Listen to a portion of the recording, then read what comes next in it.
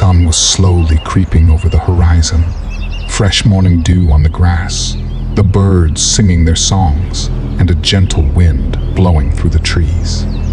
He let out a long yawn. The air was thick with the smell of the remains from last night's kill, the odor of blood still in the air. He stood up from his comfortable spot under the tall oak tree. He took a small step forward and shook from side to side as water and mud flew from his sleek black fur. He began walking away from his resting place towards the stream, not 25 feet away. As he was approaching the stream, he heard a howl, his alpha sending out his call to come home. He ignored the call as he enjoyed being on his own. After all, he was a formidable predator, standing at an astonishing 9 feet tall. Big broad shoulders, a muscle-toned chest, a slender yet toned abdomen, strong powerful legs and arms made him the perfect killer, both powerful and agile. His sharp 4.5-inch claws glistened in the sunlight, and his mouth full of razor-sharp fangs, perfect for ripping apart flesh and breaking bones. He thought back to his kill last night as he bent down, drinking the cool, crisp water of the stream. The thrill of the hunt. The elk had no idea that he was there, just feet away. He smiled at the thought of pouncing on his prey, grabbing the elk by its throat as he bit down on its neck, tearing the bull elk's head clean off. Another howl, again the alpha's call. He let out a humph as he rolled into the stream. A perfect morning for a hunt, Dale thought, as he reached for his recurve bow and pack from his Ford F-150 pickup truck. A cool morning, high visibility and low wind, making for an accurate shot with his bow. The theme song from that animated show, The Venture Brothers, starts playing on Dale's phone. Dale checks his phone and answers. "Hey, Matt. What's the word?" "Hey, brother. I just passed the second gate. I'll be there in less than 10 minutes, said Matt. "Okay," replied Dale. "Did you bring all your gear?" Matt asked Dale. "Yes, everything. My bow, a quiver full of 30 arrows, my .45 caliber pistol, spare clip, flashlight, water, a couple of granola bars, and my compass," answered Dale. "A compass? I bet it's that purple one Lisa bought you for Valentine's Day." "Sure is, Matt." Matt chuckled. "Okay, buddy. You know I have a GPS, right?" "Electronics don't always work, brother," Dale snapped back. "How's Aaron doing?" Dale asked. "We're in the middle of it, man. I'm tired of the fighting," said Matt. "Sorry to hear," Dale says. Suddenly, Dale hears a faint howl in the distance. "What the hell?" "What?" Matt asks. "Never mind. I'll be there in a few." Dale hangs up his phone and drops it into his pocket, confused about the howl. A coyote? He wonders. Maybe. A few minutes passed by. Dale had opened his tailgate and was leaning against it with his bow in hand, waxing the string. Matt pulls up and sees his friend. He puts his pickup in park and says, "Hey, brother," as he hops out of his truck. "Are you ready to get this hunt going?" Matt has been looking forward to this hunt for the past 2 weeks. "Yes, I am," says Dale as he closes the tailgate to his truck. Matt and Dale exchange pleasantries as they both hear another faint howl. "Matt, you heard that?" "I did. It sounded like a coyote, but different." "Agree. It's off." "Meh, forget about it. Let's get going." Dale shrugs his shoulders and grabs his gear. "Let's do this, brother," Dale says, in an excited tone. The two friends start walking up the narrow trail. They're in the middle of nowhere. South of them used to be a logging camp. However, it was shut down due to strange sightings and a missing person case. The internet wasn't very helpful in providing information about the story. Matt had told Dale he did some research on the area and its surroundings. All that he told Dale was that the terrain was filled with hills, trees, and big-ass rocks. Matt's research skills were average at best. He was always more of a let's see what happens kind of fellow, which was fine with Dale, as he was just looking to escape from the normal life of a mid-class businessman. They both loved the woods and have been hunting many times before. They were both hopeful that this trip would be different from the day-to-day life they normally led. "Hey, Dale," said Matt. "Yo, the stand is about a mile up the path. See the clearing ahead? Just past that, there is a slight ridge with plenty of tree cover and great sightlines." "Sounds good. Let's keep moving." They continued walking towards their makeshift tree stand that they fabricated about 3 days ago. The trees looked over a small valley with a large meadow and a cluster of trees. A stream ran through the area as well. When they scouted the area, they saw all sorts of tracks out there, including deer, rabbits, coyotes, a bear, and elk. The two friends stopped near the base of the tree that held their stand. They just listened for a few minutes, birds chirping and insects moving about. So serene, so peaceful. The two men sat down on some rocks as they leaned their weapons on the tree. "Matt," Dale says, "your bow is great." "Yes, sir. A state-of-the-art compound bow with all the necessary modifications you could ever need," Matt replies. "That's great," said Dale. "I finally got it spec'd out." "She's a beauty," Matt said. "She?" Dale questions with a slight smirk. "Yeah, bro. She." The men stare at each other for a moment, then let out a good laugh. They remove some snacks from their packs and begin to eat. The wind blows through his fur as he slowly walks through the trees. He is thinking of his alpha, who is getting weaker. He won't be leading the pack for much longer.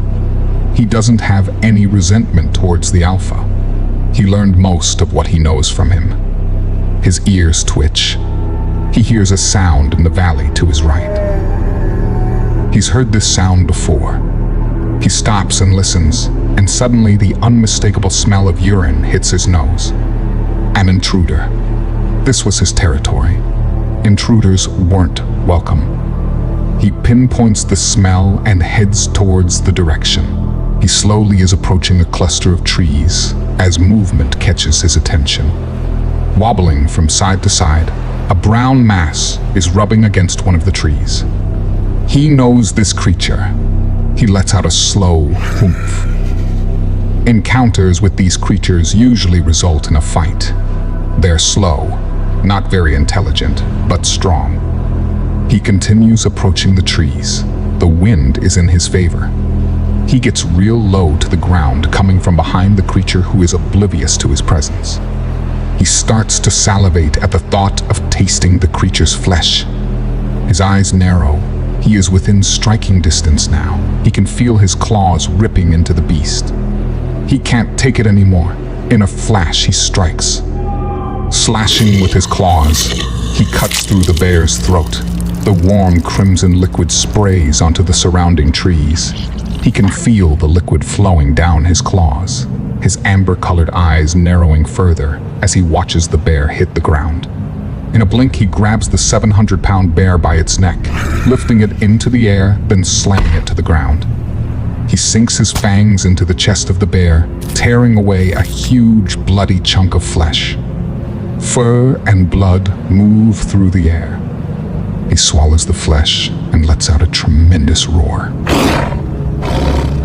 Confirming his kill, Dale and Matt jump at the sound of the spine-tingling roar.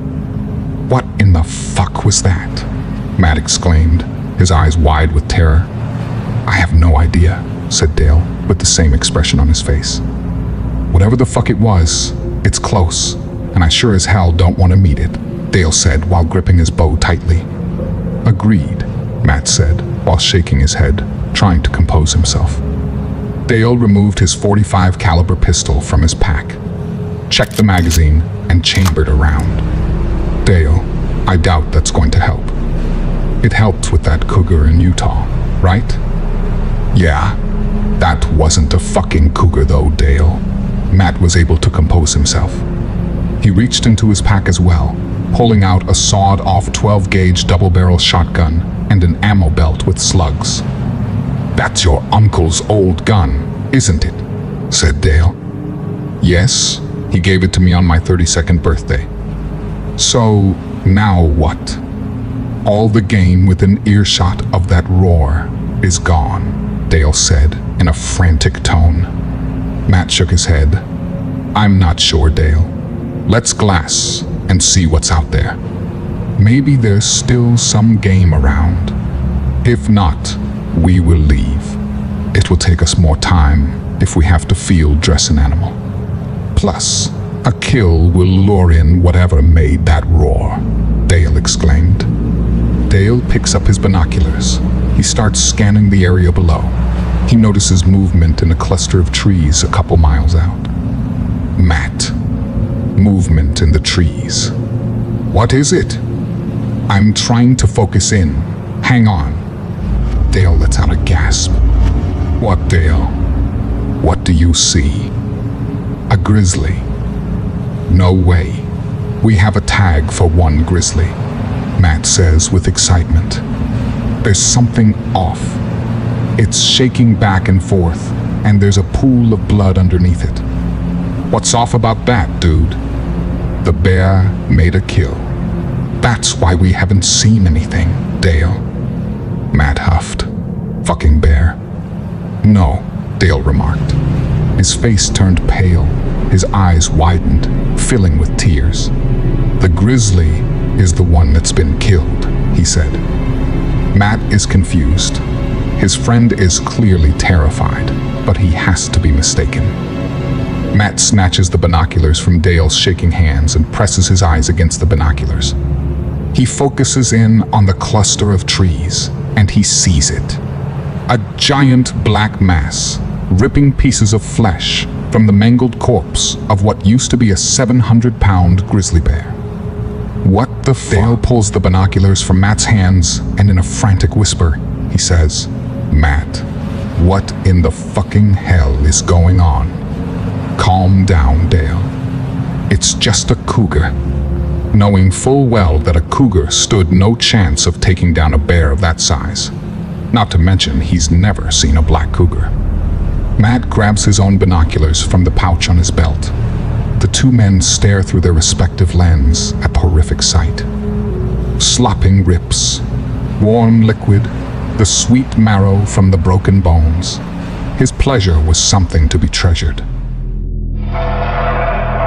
He's encountered these creatures before and feasted on them. This beast holds a lot of flesh, too much for him to eat alone. He knew his pack would eventually smell the kill and investigate. However, that wouldn't be until the sky was dark. As he sits back into a crouching position, he catches a savory smell on the wind. He smelled it before from his prey. He licked his bloodied chops and took a deep breath in through his nose. He took another. Where was that delicious smell emanating from? Matt and Dale stared in horror at the huge wolf-like creature through the binoculars. A big, broad chest, strong abdominal muscles pulsing as the beast took in long breaths. Blood was covering his snout and parts of his face. Deep amber eyes, pointed ears, and dark black fur like a midnight sky. "Matt," Dale whispered. "What the fuck, dude? That's a goddamn werewolf." "No, Dale. I know what it is. It's called a dogman. I've heard stories about them in YouTube videos. I never would have imagined seeing one, though. Or that they even existed, for that matter," Matt said, clearly in disbelief. "No fucking way, Matt. No way." Just then, the dogman stood up on two legs, turning his huge head from side to side. The two men stared in horror, at the sight of the blood-covered beast. "Oh shit," Matt exclaimed. He dropped the binoculars. "Did you see that? The fucker just looked right at us," he said. "Matt, there's no way he could see us from this far away. He'd have to have go gadget eyes. We are miles away. How about the fact that it just stood up on 2 legs?" The 2 men looked at each other in terror. Both men looked through their binoculars again. "What the hell?" both men said. "It's gone," Matt exclaimed, as they stared horrified at the bloody corpse of the once powerful grizzly bear. The smell was close. He continued sniffing the air. He stood on his hind legs, reaching his full 9-foot height, turning his head side to side, trying to pinpoint where the smell was emanating from. His ears turning ever so slightly, trying to pick up any sound. He took a huge breath in through his nose. There it is. He snapped his head in the direction of the captivating smell. He pushed off the ground beneath his feet, heading towards the ridge above him, bounding over boulders and moving past trees in a flash. He was getting excited as he knew this smell well. Fear. He smiled at the thought as he closed in. He got low to the ground as he crept through brushes. He continued to sniff the air and listen intensely. Where is it? There. The tree was not 40 feet in front of him. He wanted to investigate, but his experience as an apex predator made him think better. He waited patiently. The sun began falling from the sky. Suddenly, there was movement high in the tree. He observed with curiosity. Sasquatch? He thought. No, these creatures were too small to be Sasquatch. They had green and brown fur covering their bodies everywhere except their faces. Sticks with vines tied to either end. He knew these sticks. He had seen them before. He cocked his head to the side when he saw a shiny stick in one man's hand as he was descending the tree. He knew this object. It makes a loud sound and sprays fire. He let out a low growl at this sight. The one man looked in his direction. He wasn't concerned as he was well hidden. The 2 creatures were communicating with each other. He tilted his head slowly, flicking his ears. Again, he smelled it. Fear. It was radiating off of them. He controlled the urge to spring forth and consume their flesh, but he waited and studied his prey further. He followed the 2 creatures away from the tree, only moving when they moved, keeping his distance. The 2 creatures kept turning their heads, scanning their surroundings. He moved silently from one tree to another, closing the distance. One of the creatures stops and points in his direction. His amber eyes narrowed. Did they see him? Were they aware they were being stalked? He crouched down. He could see the men looking in his direction, communicating. One of them is coming towards him. He can sense the creature's fear. A howl rose from the deep forest. The man froze and backed up towards the other. He could sense their terror. He recognized the howl. It was a member of his pack, his brother. He must have smelled the blood and flesh of the beast he killed earlier. He could have it. These 2 creatures, though, they were his. Dale, let's fucking go, screamed Matt. I don't want to meet whatever made that howl. Matt, I saw something in the trees. It's following us, Dale said, while pointing in the direction of the dogman. It doesn't fucking matter, dude. Let's move now. I have a bad feeling. We need to go. Dale looked at his friend. Matt was clearly afraid, as was Dale. They heard a growl earlier. It was low, but they heard it. There's been an eerie silence in the forest around them as they head towards their trucks. Dale finally agreed. Okay, let's move. Dale and Matt continued moving in the direction of their trucks. Dale swore he could see movement in the trees. However, Matt had tunnel vision. He was focused on getting to the trucks. Matt had the urge to urinate ever since the sighting of the bear. It was unbearable. Dale, I need to piss. Hold up. Matt, are you out of your mind? Whatever made that sound could be closing in on us, replied Dale. Suddenly, Matt sees a dark shape crouching within the trees. Matt squints. He realizes there are eyes. Deep, piercing, amber-colored eyes. Dale, Matt says in a shaken tone. What? Look, whispers Matt. Where? At what? Look. There. Right there. Dale sees what Matt is looking at. He can't believe it. Is that? Yes, Dale. I fucking told you. What do we do, Matt? We get the fuck out of here. Now. Dale lets off a shot with his .45 towards the shape. The two men turned to run. They couldn't believe what they saw. It was a dogman. They knew they couldn't outrun the beast, but they were going to try. Only about 100 feet to the truck, screamed Dale. Let's go, Matt. The two men were running as fast as their legs could carry them. Matt, run to my truck. It's unlocked, Dale screamed at Matt. The two men approached the respected doors of Dale's pickup. Just as Dale touched the driver's side door handle, a deep, menacing roar comes from behind them.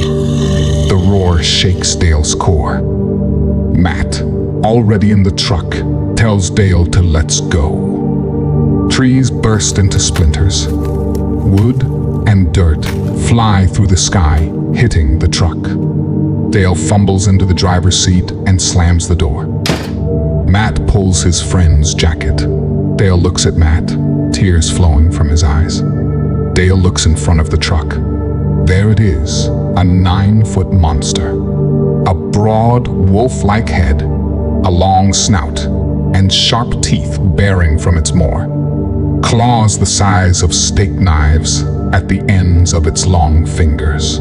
Strong arms leading to a muscled chest, down to a slender toned abdomen, and strong canine legs. His amber eyes pierced their very souls. He stared at the two creatures inside the machine. He had seen these machines before, when they were destroying his home. Humans. He despises these creatures. He remembered his pack setting upon intruding humans that cut down their home. His pack was close, but the humans were able to escape. Not all of them, though. The pack was able to separate one as he ran into the forest. At that time, the dogman was just a pup when he watched his father rip the human in half. Though, he glared deep into each human's eyes before him, and he let out a deep, guttural growl. He could hear the humans yelling frantically inside the machine. The fear coming off of them was delightful, pouring into the air. He took a step forward, and they screamed louder. The machine came alive. He burst forward, leaping onto the hood of the machine. As he punched through the windshield, he slashed at the humans. He felt his claws scrape into one human's flesh. The machine started to move backwards, but it didn't get far as it hit the front of the other machine behind it. Suddenly, he felt a searing hot pain in his shoulder. He roared in anger. The two humans grabbed their ears. Dale, go! Punch it! Matt screams as he fumbles with his double barrel, trying to reload. He just blasted a slug into the beast's shoulder. The roar it let out was deafening. The dogman had scraped Matt's chest with its razor-sharp claws. Boom! Another slug flew past the dogman's head. He snarled at Matt, and a huge clawed hand came crashing through the windshield, grabbing the shotgun from Matt's hands. Dale slammed on the accelerator as he turned the wheel hard to the right. Rocks and dirt flew through the air as the tires fought for a grip. The beast tumbled from the truck, slamming its head into the hard ground. It groaned in pain. The two men are speeding through the darkening path in the forest. "Are you all right?" Dale yelled to Matt. "No, dude. I'm not all right." "What in the fuck is going on?" "That fucking beast is trying to kill us," Matt frantically yelled. "No shit," Dale screams. Dale skids around the bend. "Look out," Matt screams in terror. He was fueled with rage. That human shot at him. His shoulder burned, and he was dazed from hitting his head on the hard ground. He was pissed off. He rose to all fours, shaking his head as he composed himself. The humans won't get far. He burst through the trees. He could see the truck sliding around turns. He was gaining ground, almost in range. He inhaled deeply as he dug his claws into the earth beneath him. He lunged through the bushes as the machine was turning around a sharp bend. He timed it perfectly. His shoulder impacted the driver's side door of the machine. The force blew small bushes and rocks through the air. The truck tumbled violently down the hillside, smashing into trees as it rolled. He leaped down the hill, following the banged-up machine, stopping at the top of a boulder in between two giant trees, watching the broken machine come to a stop against a tree. The sunlight was fading fast, especially now under the canopy of the trees. His amber eyes sharply watched for any movement inside the truck. Flicking his ears side to side, listening for any sound, he heard faint, thumping sounds and 2 heartbeats. He focused in, and the 2 creatures' breathing were strained as well. The smell of blood tickled his nostrils. Now, he will patiently wait for his prey to emerge from the now useless machine. The daytime sun had sunk back behind the horizon. The black of night had come. The moon shone bright, high in the sky. The forest was quiet, except for the occasional hoot from an owl or chirp of a cricket in the distance. The moonlight shined in on Matt through the demolished driver's side door. He started to come to. He slowly opened his eyes, blinking rapidly. Finally, he fully comes to. It hurts to breathe. He has pressure on his arm as it's trapped. "Fuck," Matt whispers. He feels his chest and coughs as he breathes. His side hurts, possibly a broken rib. He looks at his left arm, caught under the seat. He was able to wiggle his arm free, and as he removed his arm, he let out a groan. He sees Dale's .45 caliber pistol and grabs it. Then he reaches into his pocket, pulling out his flashlight. Matt turns on the flashlight and scans the inside of the truck's cab. He sees Dale lying unconscious behind the seats. "Dale. Fuck, man. Dale, are you all right? Can you hear me?" Dale was severely injured. Blood was oozing from his forehead, nose and ears, and a huge gash across his left arm with his forearm bone poking from his skin. Lord only knows what internal injuries Dale has sustained.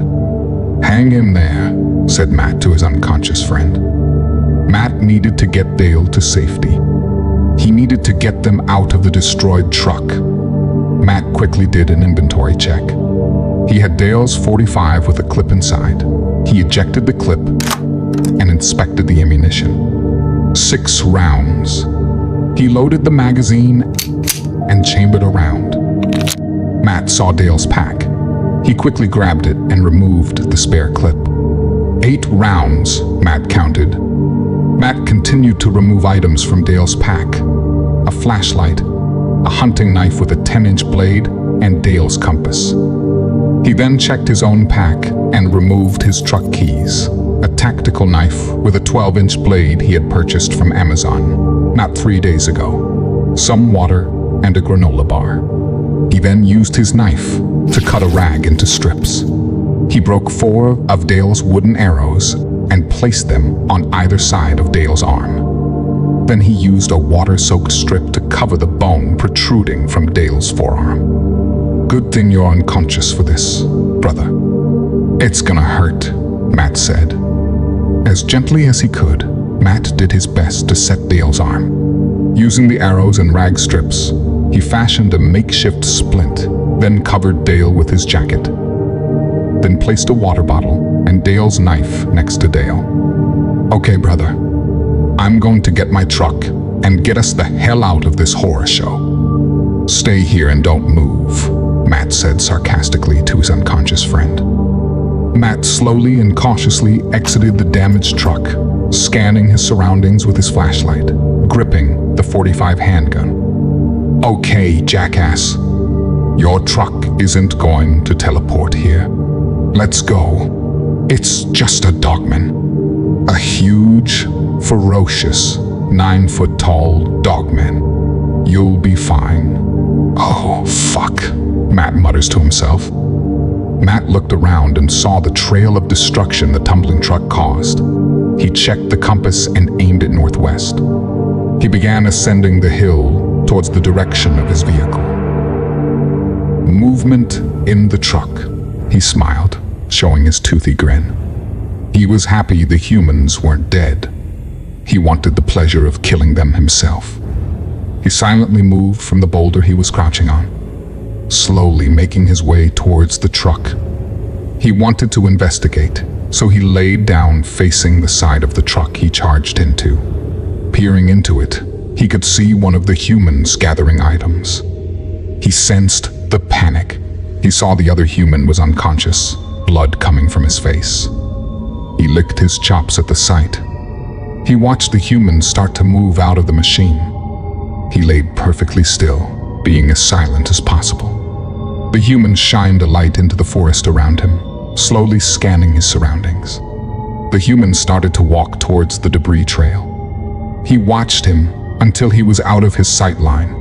Then he slowly started creeping towards the machine, sniffing the air, the smell of blood filling his nose. He reached the machine and stuck his head inside, sniffing around the inside of the truck's cab. He slowly moves further inside. He lightly touches his nose to the unconscious human's face and sniffs. The sweet smell of blood. The human's chest slowly rises and then gently falls. The creature isn't dead yet. "Come on, dude. Almost there," Matt says as he stops to catch his breath. Matt continues to jog towards his truck. The forest is silent around him. Everything seems still. Matt thinks of his friend passed out in his demolished vehicle. He has to get to his truck and back to Dale. Matt turns the bend. He sees his pickup and continues to jog towards it, quickening his step. Matt reaches out to pull the handle of the driver's side door. Suddenly, a blur of brown fur crashes into him, sending him hard into the ground. In a daze, Matt sees it. A brown wolf-like creature with red eyes standing over him, snarling, teeth bared, drool dripping from its maw. "Oh, shit," Matt exhales, scrambling backwards. Another one. "Fuck." The brown dogman narrows his eyes. He lets out a challenging roar as it moves towards Matt for the finishing blow. Matt raises his .45. 2 shots hit the beast in the upper chest. The dogman roars out in pain as he stumbles back. Matt scrambles to his feet and takes aim at the huge beast before him. The dogman charges Matt, its mouth wide. Matt sees all of its blood-stained fangs. Matt squeezes the trigger repeatedly as he screams out. One bullet grazes the beast's upper snout, as the other 3 bullets fly through the dogman's mouth and out the back of its skull. Blood, bone, and brain matter following the bullets through the air. The dogman hits the ground in front of Matt's feet with a solid thump. Matt lowers the smoking .45, shaking in his trembling hand, looking at the beast before him in terror and shock. He killed it. He couldn't believe it. He looked at the .45 in his hand. The last bit of smoke leaving the barrel, the slide locked in the drawn-back position. Matt pulled himself together as he inspected the monster before him. This one was smaller than the other, about 7 feet tall. A bigger chest and legs, more like a stocky UFC fighter, with a shiny brown coat, now stained red. Matt ejected the spent magazine from the pistol and loaded the spare and chambered a round. Matt pulled his keys from his pocket as he stepped around the deceased dogman. A loud, terrifying howl rang out from the direction of their makeshift tree stand. Oh fuck, Matt thought. More of them. I have to get to Dale. Matt jumped into his truck as he heard more terrifying howls coming from the forest. He started his pickup, turned around, and started heading back to his friend. He heard shots ring out, the roar of his kin, the howls of his alpha and other members of his pack. He looks at the human unconscious on the ground before him. He will be fast. He needs to investigate the commotion. It only took him a few leaps to make it up the hill. He could smell the blood in the air. It wasn't human blood. It was his kind. One of his pack was in trouble. He flew through the brush. He heard another machine heading his way. He peered through the trees. It was the other human heading back to the demolished truck and the unconscious human he pulled from the wreckage. He let out a low growl, then continued following the scent of blood. It was strong now. He could smell a familiar scent. He crashes through the bushes and finds his brother lying lifeless on the forest floor. He could smell the scent of the other human. It killed his brother. Rage filled him. He threw back his head and let out a roar. He was pissed.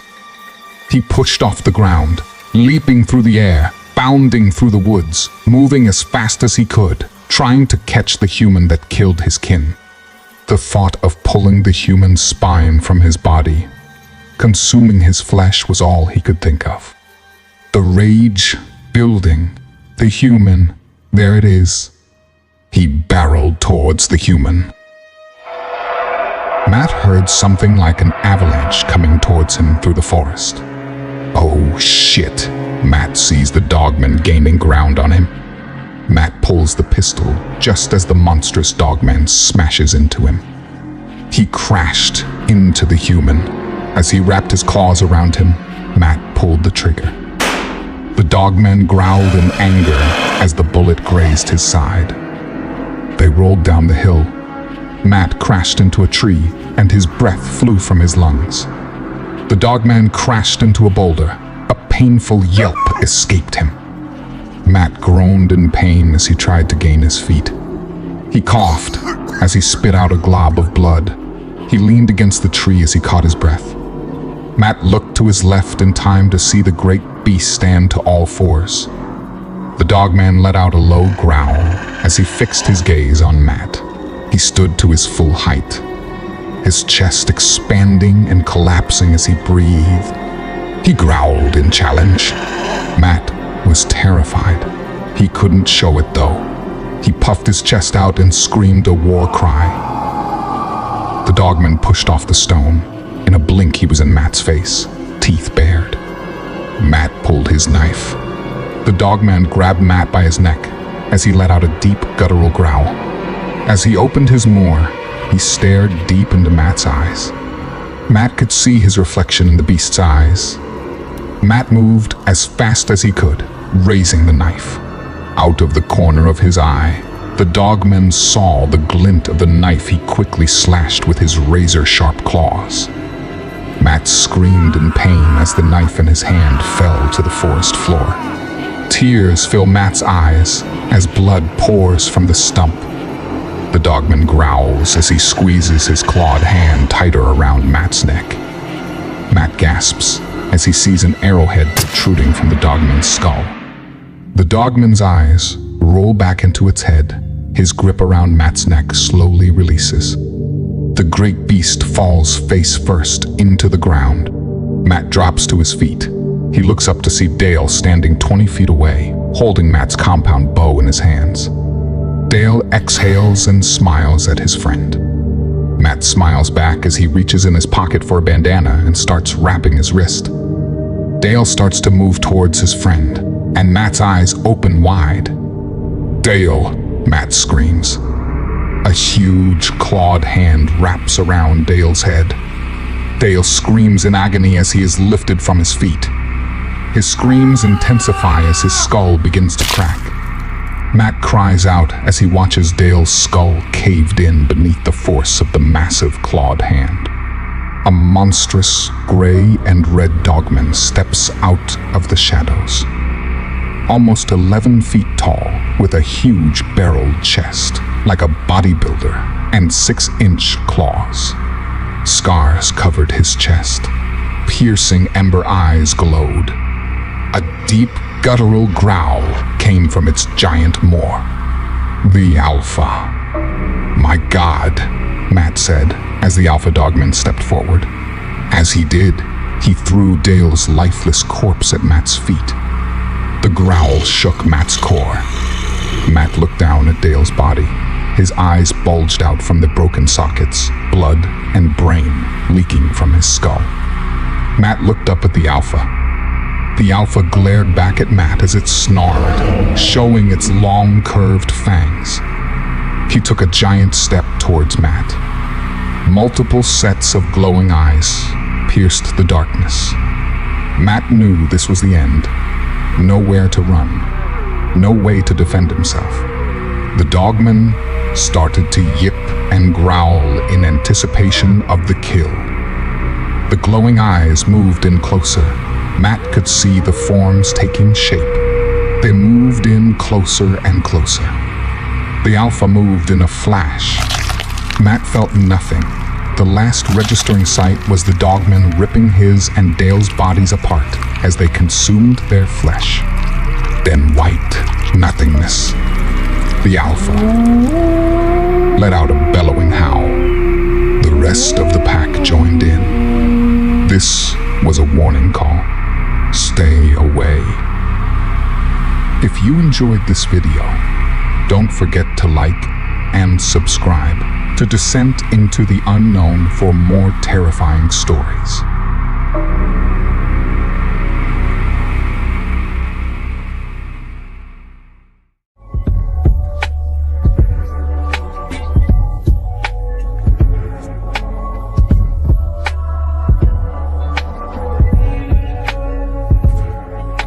Multiple sets of glowing eyes pierced the darkness.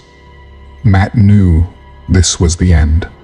Nowhere to run, no way to defend himself.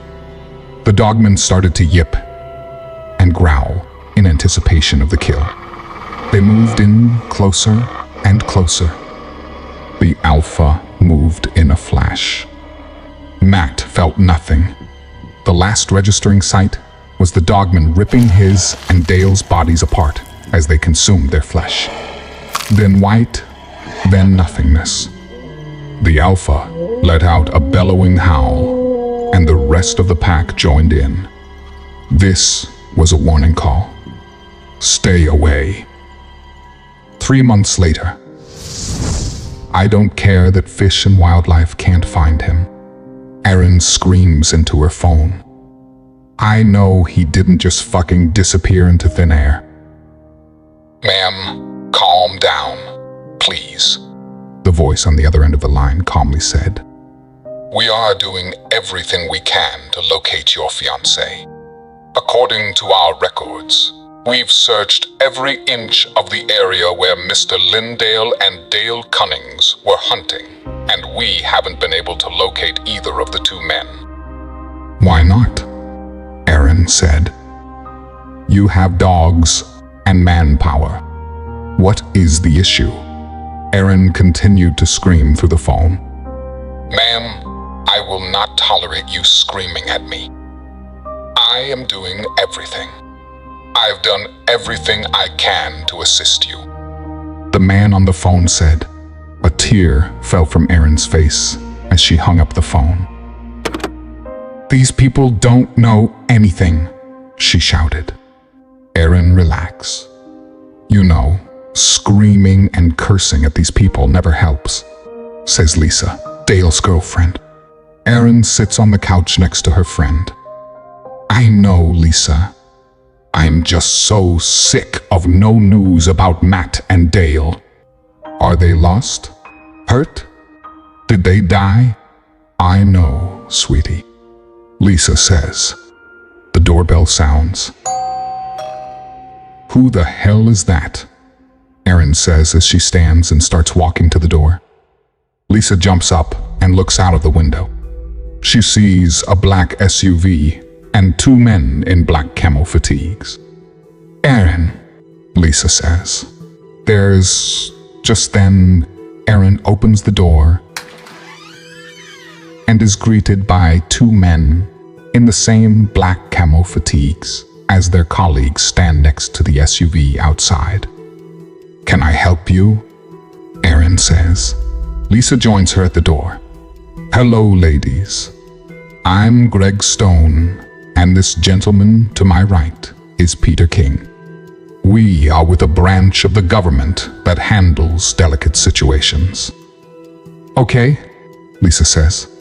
Our superiors believe that Mr. Matt Lindale and Mr. Dale Cunnings were victims of an attack by what we call big black dogs, Stone said in a serious voice.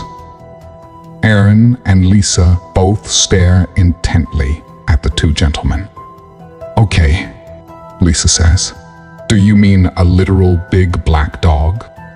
If that's the case, Erin chimes in, then wouldn't there be blood or bodies? Not to mention, I think our men can handle a big dog, Erin says sarcastically. Well, Stone starts to speak, then he's immediately cut off by Lisa. I'm sorry, but do you have a badge or some form of ID? Sure. Stone and King show the two women their credentials. Okay, Lisa says. We already spoke with the ATF, FBI, and CIA. So what are the local area police going to do that they haven't done already? We are a subdivision of a different government agency, Stone says. Meaning what? Lisa says. Did the guys get caught up in some type of drug farming or kidnapping? No, King says. Ladies, have you ever seen an animal like this? King holds up a sketch of a dogman. Yes, in any werewolf movie that I've ever seen, Erin says. Lisa stares a bit at the sketch, then says, Are you trying to tell us that our guys were attacked by a goddamn werewolf? That's ridiculous, Lisa says in a heightened tone. Well, Stone says. Just then, King's phone rings. King here. Yes, sir. We are with them now. No, sir. Very good, sir. King hangs up his cell phone as he looks at Stone. The team is en route, King says. Stone gives King a slight nod. The two women swap glances at each other. I apologize, ladies. We must get going. Wait, Erin exclaims. What the hell was that? Who was on the phone? What team? Where are they going? We need some goddamn answers, Erin yells, tears of pain and anger filling her eyes. You come in here and show us a picture of a werewolf and say our guys may have been attacked by a big dog, Lisa yells as the two men are walking through the door. King turns and says, We received word that our tech crew was able to ping your fiancé's GPS. We are sending a team in to investigate. Once we know more, someone will be in contact. Have a great day, ladies. Erin and Lisa look at each other confused. But wait a second, the women say at the same time in irritated tones. We will be in touch, ladies. Thank you for your time, Stone sternly says. Stone and King exit the residence and quickly walk to the SUV. They enter the vehicle, followed by the other two men. "So it's happening," one of the other men said. "Yes, Jones, it's on. The boys are en route now. Yes. I hope our boys put a hurting on these vicious fucks." The black SUV quickly pulls away. Lisa and Aaron are standing on the porch steps, yelling obscenities at the SUV as it pulls away. "What was that, girl?" says Aaron. "I don't know, hun. But we need to look into this a bit more," Lisa remarks. The two women start to research Big Black Dog on the internet as they discuss what just took place. The two women come across a YouTube channel that is dedicated to allegedly true werewolf stories. The two friends spend the next few hours listening and watching the videos. Lisa then finds a picture from a trail camera. It's a photo of a dogman. Under the photo, the words read, "Big Black Dog." The two women stare in horror at the computer screen. Her ears twitch. She hears a loud rumbling sound coming. She was just rolling around in the soft grass, her chestnut fur blowing softly in the breeze. She stands to her 8-foot height as she flicks her ears and sniffs the air. She can hear something making its way in her direction. She moves from her position in the clearing, heading towards the rumbling sound. She just comes over the ridge and sees it. A machine. She knows that machines mean humans. She lets out a low growl at the sight. There are tall trees all around her, perfect for cover. She crouches down as she watches the machine. The machine stops, and she observes two men exit the vehicle. Both men, dressed in black and carrying M4s with pistols on their sides, wearing tactical equipment and backpacks on their backs. Another man jumps out of the driver's side door. He was a larger man, taller than the other two by at least a foot. He was wearing a black tank top and black camo pants, carrying a 12-gauge pump shotgun with a smoking cigar hanging from his mouth. She stares at the men, her icy blue eyes narrowed as she picked up the scent of the larger man. He smelled like urine and smoke. She could hear the larger man yelling at the other two men. "Wait, what is that?" Movement in the trees behind the humans. She sees one of her packs circling around the side of the humans. This one was curious. He was only 6 feet tall, a slender toned body, fast and agile for a young one, just like her own pup. She watched as the black-furred young one slowly moved closer to the men. Suddenly, he stopped as another machine pulls up behind the first. 4 more men exit this machine, all in the same gear as the first 2 men she watched exiting the first machine. One man starts yelling. She sees him raise his weapon in the direction of the young one. She lets out a howl. A distraction, so that the young one can escape the area. She sees all 7 of the men look in her direction. The large human takes a few steps forward. She could see the young one sink back into the darkness of the forest. She is satisfied that the young one is no longer in danger. She lets out another howl. This howl is a warning call that intruders are here. "Harold, get over here," Davidson orders. "Yes, sir." "I don't want to hear your goddamn complaining at all." "Not at fucking all," Davidson yells as spit flies from his mouth. Davidson is a large man. He is a veteran of the United States Armed Services. That was a good 25 years ago, and life has taken its toll on him. The brass expects us to find 2 nobodies out here and bring them home to their women, Davidson says. You heard that howl, Edward says. Plus, Chinny swore he saw one in the trees. Ain't that right, Chinny? You got it, Cupcake, Chinny remarked. Good one, O'Neill said with a smirk on his face. All I'm saying is that they're out here, Edwards replied. Those 2 men that came out this way didn't make it. They've been missing for 3 months. Shut the fuck up, Davidson screeched. Our job is to hike to the location of the GPS and search for Matt Lindale and Dale Cunnings. If we run into anything else, we will deal with it accordingly. That means you gotta fuck it, Harold, Chinny remarked. The team laughed. Shut up, you shit stains, Davidson screamed. Let's move out.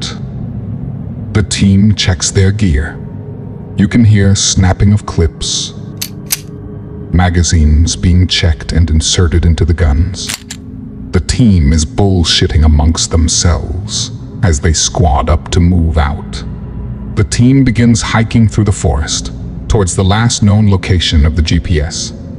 The hike is long, about 5 miles from their location. No roads to drive on. They are out in the middle of nowhere. Tall oak, maple, and birch trees surround them, along with thorn bushes, long grass, bushes, and rocks everywhere. The men have been walking for about 3.5 hours now. The men are making slick comments back and forth between themselves as they walk in a single file line. O'Neill is taking up the rear, keeping a sharp eye out, while Davidson is leading the team through the woods towards the GPS location. Chinny and Harold are walking behind Davidson as they normally did on operations. All right, gents, enough of the chit-chat. Davidson pipes up. We are about a mile away from the last known location of the GPS. Chinny, take Gonzo and scout ahead. Copy that, Chinny responds. Gonzo, let's move. On your 6, said Gonzo. Here, take this, Davidson says as he hands the locator to Gonzo. Gonzo clips the locator to his wristband, and the 2 men move ahead of the remaining 5 men. She has been following the men since the sun was high in the sky. These humans move slowly, she thinks, as she moves from tree to tree, completely silent. She wants to rip them apart. However, she will wait and study them as she is in no danger. She is an efficient killer. Her chestnut fur is a beautiful camo inside the dense forest. She stops a bit ahead of the group of humans. Disgusting creatures, she thinks as she peers around the big maple tree. Her long, sharp claws dig into the tree trunk. 2 of the creatures move ahead of the others. She looks between the 2 men and the other 5 as they move further apart. They separated, she thinks. Suddenly, she smells a familiar smell. She looks behind her as he comes towards her. An 8-foot charcoal black dogman with broad shoulders and chest, a slender midsection, and big, strong canine legs. It's one of her pack. He has answered her call. He steps towards her. She snuggles her muzzle against his neck. He lets out a low groan. He observes the human standing in the forest and lets out a deep, low growl. She points in the direction of the other 2 humans, and the black dogman bows his head as he lets out a humph. She takes off quickly towards the other 2 humans as he stays to observe the 5 remaining creatures. He watches her until she is out of sight. He has always protected her, ever since they were pups. He turns his attention back to the 5 men and takes a deep sniff in. He smells the cigar smoke, beef jerky in the large man's pocket, sweat, and that savory smell of fear. He studies the creature's clothing and weapons. He humps as he moves to all 4s and slowly creeps towards the humans. He despises them. He hears a crack, followed by another crack, then multiple cracks. The wind carried the odor of blood. Human blood. There was another smell. It was one of his kind. He fights the urge to run to her aid. His lips curl back as he lets out a low growl. He salivates at the thought of consuming human flesh. He focuses back on the other humans. His bright amber eyes narrow. A sinister smile creeps over his face. Gonzo, how much further to the GPS location? Not far, Chinny. About 30 yards ahead. Hold up, Gonzo says. There, 20 yards out. I see a truck. Let's move in, says Chinny. Chinny and Gonzo move in towards the banged-up truck. The truck had deep scratches over the hood, along the doors and quarter panels, and the tires were shredded. You smell that? Chinny said. Yeah, I do. It smells like someone dumped 50 gallons of piss around here, Gonzo replied. Wait, what's that? Gonzo said. Down the hill. On me, said Gonzo. Another truck. Chinny clicks his radio. Davidson, come in. Over. Chinny, update. Over. Replied Davidson. We found one truck on a small path. There's another down a steep hill. We are moving to assess. Gonzo had moved further down the hill. He yells back to Chinny. Chinny, get your ass down here.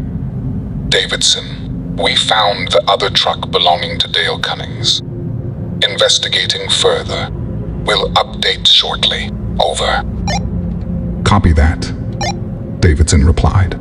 Chinny moved to Gonzo's position. Holy shit. What the fuck happened here?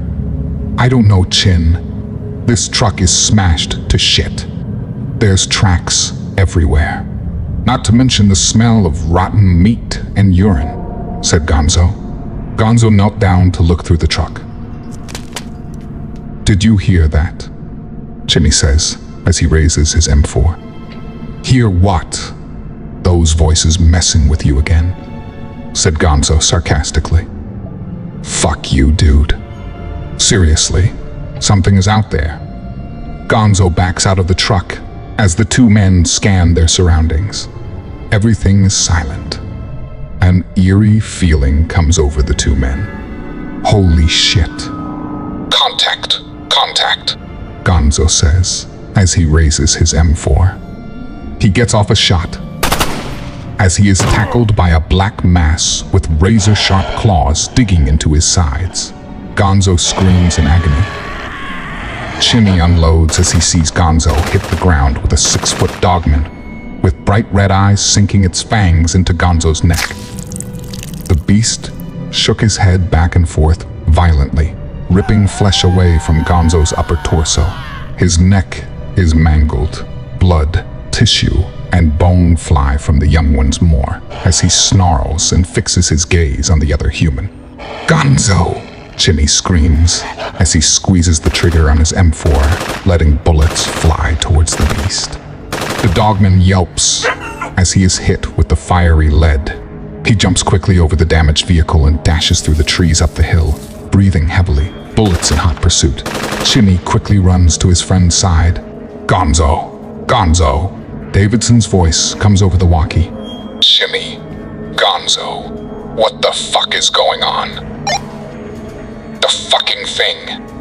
It attacked us. It ripped Gonzo's throat out. It killed my friend.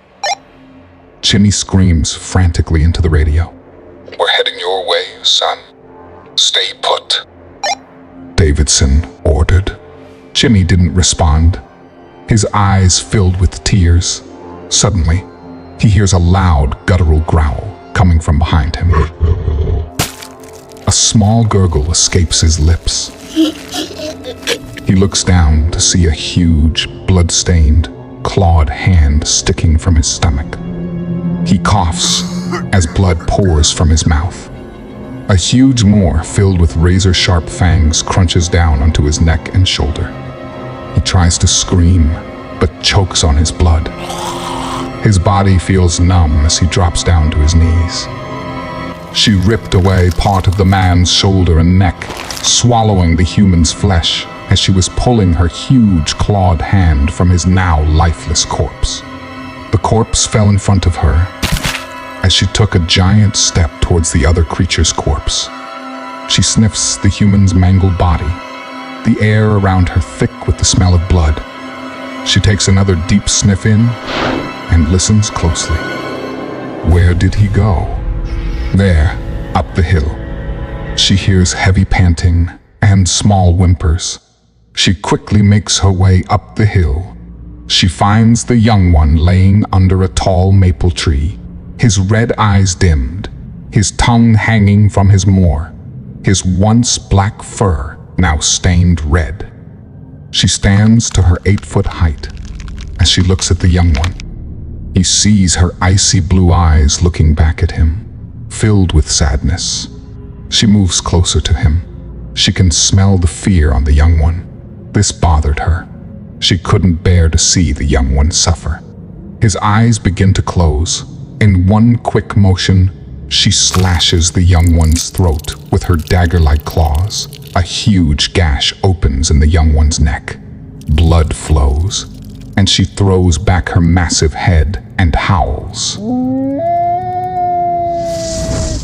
His ears twitch at the sound of the howl. His amber eyes widen as he listens to the drawn-out howl. He knows this call. It is one of sadness. He joins in with her as he feels her pain. He brings his head down as he feels the rage building inside of him. His loved one is hurt. Her friend is gone. He looks at the men moving through the forest in her direction and lets out an ear-shattering roar. The men turn in his direction, raising their weapons. Snaps, zips, and bark breaking off of the trees. A bullet grazes his ear. He turns and dashes through the woods, his claws sinking into the ground as he turns on a dime and blows past a giant boulder. He is heading towards his pack. These intruders must pay. Holy shit, boys. Those howls are terrifying, Harold says. No, says O'Neill. The howls are sad, dipshits. Chinny and Gonzo must have got one of them, Edward said in an excited tone. One of them is really close, said Reed as he scanned the trees in the direction of the howl. A core-shaking roar erupted. The four men raised their weapons and let loose a barrage of bullets in the direction. Davidson yelling, "Ceasefire! Ceasefire, you fucking morons! You're shooting at nothing, you dumbasses! Stop fucking firing!" The men stop. Jesus Christ! What the fuck? Davidson scolds. You hear a roar and piss yourselves. Harold, shaking rapidly, says, "Did you not hear that? It sounded like it came from 20 feet out. Whatever it was, took off when we started shooting," said O'Neill. Edwards, Reed, go see if you can track that thing, Davidson ordered. O'Neill, Harold, on me. We're heading towards Chinny and Gonzo's last position. The men head their separate ways. Edwards and Reed pick up the trail of the Dogman. Huge tracks lead northwest. They follow cautiously, but with urgency in their steps. Davidson, Harold, and O'Neill come up on the first of the damaged vehicles. O'Neill takes point and searches the truck, and he finds a picture of a beautiful woman with green eyes, long, reddish-colored hair, and a bright smile. "Wow, look at this hottie," O'Neill said. Harold takes the photo. "This is Erin Lance. She is Matt Lindale's fiancée. Wow, she's beautiful. Gentlemen, look down there, about 20 feet out." "Oh shit. There go our boys," Davidson says. Down the hill, the men slowly approach the two mangled corpses, blood pooling under the bodies, intestines pouring from Chinny's body, and flies starting to buzz. "Oh my God," Harold says, as he bends over and lets go of his earlier breakfast. O'Neill bends down next to the bodies. He removes their IDs and personal belongings that say anything about who they are. Davidson breaks the silence. "All right, boys, collect their sidearms, MREs, and any ammunition they have. Harold, sweep the area. See if there's any sign of Matt Lindale and Dale Cunnings. O'Neill, see if you can pick up the trail of the beasts that did this." "Davidson, I found something," says Harold. "See these gouges in the trees? They must have been made by something huge," Harold said in a trembling voice. Davidson inspects the gouges in the trees. They're deep, 4 of them. Davidson's eyes widened in terror. He snaps out when he hears O'Neill's voice.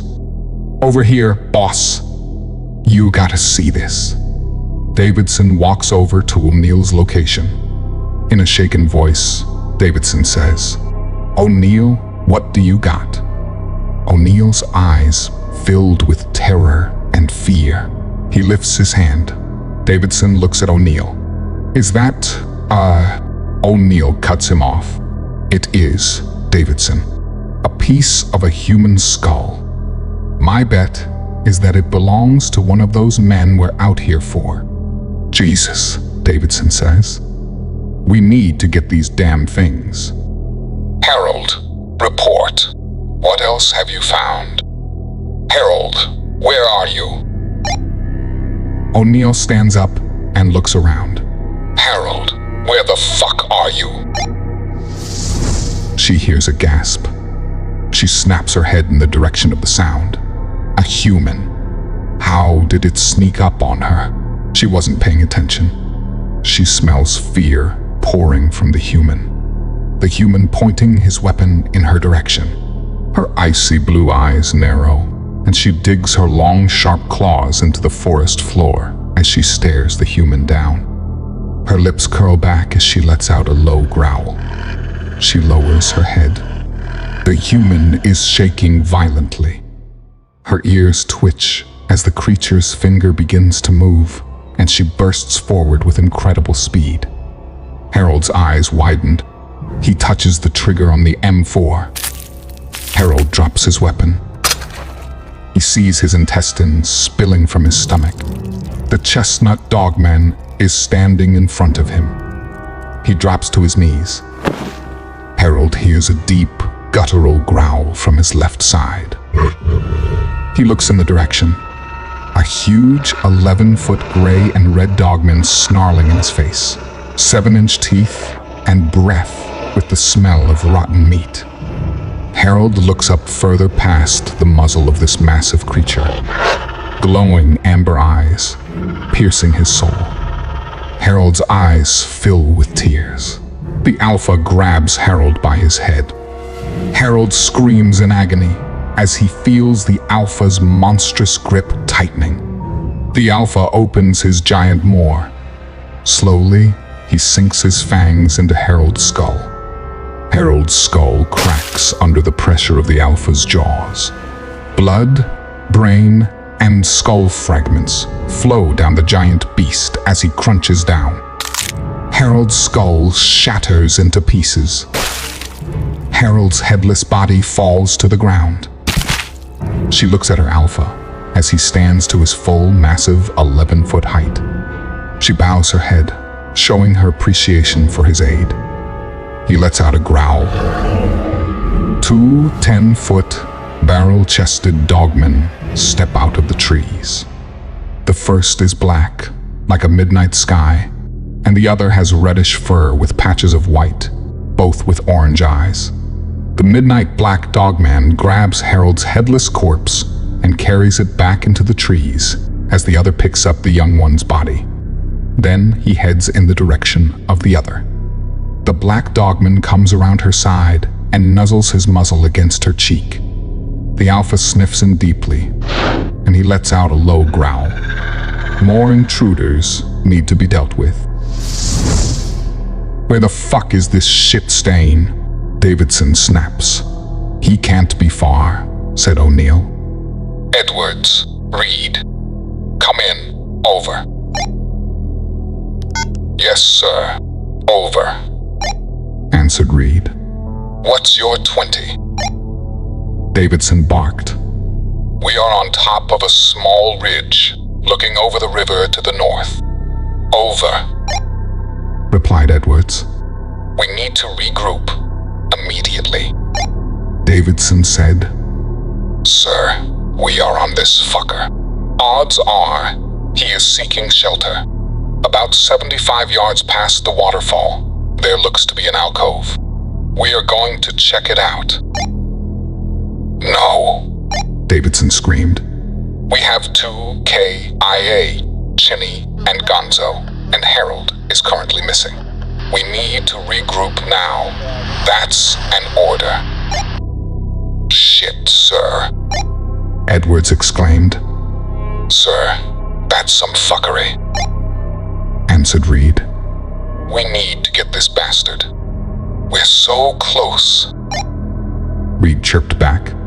Davidson paused before answering. Sir, said O'Neill, Reed and Edwards are right. That alcove may lead to a cave which may be their den. If we can flush them out of there, we will be able to ambush them, and then we can get home and receive the rest of our payday. Davidson looked at O'Neill. He smiled at the thought of that paycheck. Fine, Davidson grumbled. Reed, Edwards, hold your positions. O'Neill and I are moving to your position. Over. Copy that, sir. Over and out. Do we go look for Harold, sir? O'Neill questions. No, he wandered off. Probably couldn't deal with these abominations. But sir, Davidson steps in front of O'Neill. If you want to go look for Harold, be my fucking guest.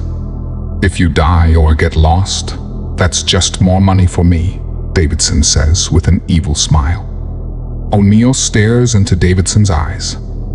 Unfortunately, I need that money, or we would be having a different conversation. Good. Let's go. The sun falls from the sky. The moon and stars light up the night sky, and the forest is silent.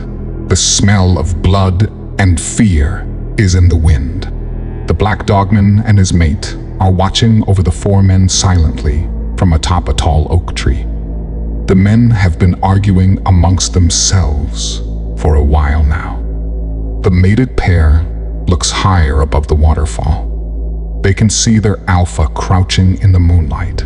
He is strong. They think of their two fallen companions, the brothers. They were also strong, just like their father, the alpha.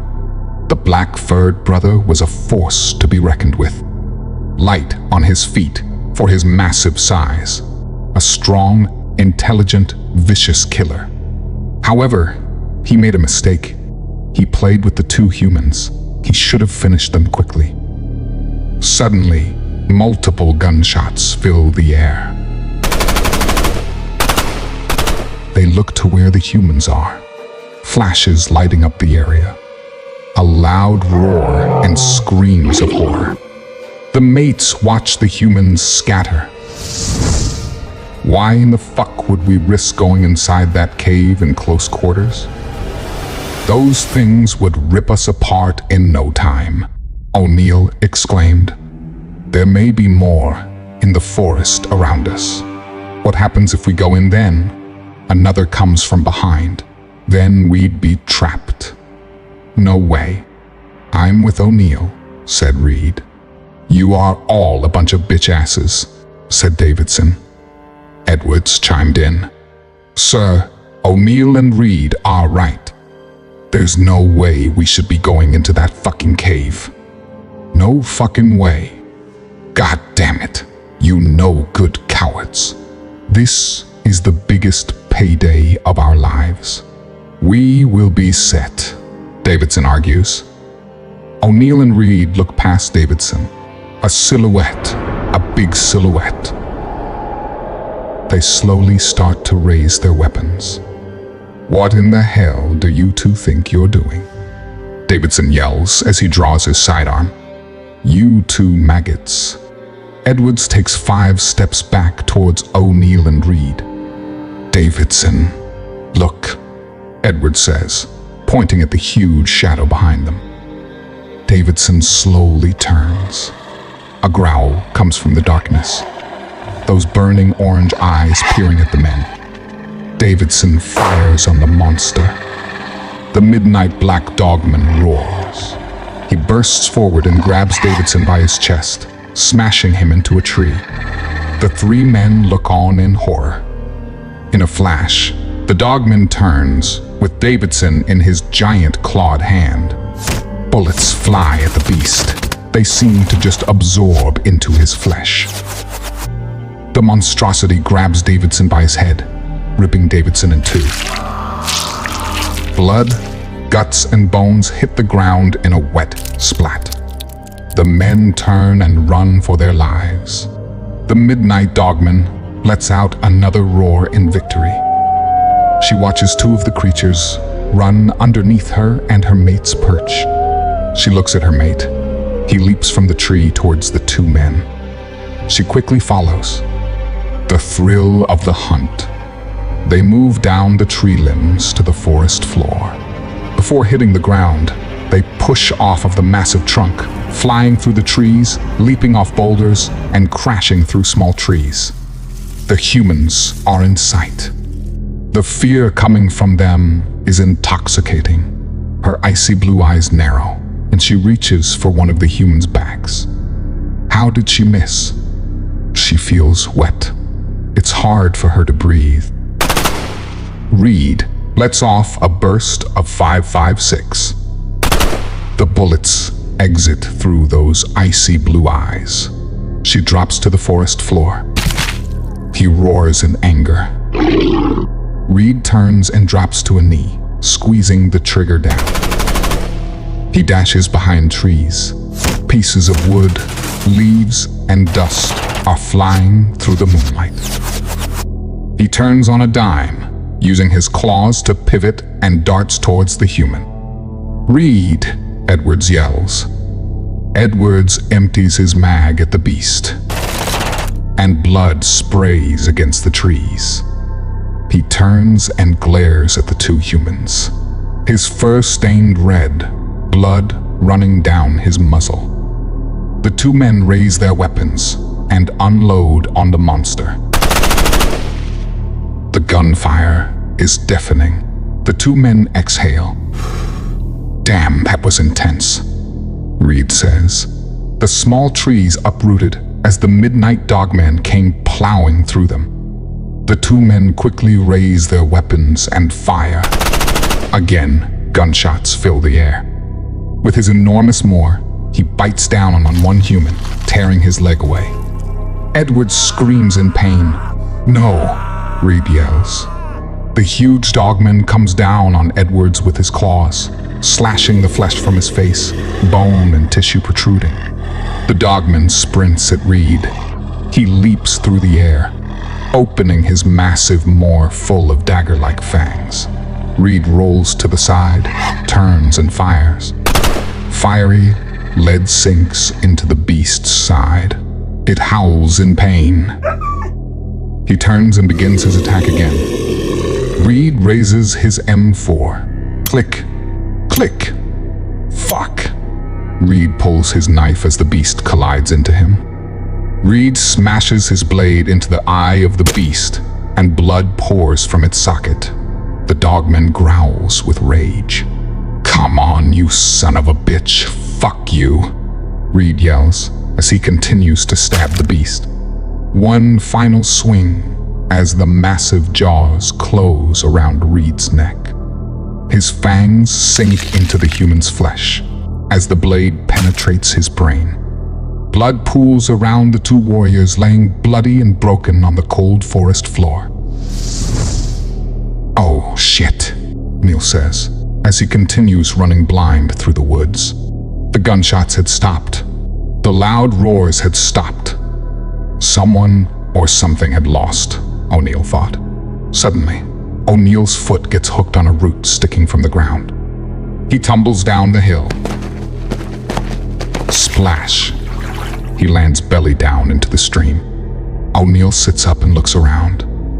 Well, ain't this a fucked up situation? Where's my gun? He fumbles around, looking for his M4. Fuck, O'Neill says. He pulls his .40 caliber from his holster and checks the mag. Okay, at least I have you, O'Neill says to his pistol. He looks up at the moon, shining brightly in the sky. Wow, if I wasn't in this shithole, this would be awesome. O'Neill searches his pockets, and he finds it. His sat phone. He begins to dial. Holy shit. O'Neill spins around, scanning his surroundings. Another howl comes from straight ahead of him. He clicks on the flashlight attachment on his .40 cal and shines it in the direction of the howl. He begins to walk, and he can hear something big shadowing his movements. This goes on for a bit. O'Neill rounds a bend and sees it. The cave, he says out loud. He cautiously approaches the entrance. Oh no. Harold. O'Neill's light hits his companion's headless body, and vomit spews from his mouth as he hunches over. No. He composes himself as a deep guttural growl comes from within the cave. A behemoth of a dogman comes walking out from the darkness on all fours. Its eyes glowed bright like the sun, the fur reddish. It growls deeply. O'Neill can see his light reflecting off of the dogman's fangs. The beast stands effortlessly on two legs. It snarls and drool drips from his mouth. O'Neill stares in horror. The beast has a scar from its right ear to its lower jaw, no doubt from a fight with one of its kind. The dogman stands square with O'Neill, its back slightly arched, claws spread open, teeth bared. O'Neill quickly looks around. He sees another small alcove in the rocks. I have to get there. That thing is way too big to fit, O'Neill says to himself. He runs as the monster charges him. The dogman swipes at him, claws extended. O'Neill dives over the beast's massive arm and rolls as he hits the ground. He gains his feet and sprints to the alcove. He can feel the ground shake beneath his feet as the beast is almost on top of him, rotten breath on his neck. O'Neill dives into the alcove. The dogman smashes into the rock face. Small stones and dust fall onto O'Neill. The beast growls in frustration. It continues to swipe, trying to tear O'Neill from his hiding space. His eyes narrow at the human. He roars in anger as he smashes his fist into the rocks. He looks around. There. He leaps to the top of a rock, then jumps to another. Oh shit. It can get in through the top, O'Neill says as he looks up and sees the moonlight. He thinks quickly. He reaches down to his belt and unhooks a grenade and pulls the pin as the beast drops down into the space. O'Neill dives from the alcove as he throws the grenade. The dogman lands hard on the rocky ground. O'Neill runs as fast as his legs will carry him. The grenade explodes. Rock and blood fly through the air. O'Neill hits the deck. Rocks fly past him. The dust settles and O'Neill stands. That's how you fucking do it. Fuck yeah. His words echo and O'Neill laughs. That was crazy. He kneels down by the stream. Crisp water pools into his cupped hands. He splashes the water onto his face. O'Neill stands and begins to walk in the direction of his vehicle. That was quite the adventure. I need to get home. Let the boys know the threat has been neutralized. Then shower and go be with my girl. O'Neill laughs and sings to himself as he walks back to the vehicles. Death stains the air. His pack is gone. He growls. He focuses as he sniffs. Again and again. There, the stench of humans. He looks towards his den, then bounds towards the direction the human went. O'Neill makes it to the vehicles. He gets in the driver's side door. Keys, keys, keys. Ah, got them. He grabs the keys and inserts them into the ignition and turns the key. O'Neill backs up and turns around, heading in the direction away from this terrible place. Stone. It's O'Neill. The team is gone. I'm the only survivor. What the fuck, O'Neill? Stone says. The whole team is wiped out. So are the Dogmen, O'Neill says with excitement. That's good news. Any sign of Matt Lindale and Dale Cunnings? Negative, O'Neill replied. Oh well, that's unfortunate. I'll inform their partners. His strong muscles ripple as he moves through the forest, smashing through anything in his path. This human was not getting away. He sees the dust cloud from behind the vehicle, gaining ground. Oh shit. What? Stone says. I got one chasing me. It's catching up. O'Neill, you must kill that Dogman. Stone, this thing is fucking massive, O'Neill said. I don't fucking care. You complete the contract or the deal is off. Stone yells into the phone. Fuck, O'Neill yells as he throws the phone into the passenger seat. He is in range to attack. He leaps through the air, his massive frame landing onto the roof of the vehicle. He slams his claws into the metal to secure a grip. O'Neill slams on the brakes. The Alpha tumbles from the vehicle, hitting the ground. He rolls to his feet. He composes himself as he shakes his head back and forth. O'Neill slams on the gas, barreling towards the beast. His amber eyes narrow as the human speeds towards him. He sidesteps and grabs the frame of the driver's side door. In one motion, he rips the driver's side door from its hinges. He roars as glass flies through the inside of the vehicle. A piece slices through O'Neill's cheek. O'Neill reaches for his .40 caliber as the Dogman's hand grabs his midsection. O'Neill screams as his claws pierce his flesh. The Alpha pulls the human from the vehicle, and he leaps through the air. The truck smashes into a huge tree and bursts into flames. The Alpha smashes the human into the hard ground. O'Neill's breath leaves his lungs. Blood pours from the holes in his sides. The Alpha bites down at O'Neill's face. O'Neill quickly grabs a log and shoves it between the beast's jaws. The Alpha clamps down on the log with immense force. It bursts to dust. O'Neill pulls his knife and shoves the blade deep into the Alpha's chest.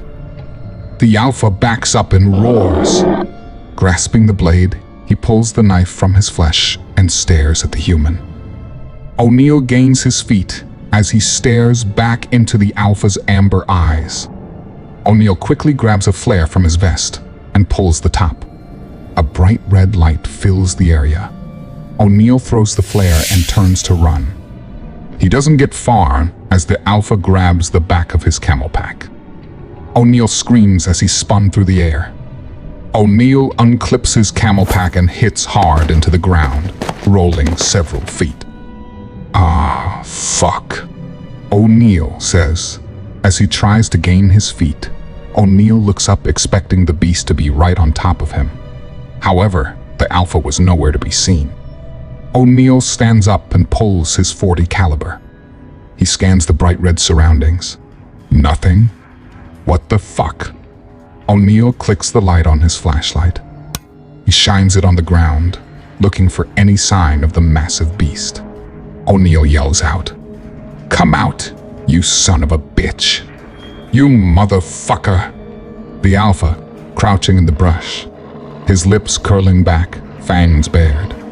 He stares at the human, his chest throbbing from the blade that pierced under his rib, missing his heart by inches, the blood oozing from the wound. He needs to finish this quickly. O'Neill lets off another 3 shots. Bullets are flying at the alpha. One zips past his head, another hits his shoulder as the other grazes the top of his head. The alpha lets out a guttural growl. He burst forward at the human. O'Neill drops to a knee and raises his weapon, taking aim at the beast. He takes a breath and squeezes the trigger. The alpha smashes into the ground hard as blood sprays from his neck. His gray fur stained crimson red. The alpha glares at the human. A low growl escapes his maw. O'Neill stands over the monstrous dogman. He aims his .40 caliber at the dogman's forehead. Just then, a howl from the darkness. O'Neill looks up. The alpha bites down hard on O'Neill's leg. O'Neill screams out in pain and squeezes the trigger multiple times. Blood, skull fragments, and brain pour from the gaping hole in the alpha's head. O'Neill lays on his back. He sits up and stares at the massive corpse of the alpha dogman. He then assesses his leg, blood pouring from the bite marks. O'Neill takes his shirt off and ties it tight around his leg. He then removes some .350 paracord from his belt and uses it to secure the shirt around his leg. He screams as he tightens the cord. O'Neill takes a deep breath and gets to his feet. He looks at the blood-driven chaos around him. He turns and begins his slow journey through the silence of the forest to the other SUV. The morning sun is beginning to rise, fresh dew forming on the grass. Birds beginning to chirp, and insects beginning to crawl. A spider begins to consume a moth that got caught in its web earlier, and a deer drinking water from the stream. The last hoots of an owl fading away. O'Neill is approaching the SUV. He lets out a sigh as he climbs into the vehicle. He looks around and grabs the sat phone from the dashboard.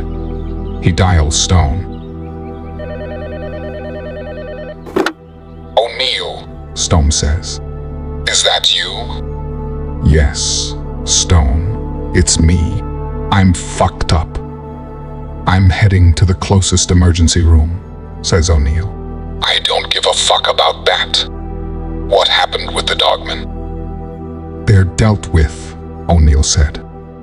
I'm heading to the ER to get patched up, and then coming to collect my money. I'll see you in a few hours.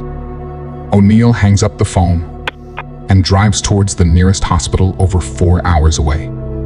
As O'Neill is entering the hospital, Stone and King pull up to Aaron Lance's home. The two men exit the vehicle and approach the home. Lisa flings the door open and yells for Aaron. Aaron, those two werewolf hunters are back. King and Stone glance at each other. Werewolf hunters? King says. The two men pass smirks. Aaron joins Lisa at the door. What's happening? Did you find them?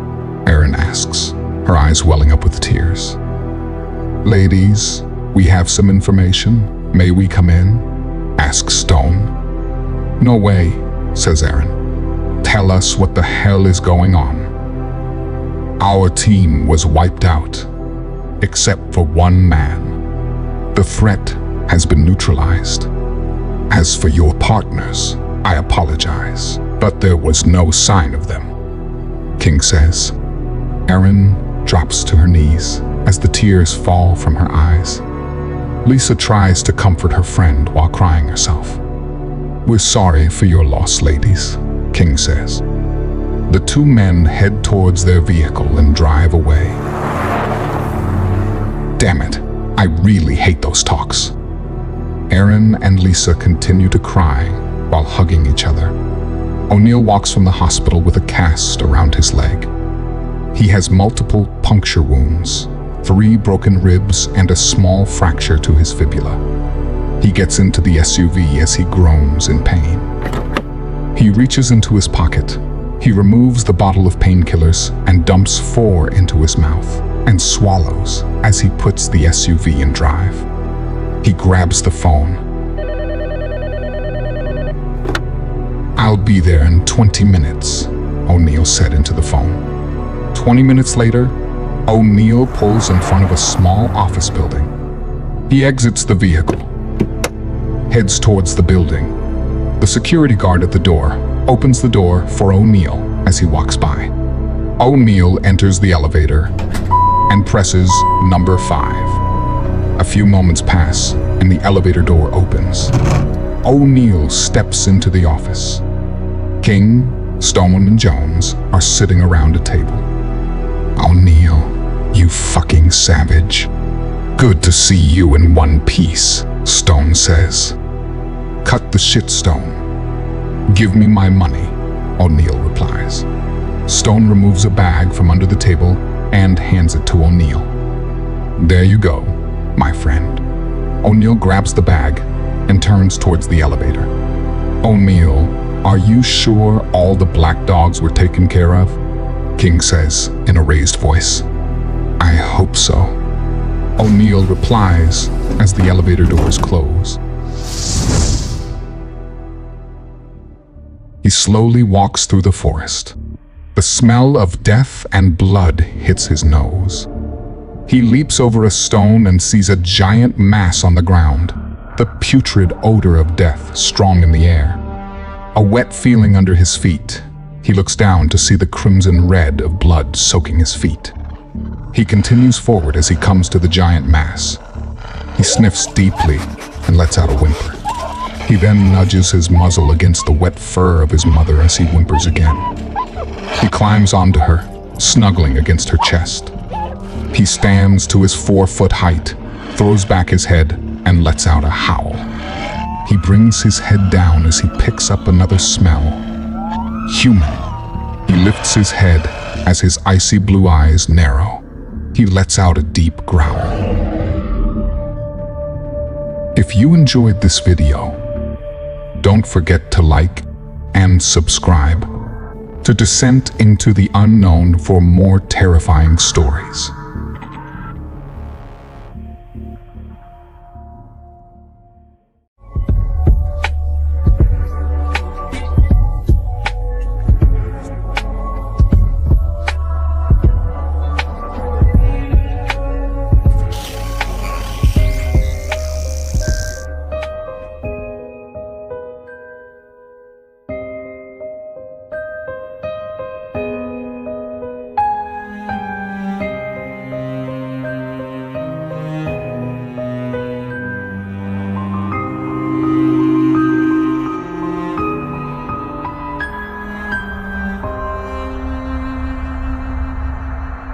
The bright sun is high in the sky, birds singing their songs. A fox bends down to take a sip of the cool water from the recent rain. 2 chipmunks chasing each other through the branches of a tall oak tree. A flock of geese fly through the sunlit sky in their signature V-shaped form. A group of white-tailed deer graze in the field. 2 does, a fawn, and a young male. They slowly progress through the field, ever so cautiously. Her green eyes fixed on the deer, she took a deep breath. And suddenly the deer took off, leaping through the field. That would have been a gorgeous shot. Erin lowered her camera as she stood to her feet. It has been 4 years since her fiancé, Matt Lindale, was taken from her. By what? The government agents never really clarified. They showed her and her friend photos of a werewolf, then was told there was no sign of her fiancé or his friend Dale Cunnings, and that this issue had been resolved. Erin had sold her house.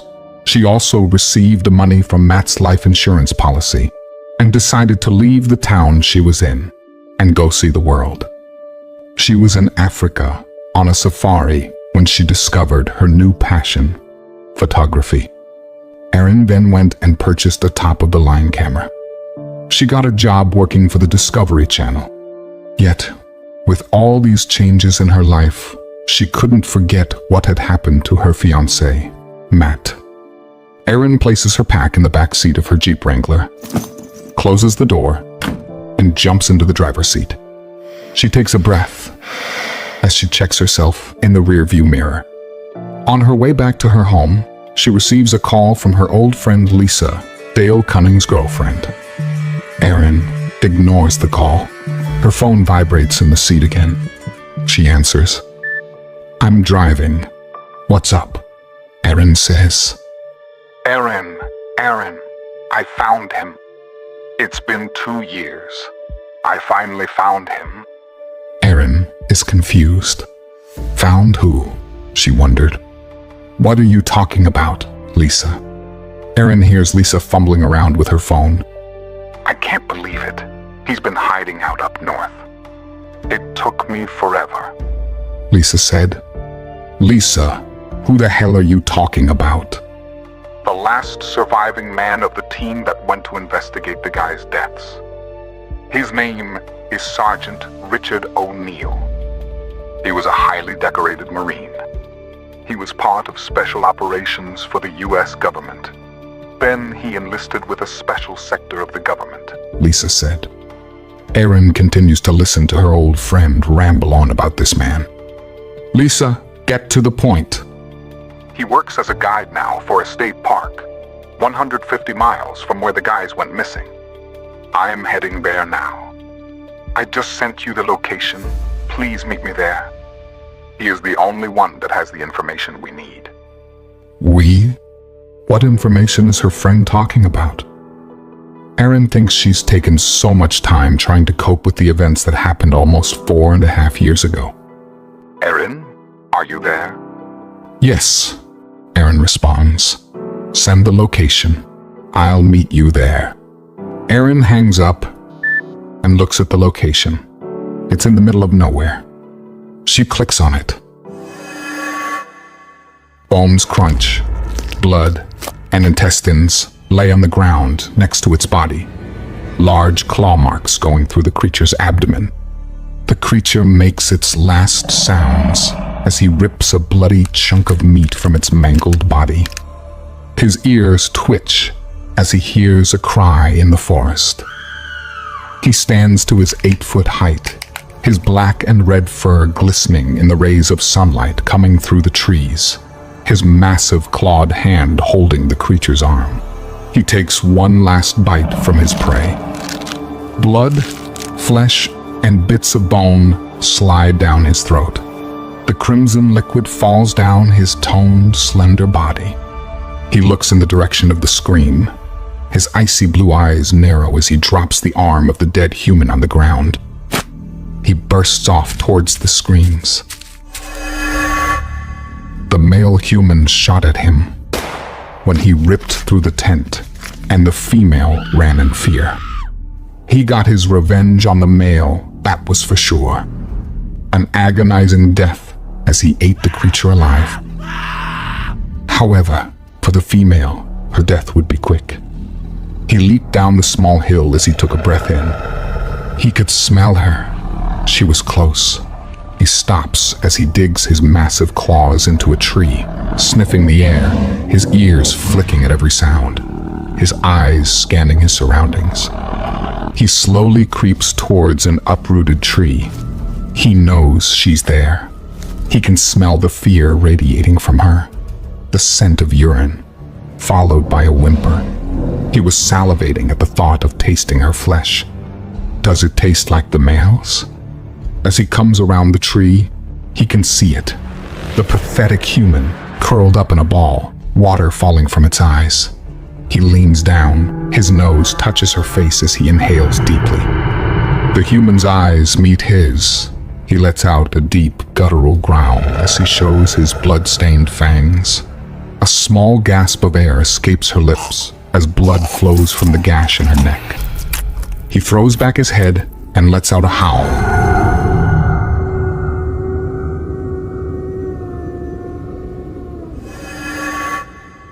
"Hey there. Welcome," the young park ranger says, as Erin rolls down her driver's side window. "What are you here for today? Hunting, fishing, hiking? You need to show your permit before I let you pass," says the park ranger. "Hey, I'm here to meet my friend," responds Erin. "We're going on a hike." "Okay then, it's a $50 entrance fee." Erin rolled her eyes as she handed the young man two $20 bills and a 10. The park ranger took the money and handed Erin a blue pass.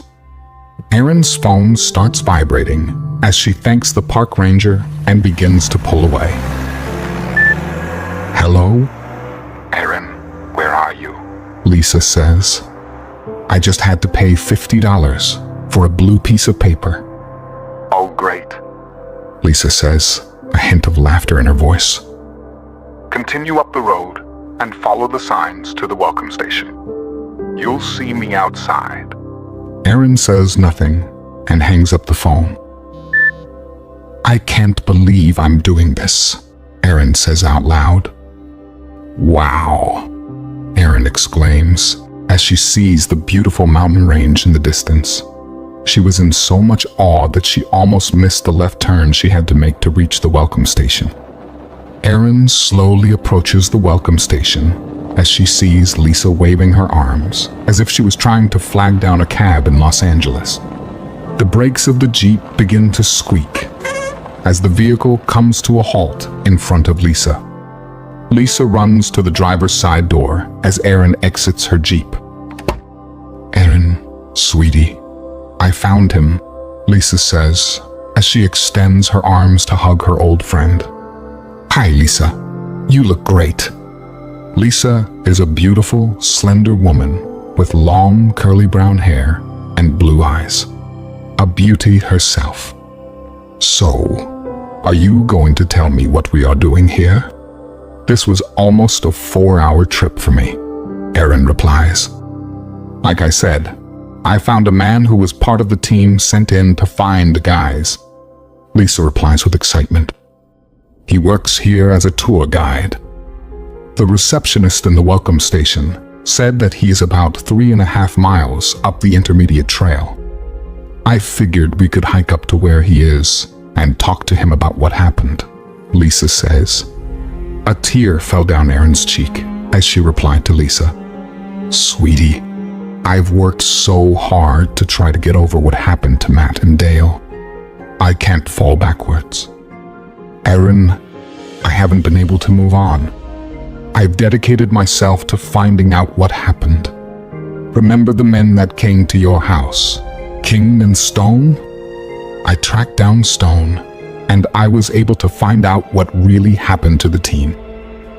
They were ripped apart by what they call big black dogs, dogmen. Richard O'Neill was the only survivor of the team. He knows what happened. He can provide us with details that no one else can. He can give us closure, Erin.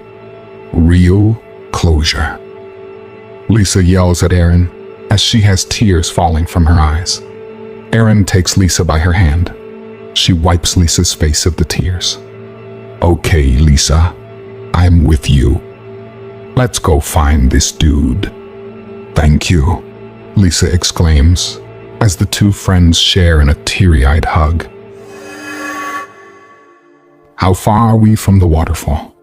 asked Ned. "About another mile," answered O'Neill. "This hike has been great," Linda said. "For real," replied Ned.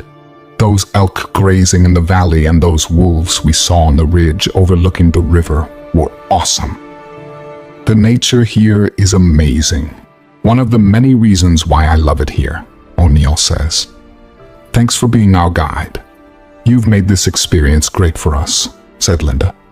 "Yes, Agreed, said Ned. Your knowledge of the land and the wildlife that inhabit the area is astonishing, Linda continued. You said that you were a Marine, right? Ned questioned. Yes, that's correct. 5 tours in Afghanistan and 2 in Pakistan, O'Neill replied. How do you know so much about tracking in the wildlife here? Asked Ned. Just comes with the territory of being a guide here, O'Neill says as he scans the tree line. The group continues walking the path. Tall trees and brush surround them. The hike to the waterfall was for avid hikers. The terrain was rough with rocks and boulders and a steep incline. The warmer weather made it harder since the rains happened more frequently, making the trails muddy. The group continues making small talk as they ascend the last few feet to the foot of the waterfall. Wow, exclaims Ned and Linda. This is beautiful. Thank you so much for this, Ned said, as he pats O'Neill on his back. How tall is it? Linda asks. Pretty damn high, Ned laughs.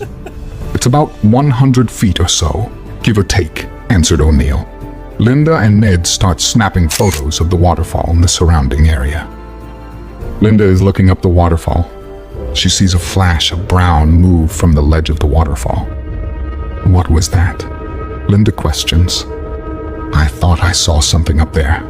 Linda pointing to the top. What was what? Said Ned. O'Neill looks up. He has been weary since his encounter 4 years ago. He has been told by hunters and other hikers of strange sightings of large creatures. Whatever it was, it's gone now, Ned said. Deep sniffs in through his nose. He can smell the stink of those creatures. He's had run-ins with them. Their teeth are long and sharp, and their ability to swing through the trees silently makes them unpredictable. His icy blue eyes narrow as he sees a small one sitting at the cliff's edge. He gets down low as he silently creeps towards the creature. He sees the creature looking over the edge of the cliff as if he were studying something. No matter to him, as he's hungry from his travels through the wilderness.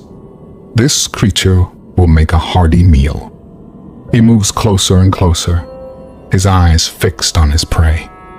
He's in striking distance now. He moves swiftly and silently towards the beast.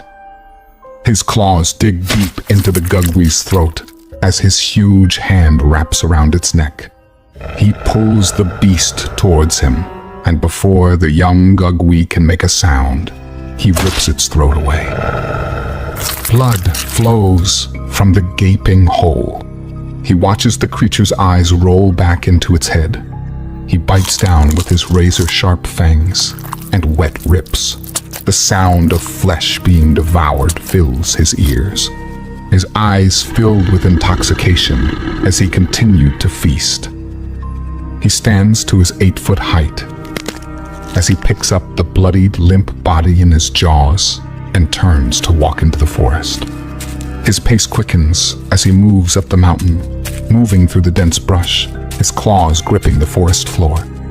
He comes to a cave. His ears twitch as he hears something inside the darkness. A solid thump as he drops the body of the young Gugwee to the ground. He sniffs deeply. The darkness smells of blood and urine. A lair of another creature, perhaps? He moves into the darkness, quietly moving. He hears a low growl come from the dark. He prepares himself for a fight as this cave was about to become his. He roars in challenge to whatever currently occupies the cave. A huge force crashes into him. Fangs pierce his shoulder. He lets out a roar. He rolls with the creature. Teeth and claws connect with flesh and bone. He pushes the creature off him as he gains his feet. Standing to his full height, he extends his arms, his monstrous claws ready to rip away flesh. He growls in anticipation of the coming victory. The red eyes of the beast are wide, teeth bared. A whooping roar comes from the creature. It slams its huge fist into the hard, cold ground of the cave before it charges towards him. He sidesteps as the beast clumsily slams into the wall of the cave. He pulls the beast to the ground by the fur on its back, slamming it hard into the rocky ground. In a flash, he's upon him. He sinks his fangs into the creature's face and neck. Shrieks of pain escape the creature's maw as his fangs rip into its red eyes, cheek, neck, and top of its head. The creature tries to break free of his grip, but it's no use. He has now put his full weight on the creature's body. In one motion, he rips the left side of the creature's face away. Screams of agony echo through the cave. He raises his massive clawed hand, extending his claws as he slashes downward. His claws sink deep into the creature's flesh, ripping away its internal organs. He throws his head back and howls in victory. The howl echoes out of the cave. He humps as he turns to walk towards the entrance of the cave to collect his prize from earlier. He steps from the darkness of the cave and sits back on his haunches, flicking his ears from side to side, listening to the forest. Satisfied that there are no longer any pressing concerns, he grabs the young Gugwi from the ground and proceeds back into the cave. O'Neill looks up at the sky. The sun has just peaked. A female voice fills his ears. "Hey, are you Richard O'Neill?" Lisa screams. O'Neill turns to see the two women walking briskly towards him. Yes. Ned and Linda turn as Lisa and Aaron approach O'Neill. "Who are they?" Linda asks Ned. "I'm not sure, babe," Ned says, puzzled as he observes the two women. "Were they supposed to be part of the hike?" Linda says. "No, it was just us," answered Ned. Lisa extends her hand to O'Neill as she says, "Hi, I'm Lisa, and this is Aaron. We've been looking for you for quite a while now." "You have," Aaron snaps at Lisa. "Anyways," Lisa continues, "you were part of the team that went to go look for Dale Cunnings and Matt Lindale, right?" "I don't know what you're talking about, miss. Your whole team was wiped out by those Dogman monsters. You were the only survivor." "Look, miss," O'Neill says as he steps towards Lisa. "You have the wrong guy. Move along." "Now." Ned and Linda look on intrigued. "No," Lisa says. "I know who you are. You're Sergeant Richard O'Neill of the United States Marine Corps, highly decorated. You were part of a government agency that deals with Look," O'Neill says as he grabs Lisa by her shoulders, his eyes filled with terror as the mental images of his encounters fly through his mind. "You're asking about dangerous things." "I know," Lisa said. "They took my boyfriend, the man I loved with everything, away from me," her eyes filling with tears. Aaron steps closer. "We are trying to find out what really happened, as well as possibly get some closure. Please help us." O'Neill releases Lisa and takes a step backwards. He looks at Ned and Linda, still looking on. "Okay, let me get these fine folks back to the welcome station safely. Then we will go to my cabin and discuss this further, okay?" "Okay," responds Aaron. "Come on, sweetie. Let's go." Aaron takes Lisa by her hand and guides her back down the trail. O'Neill exhales deeply. Damn it. He looks at Ned and Linda. "Let's go, folks. Time to head back." O'Neill puts his truck into park as he opens the door and steps out. He looks behind him and sees the two women getting out of their vehicle. He continues walking towards his cabin. "This way, ladies. Come on in." Lisa and Aaron enter the cabin. O'Neill turns on the lights and closes the door behind them. He engages the bolt to secure the door. "Wow," Lisa exclaims. A stunning wooden interior, a nice comfy couch, a rocking chair with a glass-topped coffee table in front of a 48-inch TV, a gun cabinet to the left of the kitchen entrance, holding a variety of weapons, including an M4A1 with an ACOG scope and flashlight, an HK416 with a holographic sight, a lever-action 450, and a gorgeous Remington 700, 7mm with a scope, mag-fed. Not to mention a few handguns and lots of ammunition. To the left of the gun cabinet, a stuffed grizzly bear standing in all its glory, a red fox with a winter tail, a few deer heads, and a huge moose rack. O'Neill exits the kitchen, holding 3 beers and a bag of potato chips. "Have a seat," says O'Neill, as he hands Lisa and Aaron a beer. O'Neill tosses the bag of chips on the glass coffee table. As he sits down, he pulls a .40 caliber Beretta from his back and places it on the stand next to him. Aaron sits as she sips her beer. Lisa, still looking at the interior of the cabin, says, "You have a beautiful place here. Plus you're all the way out here." "Yeah, I built it from the ground up. It has everything I'll ever need, including a big-ass freezer chest and a generator in the basement." "That's great that you decided to cut yourself off from civilization and all. But can we skip the small talk and you tell us what the fuck happened?" Aaron says, in an angered tone. O'Neill looks at Aaron. "You sure you want to know? It won't bring your fiancé back, Miss Lance." "Yes, that's why I traveled to the middle of nowhere." "Aaron," Lisa interrupts, "what's wrong with you?" "It's all right," said O'Neill. "I worked for a government agency that dealt with strange creatures." "Cryptids? Dogmen?" Lisa said. "Yes, dogmen. We encountered Sasquatch and Gugwi as well. The Sasquatch were generally peaceful. They just wanted to be left alone. The Gugwi we only encountered here and there. Nasty bastards. However, the dogman was something different entirely," O'Neill says as he stares at his beer. "There are many different types of dogmen. Some have more human features. Others look like hyenas or African wild dogs, all depending on what area of the world you're in. The K9 ones, though, those fuckers are ruthless. Definitely the most intelligent of their kind. They are stealthy, cunning, vengeful, extremely fast and powerful. Their faces look like a dog's or wolf's. Their arms are long, with a mix of dog and human-like hands, with long sharp claws, and their legs are powerful. Some have a mane. I've heard stories of them reaching 13 to 14 feet in height.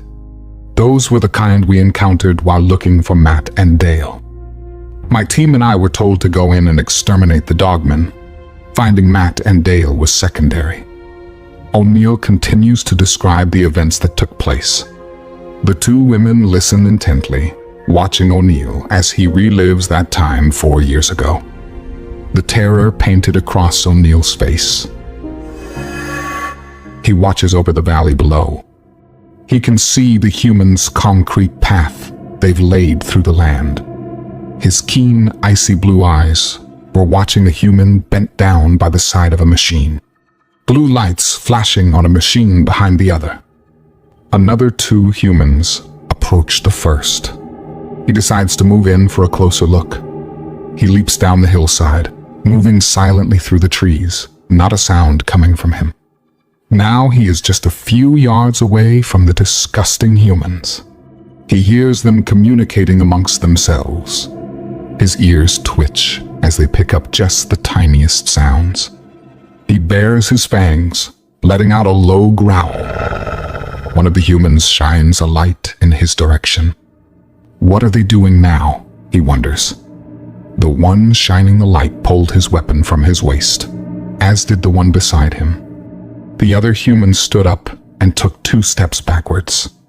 He lets out another low growl, a bit louder than the first. The 2 humans point their weapons in his direction. Their voices become louder and louder, fear overcoming them. He takes a step towards them, out of the cover of the trees. Holy shit. What is that? Shoot it, the man yells. Shut the hell up. Ryan, back away slowly, says the one state trooper to his partner. James, I have a shot. Ryan replies. No, don't shoot it. Shoot, the man yells again as he opens the door of his vehicle. Ryan, just back away slowly. That's one of those creatures folks have been seeing. If we leave it alone, it will leave us be. If you shoot, you'll piss it off. He stares at the three men, fear radiating from them. His icy blue eyes moved between them. He slowly takes a step forward. One human moves back, saliva dripping from his open maw. His ears twitch as he hears a click. Suddenly a loud boom echoed out as the man had pulled a double-barreled shotgun from his vehicle, took aim, and pulled both triggers. Suddenly he bursts forward. Fire zooms past him as he leaps through the air towards the man behind the machine. He lands onto the top of the machine, roaring fiercely into the human's face, his hot breath and drool hitting the man in his face.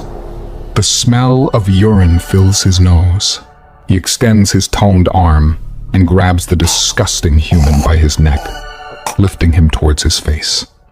Standing with the human clutched in his massive, clawed hand, he begins to dig his dagger-like claws into the soft flesh of the human's throat, the warm red liquid trickling down his hand. Bullets fly through the air. He lets out a loud howl as a bullet hits him in his leg. He whips his head in the direction of the other two humans behind him, the rage filling his eyes. He roars in anger, and he throws the human in his grasp at the others as he bounds towards them. Shoot, James, shoot. Two quick shots echo. He collides with the human. His maw clamps down around the human's neck, and in one motion, he rips the human's neck away. Blood and flesh smack into Ryan's face and chest. He screams out in terror, dropping his weapon. He turns to run, but it's too late. Massive, dagger-like claws dig into his shoulder and back. Ryan screams out in pain as it feels like a vice has just clamped around him. The human screams louder as his grip tightens and his bones crack under the pressure. He then throws the human through the air. A loud crash as the human slams into the machine. Ryan coughs as he hits the car, the air escaping his lungs. Blood falls from his lips. He is upon him in a flash. He slashes away with his claws, ripping flesh away with each swing of his powerful claws.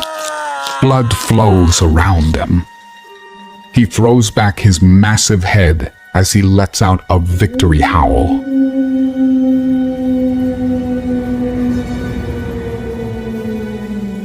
Wait, what is that? His ears flick at an approaching sound and he looks in the direction. Another machine. He lets out a low growl as he bounds towards the cover of the forest, away from the bloody mess of mangled corpses. The squeaking of brakes as the vehicle stops just next to the destruction. A tall man with an athletic build steps out of the vehicle, his face weathered from his harsh life. A scar going down the left side of his face, from his eye down to his chin. He moves his jacket past a holstered .357 Magnum on his waist. Removing a flashlight from his pocket, a click, and the LED lights illuminate the gruesome scene. He slowly moves through the bloody mess, shining his light from one mangled body to the next. He bends down next to one and picks up an empty shell casing, then drops it to the ground. Fuck, this isn't good. Suddenly, a howl sounds from the darkness. He looks around, shining his light on the surrounding area. He quickly moves back to his vehicle, jumps in, and drives away.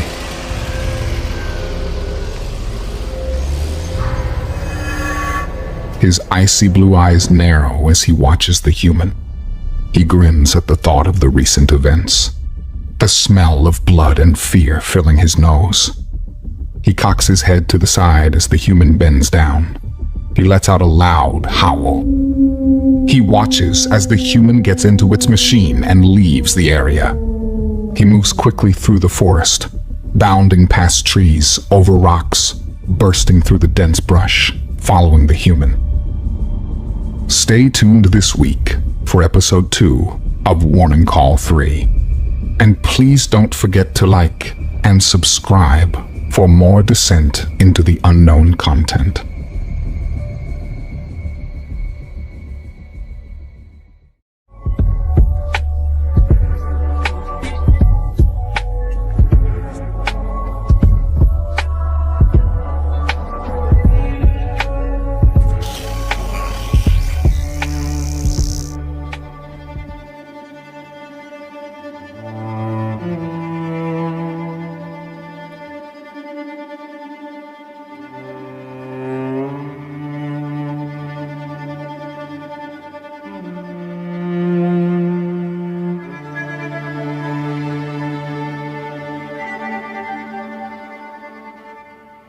A few hours have gone by since O'Neill, Aaron, and Lisa started their conversation.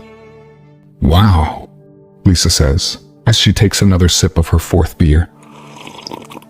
"I'm sorry you went through that," Aaron added. "Yeah, well, that's part of the job," said O'Neill.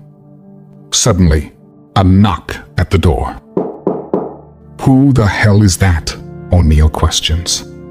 2 more knocks at the door. "O'Neill, open up," says a male voice from the other side of the thick wooden door. "Who is it?" O'Neill yells out as he picks up his Beretta. "O'Neill, open this goddamn door." "No way," O'Neill thinks. "Is that?" O'Neill opens the door. "Stone, you son of a bitch." O'Neill pulls Stone through the doorway, then throws a perfect right cross, connecting with Stone's chin. Stone hits the floor of the cabin. "You motherfucker," O'Neill says as he grabs Stone by the collar of his jacket, lifting him to his feet. "They died because of you." Stone breaks free of O'Neill's grip and throws a hook that connects to the side of O'Neill's face. "Stop it, you morons," Aaron yells. The 2 men look at Aaron. O'Neill picks up his Beretta and places it on the glass coffee table. "What are you doing here?" O'Neill says to Stone. "I came here to find you, and I'm sure you've heard of the sightings in the area and the surrounding state parkland," Stone replied. "Dumbass. They're everywhere," O'Neill said. "Well, 1 or more is close." "What do you mean?" Lisa said. "I passed by a mess of bodies on my way here. 2 state troopers and a civilian. They were ripped apart, rich. It was a bloody shit show. The troopers got some shots off, but it wasn't enough," Stone explained. "Was it a dogman?" asked Aaron. The carnage left behind looked like a dogman's handiwork. "Well, if that's the case, we better get ready," O'Neill exclaimed.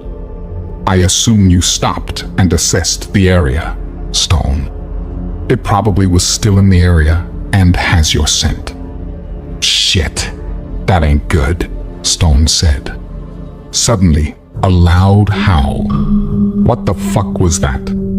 Aaron says hysterically. "That sounded close. Too close," Lisa added. O'Neill moved quickly to the light switch on the wall, flicking the switch. The darkness outside lit up with white light. He then moves to the gun cabinet and removes the M4A1, 6 boxes of .556 caliber rounds, and 3 magazines. "Stone, that closet to your left. Open it. Grab the tactical vest and toss it over here. There's another for you." Stone quickly opened the door and removed the 2 black tactical vests and, also inside the closet, a small cardboard box. Stone removes the box and opens it. a beautiful night vision scope, as well as the necessary attachments needed to attach the scope to a rifle. He removes the scope as he throws one of the vests to O'Neill. "O'Neill, I assume this beauty fits on the 7mm. "You got that right, brother," O'Neill replied. "Stone, heads up." Stone lifts his head as Aaron throws the Remington 700 at him. Stone gets to work, attaching the scope to the weapon. Aaron removes the HK-416 and the proper magazines, and she starts loading rounds into them, then loads the magazine into the weapon and pulls the slide. O'Neill looks at Aaron. "Nicely done." Suddenly, a shadow quickly passes the window, scratching on the side of the house, then taps on the kitchen window with a firm thump against the east exterior wall. Growls can be heard outside of the cabin. Stone's eyebrows raise. "We have to get out of here." "No," O'Neill yells. "It's testing us right now."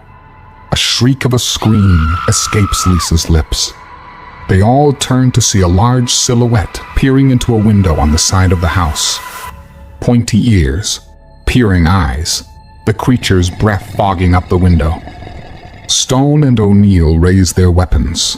A deep growl emerges from the creature. White fangs appear. Suddenly, gunfire erupts, followed by 2 clicks of the revolver. Loud footfalls can be heard as the beast retreats back into the darkness beyond the lights. "What the hell are you shooting at?" O'Neill yells as he turns to see Lisa holding a smoking .38 caliber pistol.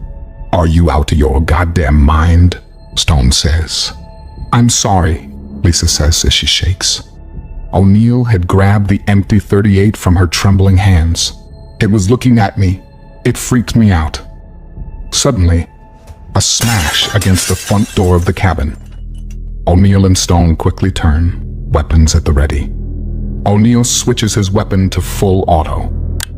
"Stone, upstairs, brother. It's a loft up there. See what you can spot with the NV scope." "On it," Stone declared. Aaron quickly takes position next to O'Neill, holding the HK-416 steadily in her hands. The wind blows through his black and red fur, his ears bent slightly back, his muscles ripple as he pushes off of the hard forest floor, bounding 10 feet or more, effortlessly, as he keeps pace with the human's machine. The human scent is still fresh in his nose. The scent of this one is familiar to him. He has the odor of death upon him, a scent he is familiar with. The machine begins to slow as it turns onto a small path that cuts through the forest. He quickly turns, his claws grip the ground beneath him as he slightly tilts his body to compensate for his speed. The machine follows the path as he moves to higher terrain so he can clearly observe the area as the machine comes to a stop in front of a wooden human lair. He lets out a low growl as the human exits his machine and walks towards the structure. His ears twitch. Something is approaching him. He lets out a deep growl. His icy blue eyes peer through the darkness. A silhouette appears. He stands to his massive 8-foot height as he bares his fangs and lets out another deep growl. The silhouette moves closer to him as it lets out a growl. His ears twitch at the sound. He sniffs deeply. The silhouette begins to take form. A huge head appears in the moonlight, deep amber eyes peering at him. A black 7-foot-tall dogman with a brown thick mane stands in front of him, broader than he is. A barreled chest, longer muscled arms leading to large hands with equally large claws, strong canine legs and a short tail. The massive beast snarls at him. He narrows his icy blue eyes as he stands his ground, his claws extended, ready for an upcoming battle. He wastes no time. He moves in a flash, digging his claws into the black-furred beast's side. His other clawed hand closes quickly around the beast's neck. He slams it hard into the ground. He roars. Pinning the other dogman to the ground, it thrashes about, trying its best to break free. He slashes the beast across its face, his claws leaving their mark. He narrows his icy blue eyes as he stands his ground. He takes a breath as he releases his grip. The black dogman regains its feet, placing its massive hand on his face. He lets out a low whimper as if to say it surrenders to him. He stands tall and lets out a loud howl in victory. He turns his head towards the wooden structure and lets out a low growl. The black dogman takes a step forward as it looks at the wooden structure. He nods and takes off towards the structure. Suddenly, bright lights appear, lighting up the dark forest. He watches the black dogman stop, then quickly move towards the side of the house. He moves as well to the opposite side of the cabin and begins to scratch at the wooden exterior wall. He sneaks over to the corner and silently watches his new companion. The black dogman moves along the side of the house. He places his massive claws on the side of the structure. Slowly, he peers through the window, his amber eyes moving from human to human. As he sizes them up, he sees 3 of them with weapons. His eyes meet the brown-haired female. The fear pouring from her fills him with excitement. Her screams fill his ears. His ears twitch at the scream.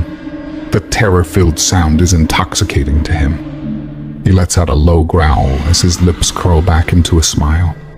Suddenly, gunfire erupts. His icy blue eyes narrow. The black-furred dogman dashes away from the house and back into the darkness of the trees. He humps and turns the corner. He smashes his shoulder into the front door of the structure. 2 gunshots echo in the darkness. He looks up towards the roof. He jumps 20 feet up to the peak of the roof. He lands with a solid thump.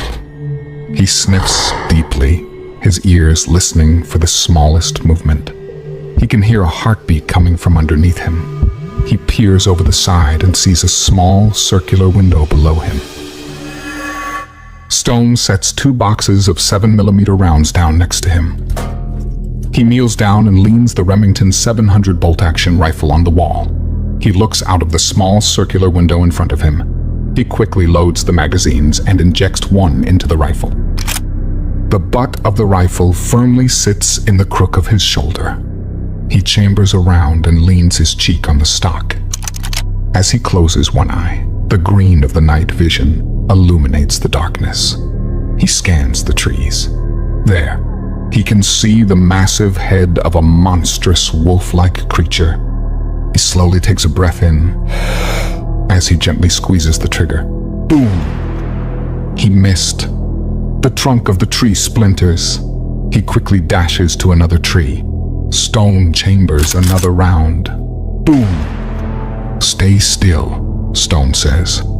A loud thump on the roof. Oh, shit.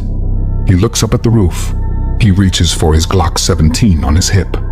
Automatic gunfire erupts. O'Neill, what the hell is happening? A loud roar. Screams of agony. Suddenly, a noise from above. Stone looks up. The roof is beginning to crack above his head. He lifts the 7mm and lets off a shot. He growls in anger. He continues to break through the roof. Pieces of wood fly through the air. Another shot. This one just misses his left leg. He lets out a howl.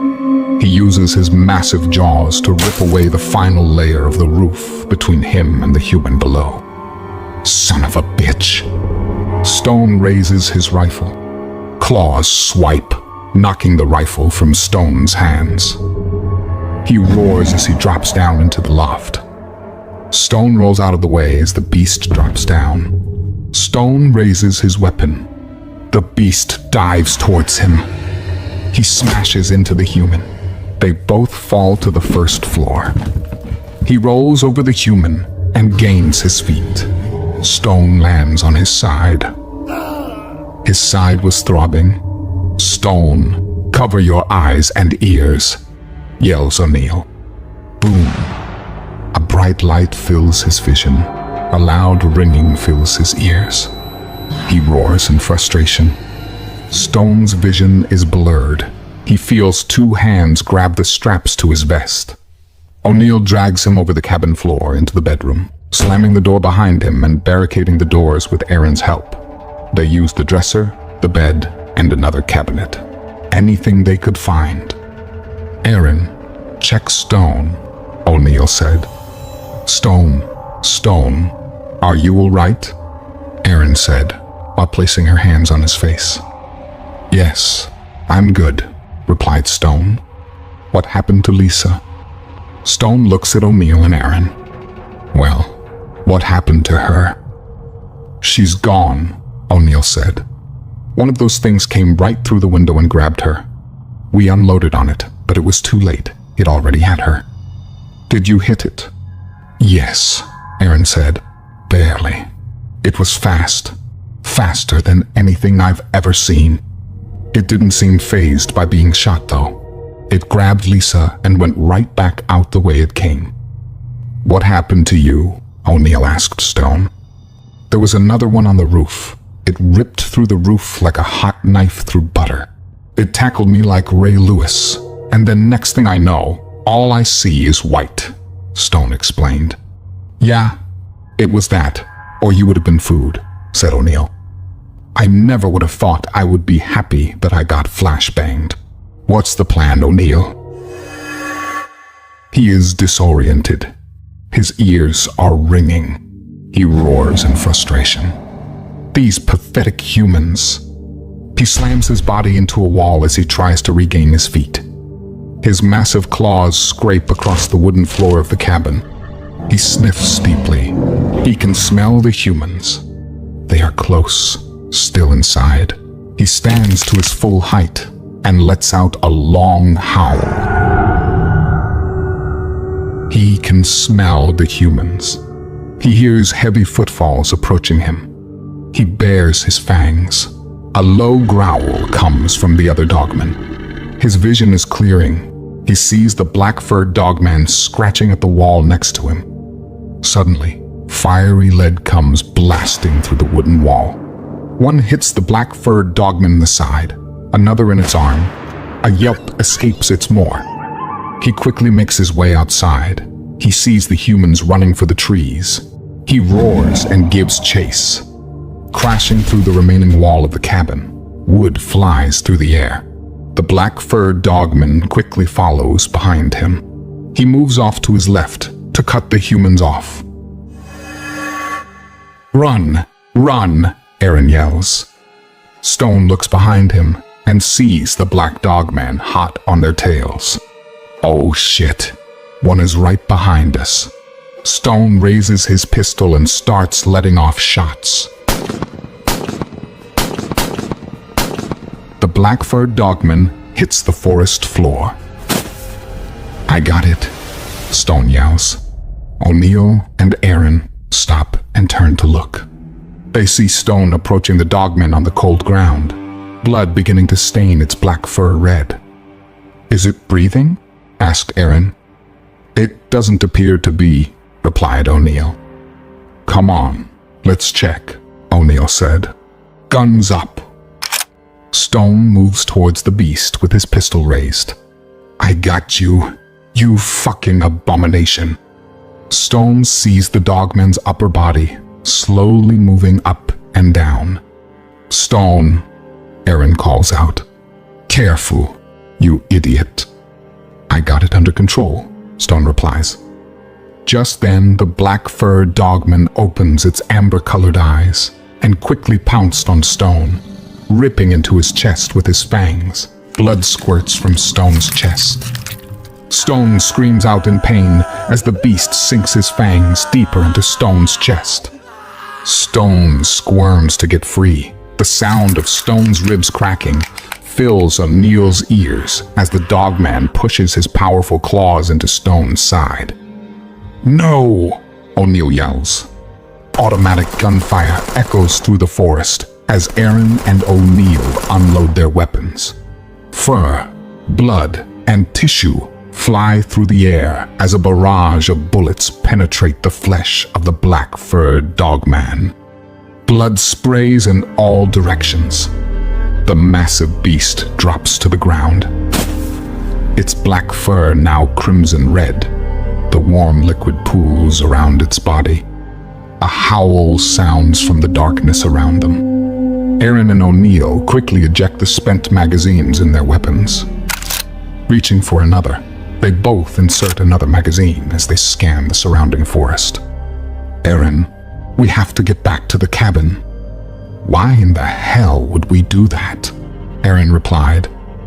O'Neill can hear the terror in her voice. The truck is there. We can get back to town and get help, said O'Neill. It beats fucking being eaten alive, right? What town? We're in the middle of nowhere, Aaron says. It's about 4 hours southeast of here, O'Neill replied. Okay, let's do it, Aaron says, as she feels her heart beating out of her chest, the HK-416 shaking in her hands. They begin to run back towards the cabin, their hearts racing. He can smell the blood of his kind. He bursts through the forest towards the scent. The scent is getting stronger. His pace slows as he can see the humans through the trees. One of the humans is approaching his comrade. He watches as the black dogman attacks the pathetic human, ripping a bloody chunk of flesh away from its body. His lips curled back into a smile at the sight. He can hear the wet rip of the human's flesh being ripped away. Just then, the other two humans unleashed fire at the black-furred dogman. His body shook as the fire flew through his body, blood staining the ground. Rage filled him. He threw back his head and let out a howl. A warning call to these humans. They won't leave this place. As he brings his massive head down, his icy blue eyes narrow at the two remaining humans. Suddenly, the humans take off running. He is intrigued. Where are they going? He wonders. He slowly approaches the defeated dogman. He bends down and sniffs deeply. He is reminded of when those humans destroyed his family. His eyes flew open widely. Rage fills him. The scent of the one human. He smelled it before. That human was there when his pack was taken from him. His mother. All the fur on his body stands up as he remembers the gunfire filling his ears, the smell of blood and death filling his nose. He roars like he's never roared before. It echoes through the wilderness. It was a roar of pain and anger. He begins to consume the fallen human, its blood dripping down his black and red fur, sloping wet ribs. His ears twitch. He can hear the humans running through the forest. No matter. He will be able to catch them. O'Neill and Aaron approach the cabin, the two of them breathing heavily, sweat dripping down their faces. Holy shit, says Aaron. I need water. It's in the truck. Hang on. I need to go get something in the cabin, said O'Neill. What? No way. That thing is out there. Who knows how far? Aaron says frantically. Cover me, Aaron, O'Neill ordered while running into the cabin. Damn it, Aaron exclaimed. She walks up to the giant hole in the side of the cabin. She peers inside and sees the blood from Lisa. Tears fill her eyes as she recalls what happened. The black dogman came from nowhere, bursting through the window, grabbing Lisa with its massive hand, digging his claws into her. The monster ripped Lisa's throat out, blood and tissue splattering on the floor and wall of the cabin. Then just as fast as it appeared, it was gone, carrying Lisa in its massive jaws. Aaron was staring blankly at the blood. I'm so sorry, Lisa, she says. The sound of tree branches snapping brings her back to the present. Oh no. O'Neill, Aaron screams. We have to get out of here now. O'Neill comes running through the door leading to the basement, carrying what appeared to be a rifle case as well as a duffel bag. "Let's go," he says to Erin as he runs past her. Erin and O'Neill run to the truck. Erin quickly jumps in the truck as the dogman bursts through the trees. "Come on, get in. Get your ass in the truck. Now," Erin yells. O'Neill turns to see the black and red dogman just 30 feet away from him. "Die, you son of a bitch," O'Neill says as he pulls a detonator from his bag and pushes the button. Boom! The explosion knocks the dogman through the air. He can smell the fear coming from the humans. He is almost upon it, the one that took his family from him. Suddenly, fire and wood fly through the air. The force from the explosion sends him through the air. He crashes into a thick pine tree. A yelp escapes his maw as his breath is removed from his lungs. He sees the human through the window of the machine as his vision goes black. "Damn," O'Neill exclaims. "I forgot how much C4 I put in the basement." "Holy shit, you psycho," Erin yells. "Hey, it allowed us to get out of there without being ripped apart," O'Neill countered. "Oh my God," Erin says as she smacks O'Neill in his arm. "Get some rest, Erin. We have about a 4-hour drive, give or take. You might as well rest while you can." "Sounds good," Erin says as she leans her seat back. The morning sun peeking through the trees. A northern timber rattlesnake slithering through the grass, coming upon a giant mass. Its tongue tasting the air. The giant mass begins to move. The snake coils up into a striking position. His icy blue eyes open as he sees the serpent in front of him. He lets out a low growl. The snake strikes. His jaws close around the snake's head, severing it from the rest of the snake's body. He gains his feet as he swallows the head of the snake. He sees the smoldering wreck of the once wooden cabin. He walks towards the tire tracks, sniffing deeply, the smell of smoke and blood filling his nose. He shakes the ashes off of his sleek black and red coat. He digs his claws into the ground as he pushes off the cold morning ground, heading in the direction of the scent of the two humans. "What kind of town is this, Rich?" Erin says in an angered tone. "Rich? First time for everything," O'Neill replies. "Seriously?" says Erin. "The town is set in the mountains, with one road leading in and out. A few houses, a fast food restaurant, a general store, gun shop, gas station, a post office, and a diner called Francine's Paradise." O'Neill pulls into the diner parking lot. 2 trucks, a police cruiser, and a few motorcycles are already parked. The two get out of the vehicle and enter the diner. "Hey folks, welcome. Take a seat anywhere you like," an older blonde-haired woman says. "Thank you," says O'Neill. All eyes are on the 2 strangers. O'Neill and Erin sit in a corner booth. The police officer stands up and walks towards them.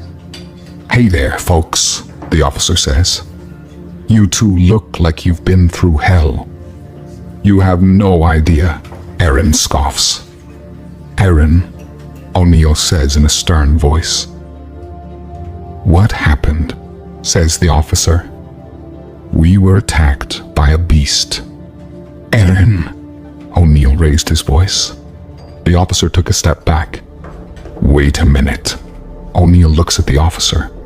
A terrified look painted across the man's face. "Can you describe it?" the officer says. The two look at each other. An 8-foot black and red wolf-like creature with long, sharp teeth, claws, and icy blue eyes, Erin says, looking confused. "Black and red?" the officer questions. "Well, that's not the one we know." "What?" "There's more. "There's more?" Erin says, tears filling her eyes. "There's about 3 more," says the officer. Suddenly, a howl, long and drawn out, followed by another, then another, followed by a loud, deep roar. O'Neill and Erin stand up and walk to the window of the diner. The other patrons look at each other. "We're in for it now," says the blonde-haired woman. He approaches the ridge overlooking the small town. The wind blows through his fur, the scent of his kind in the air. He sniffs deeply. Suddenly, a howl. Another, then another, followed by another. His icy blue eyes narrow. His ears twitch. His lips curl back as he stands to his 8-foot height. He lets out a deep, challenging roar. If you enjoyed this video, please don't forget to like and subscribe to Descent into the Unknown for more horror content.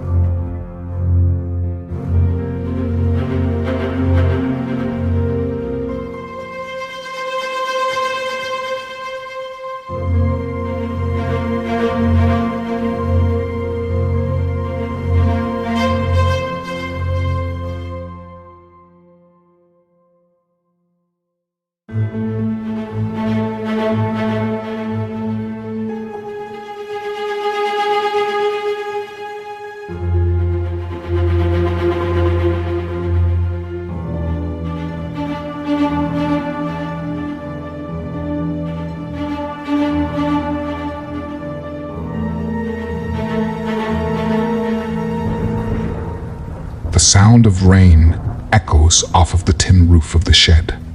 He lifts the 2.5-gallon jerry can to the workbench. He pours the gas into a metal pot as he adds shavings of thermite. He mixes his flammable concoction together. He lifts his head as he hears a howl, followed by another and another. Fuck, they're grouping up. He pours his concoction into glass bottles, filling each bottle 3/4 of the way full. Then he adds alcohol-soaked rags to each, sealing them at the rim. He looks to the left as Erin comes through the door of the shed. "Rich, we saw 2 heading towards the north, up the mountain." "I'm almost done," O'Neill says as he places each one of his creations into his pack. He grabs his M4A1 from against the workbench and slings his pack over his shoulder. Let's go, woman. Aaron and O'Neill head out of the shed, jump the stockade fence, and head towards the sheriff's station on the east side of town. Aaron and O'Neill stop on the corner of the grocery store. Shh. Aaron motions with her finger against her lips to O'Neill. As she peeks around the concrete wall, she quickly moves her head back. Aaron lifts her hand and motions to move.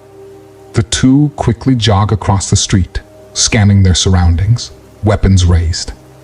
While the two head towards the sheriff's station, Aaron reflects on their time here. It's been 38 days since the duo arrived in this small mountain town. They've made friends and enemies, due to the ever-present threat of being pounced on and devoured by a pack of ferocious dogman. The town has split.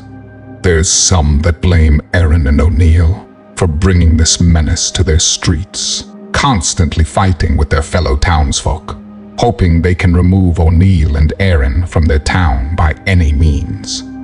To eliminate the dogman threat, the four men responsible for this are the Sycamore brothers. They've never left this small town in the middle of nowhere and have been known as the degenerates of this area. Unfortunately for them, O'Neill is a degenerate himself with a military background. The one they called Jin found out the hard way during the town meeting after the first attack. O'Neill tossed him over his shoulder like a training dummy. As for the attack, well, it was quick. They weren't prepared at all. Figure that's what happens when you're dealing with an apex predator. It was the third night. A light fog crept through the town. Jack the cook, over at Francine's Paradise, was walking to his car. Suddenly, a low growl came from the fog. Jack looks in the direction of the noise. He hears the unmistakable sound of sharp claws clanking against asphalt. He sprints towards the diner. O'Neill sees Jack running, a huge silhouette coming through the fog behind him. O'Neill dashed towards the door, flinging it open so hard the glass almost shatters. Jack reaches out for O'Neill as a 7-foot gray dogman slams into Jack from his right side. A slight scream escapes Jack's lips. O'Neill pulls his sidearm, taking aim at the silhouette in front of him. Deep, guttural growls coming from all around him. Aaron yells from the entrance of the diner. "Rich, get back here now!" O'Neill slowly backs up towards Aaron's voice as they close the diner's door.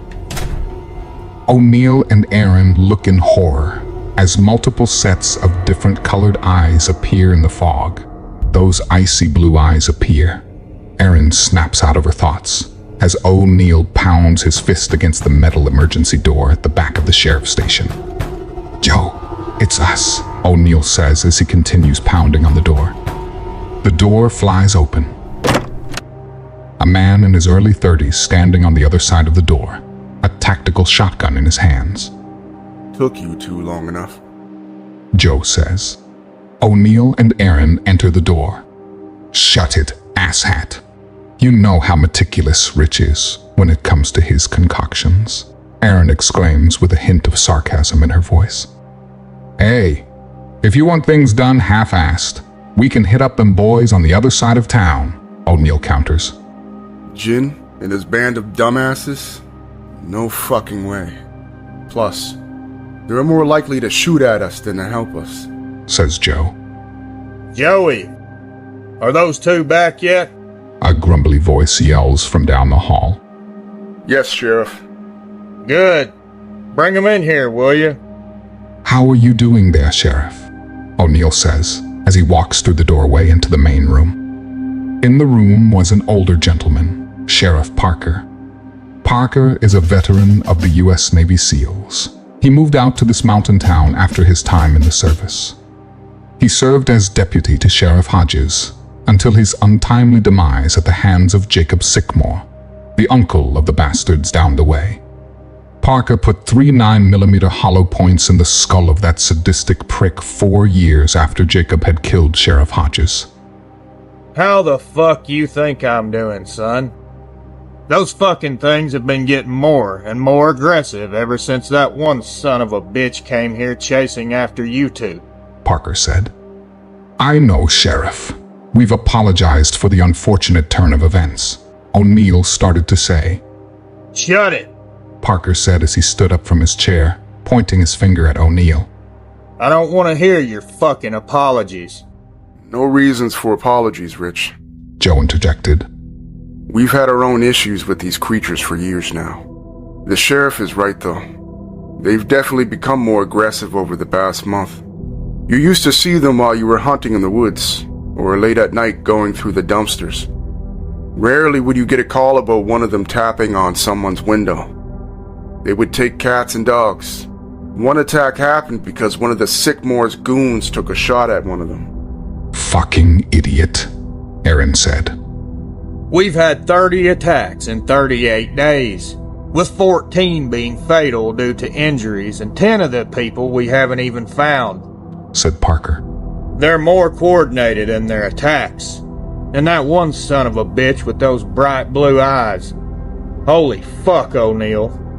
That one there is something different. I'm well aware. That's the one that followed us here. We have something of a history, I guess you can say, O'Neill said, as he took the bottle of water Aaron had pulled from the mini-fridge. Suddenly, automatic gunfire erupts from the northwest. Fuck, Aaron said. Is Gary, Hope, and Mike back from patrol? Not yet, responds Joe. O'Neill clicks the button on his mic. P-20, this is 20 Alpha. What's your status? 20 Alpha, this is P-20. Contact with the Sycamore crew. One down. I repeat, one down. Automatic gunfire continues. P-20, seek cover and retreat back to the house. Now, Blood's going to bring in the wolves. 20 Alpha, we're pinned down. No! Hope! The sound of 556 comes through the radio. Fuck, O'Neill says as he slams his fist into the desk. We won't get there in time, said Joe. Fuck that, said Aaron. Rich, let's go. We can get close enough to give them cover to fall back to safety. What the fuck are you two waiting for? Get going. Now! Parker yells. The sound of gunfire echoes through the forest. He lifts his head, his ears twitching at the sounds of the distant gunfire, and screams. He stands to his full 8-foot height, the wind blowing into his nose. He smells the sweet smell of blood. A grin forms on his face. He makes a low grunt, which gets the attention of the golden-furred dogman as it rips the flesh from a deer's leg. The golden dogman stands to all fours and shakes his head. Blood falls from his face. He grunts and moves his head towards the sound of the gunfire. The golden dogman bursts through the forest. He lets out a bellowing howl, then follows the golden dogman. He moves through the trees with unnatural speed and silence. The smell of blood getting stronger and stronger. He leaps and lands on top of a house on the edge of the town. He breathes in deep through his nose, the smell of fear and death in the air. He sees 2 humans laid lifeless on the ground, blood pooling around their bodies. He looks to his left. The golden one moves silently through the shadows. Screams cut through the air, followed by the roar of his kind. He climbs to the top of the concrete building in front of him for a better view. As he climbs, the sound of gunshots ring in his ears. He bounds to the top of the building and sees 2 humans running his way. Suddenly, the golden one appears. Crimson liquid covering his golden fur, he smiles at the sight of his companion. What's that? He hears a noise, then a voice, another noise, followed by another voice. His icy blue eyes narrow as he scans the surrounding area. His ear twitched at the sound. Thump, Thump. A heartbeat. He lets out a low growl as he moves towards the sound. He sniffs deeply. The aroma of human. He has come to enjoy the smell, considering they've provided him and his kind with hearty meals. He grunts, then again and again, singling to the golden one. Suddenly, a zip past his ear. He growls and looks up. Another followed by a crack. Pieces of concrete hit the side of his head. He looks towards the direction of the sound. There, he sees two humans, flashes from their weapons. He leaps off of the roof, digging his claws into the exterior of the building as he slides down, narrowly avoiding the fiery lead. With a solid thump, he lands on the ground and drops down to all fours and sprints for the cover of the surrounding trees. He looks at the humans just before entering the tree line. Gunfire followed by the sounds of screams, then more gunfire. He snaps his massive head towards the sounds. He lets out a drawn-out howl. His icy blue eyes narrow at the sight of the golden one lying motionless on the ground. He looks towards the humans. He sees the smoke coming up from the barrels of their guns. He looks back at his friend's corpse. Movement. A human, covered in blood. He's running towards the other humans. He lets out a roar as he bursts from the tree line in pursuit of his prey. His eyes focused on the human fleeing for his miserable life. The human lifts a gun and shoots at him without looking. He growls as the bullets impact a burnt-out machine to his right. He slams into the human with all his might, sinking his fangs into its neck, chest, and back as he grabs the human with his long claws, holding it in place while he quickly turns his massive jaws. Flesh rips away from the human, blood pouring from his maw. He drops the other half of the human to the ground as he flings the human's head and part of the torso through the air. Blood, intestines, and a kidney make a wet splash as they hit the ground beneath him. He throws back his head and howls in victory. Automatic gunfire erupts. He can feel the heat as the bullets fly past him. In one motion, he drops to all four and grabs the torso of the human in his jaws and sprints back to the trees. A grin crosses his face as he moves through the trees and up the mountain. Howls of the other dogmen can be heard echoing through the surrounding trees and mountains around the town. Motherfucker, O'Neill screams as Erin loses her breakfast. Damn it, O'Neill says as his eyes focus on the carnage that just took place. Tears filled his eyes. 2-0 Alpha, this is House. Respond. The call comes over the walkie again. 2-0 Alpha, this is House. Respond. Fucking respond. 2-0 Alpha. God damn it. Rich, are you okay? Snap out of it, Erin said. O'Neill continues staring as images flash through his mind over and over of the events that just unfolded. Erin grabs the mic from O'Neill's vest. House, this is 2-0 Alpha. 3 downed, 2 killed by the Sycamores, and the other torn apart. Fuck, are you alright? House, yes, we're good. O'Neill looks up at Erin and grabs the mic from her. No, we are not good. This bastard just tore Gary in half and ran off with part of his body. The only good news is that one of them took out a handful of the Sycamore crew, and we took it down. O'Neill, grab whatever you can from the bodies and get back here.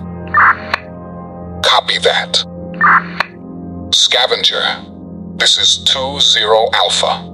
We need to clean up 5 miles northwest of the house. 1 wolf, at least 3 friendlies, and an unknown number of hostiles. Over. The voice of a young woman answers back. 2-0 Alpha. This is Scavenger. Copy that. We will get a crew together and head out. O'Neill and Aaron scavenge the area for whatever they can carry. They gather ammunition, firearms, food and water from the packs and belts of their friends, then head back to the sheriff's station.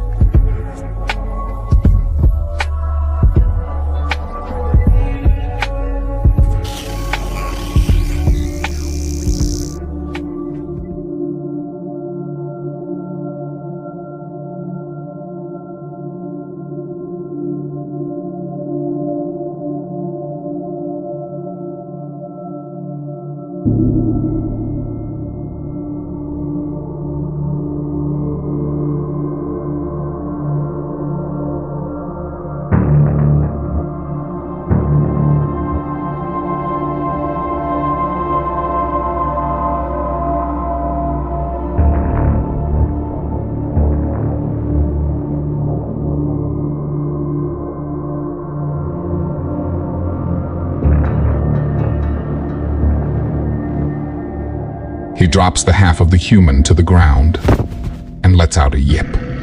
A female dogman comes out of the shadows. She's about 7 foot tall with sleek white fur, slender yet toned.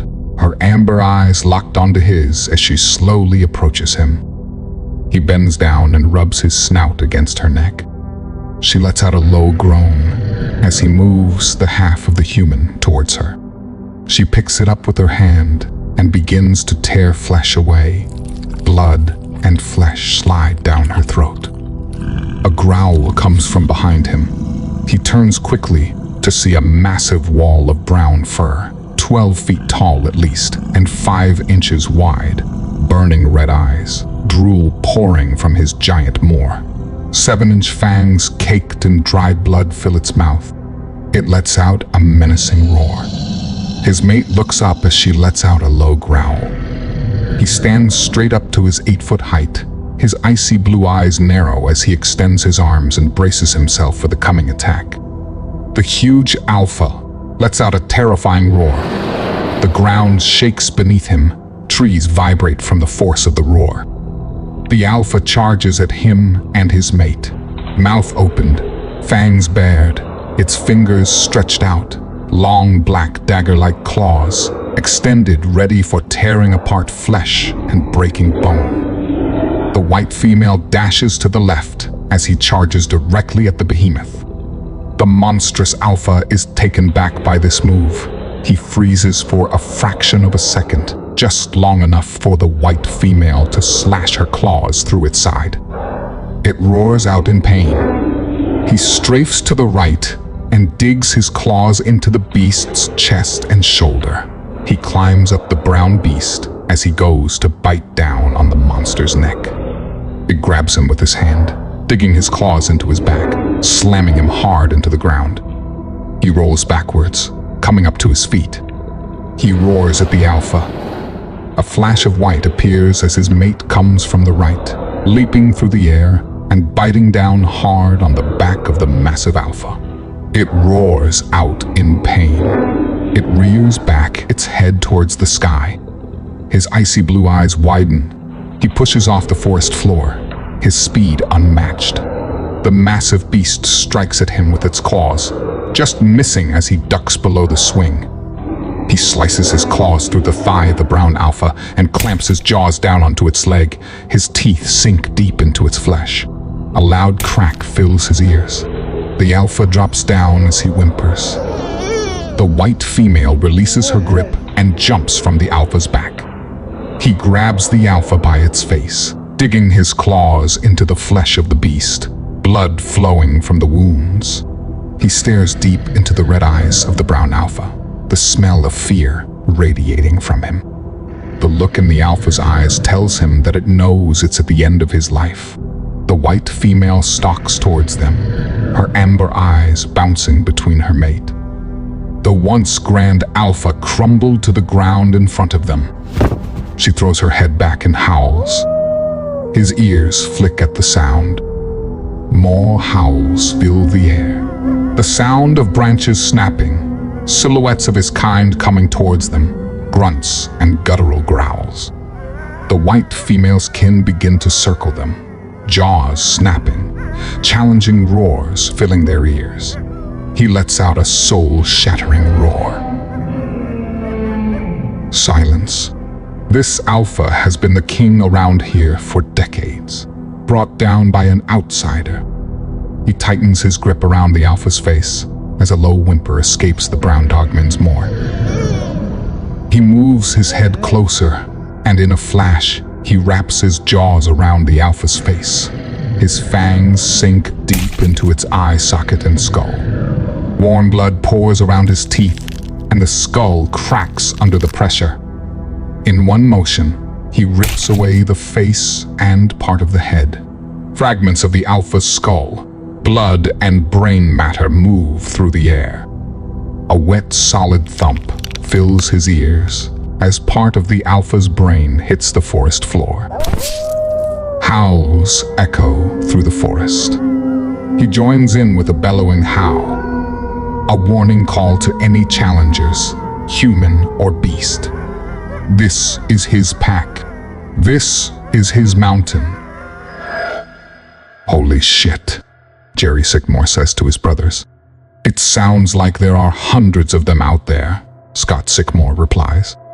Jin Sycamore, the eldest brother, inserts a 30-round magazine into his AK-47. It's a good thing we're held up here then, ain't it, boys? His brothers look at him confused.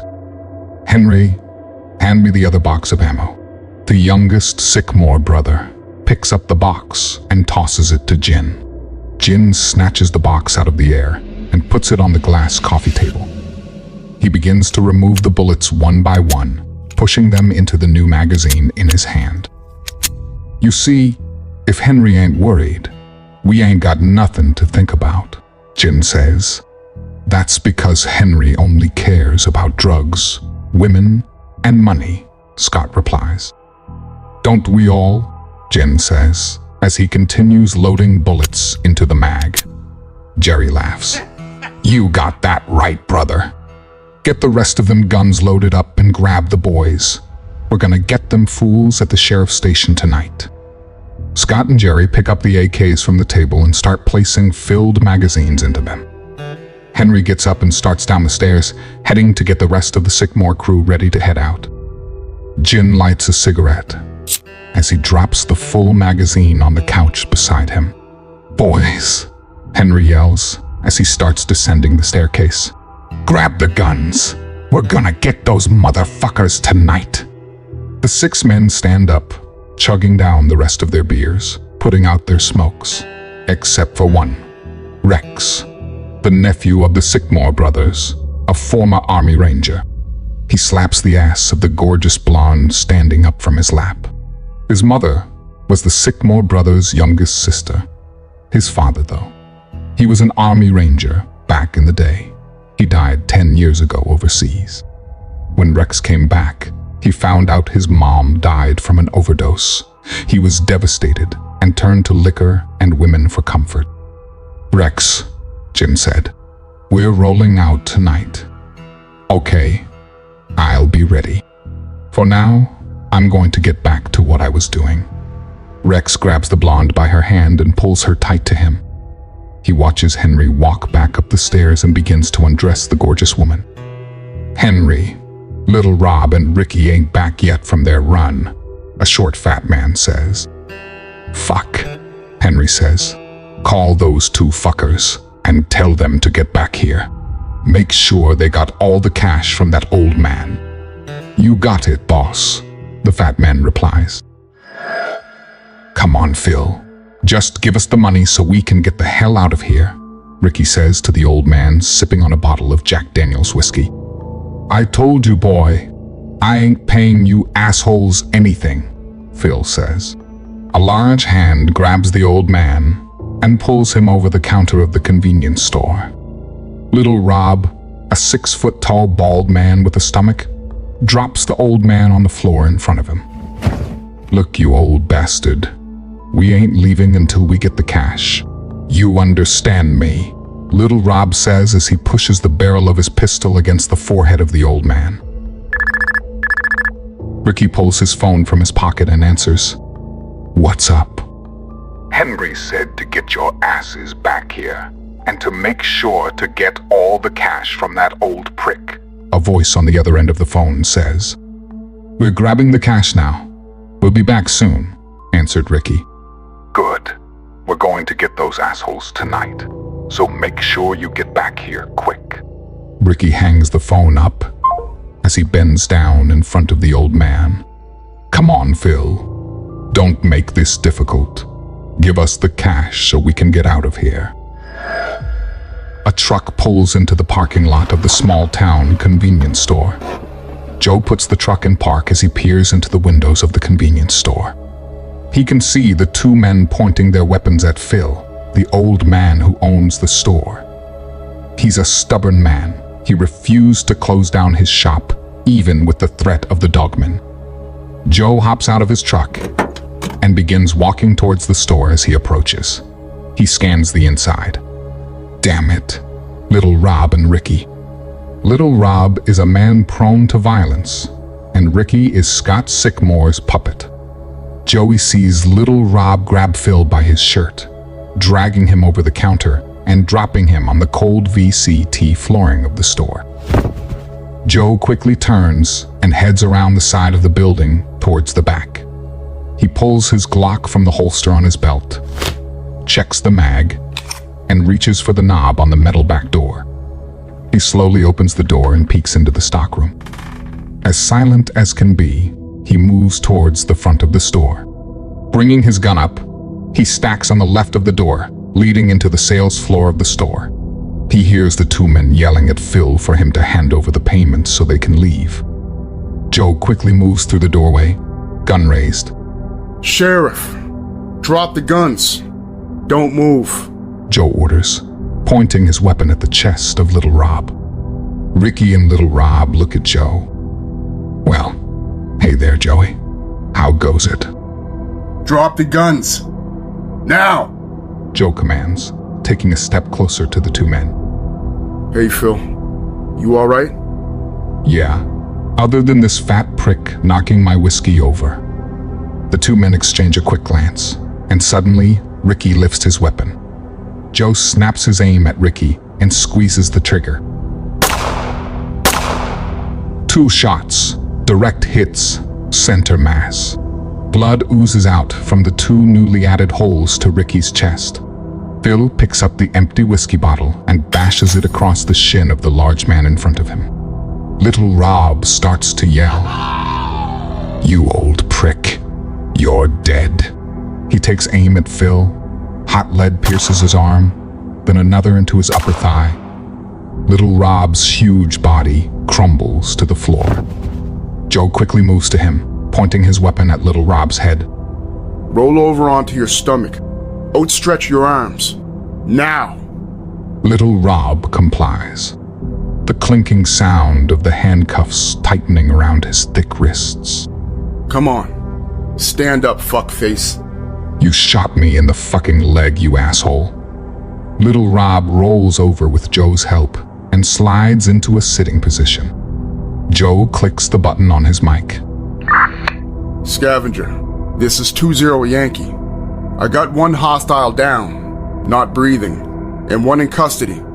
Send a cleanup crew to Phil's convenience store."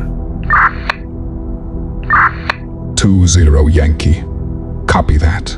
We have a crew in the area. "Well, Phil, maybe you should consider closing down for the time being," Joe says. "I told you young'uns I ain't closing my shop down. People need to be able to get their supplies from somewhere," Phil replies. "Okay. Well, maybe dust off that double barrel you have under the counter." "It ain't loaded, kid," "Put some slugs in it then." Joe says in a heightened tone. As he walks over to Ricky's body, Picking up the mobile, Joe places Ricky's thumb on the reader. The mobile phone unlocks, and Joe starts to look through the contacts. He sees the recent call and calls the number back. Ricky, are you two done with that old man? We just got a call from the inside. That motherfucker O'Neill and his bitch are going to the cabin to get supplies. Boss said there's a change of plans. We're going to let the wolves handle our business. Then we'll clean up what's left. Joe says, Okay. in his best Ricky impression, and quickly hangs up the phone. What's he talking about? What's happening? Who's on the inside? Tell me right the fuck now. Joe screams at Little Rob. Fuck you. Joe slams his fist into the nose of Little Rob. His nose explodes from the force. Blood pours from his nostrils. 20 Alpha. This is 20 Yankee. Where are you? Static comes back over the radio. 20 Alpha. This is 20 Yankee. Where are you? God damn it. Again, static. Fuck. Joe glares at Little Rob. Come on, you two. It's not much further, Nikki says. Nikki is an 18-year-old woman who lived with her older sister since her parents decided one day to abandon them. Her sister resorted to some not-so-legal ventures in order to support them. As for Nikki, she took a more stable path. She started working at Francine's Paradise when she was 14. Then, at 16, she was able to get a junior internship with the sheriff's department and has worked with them ever since.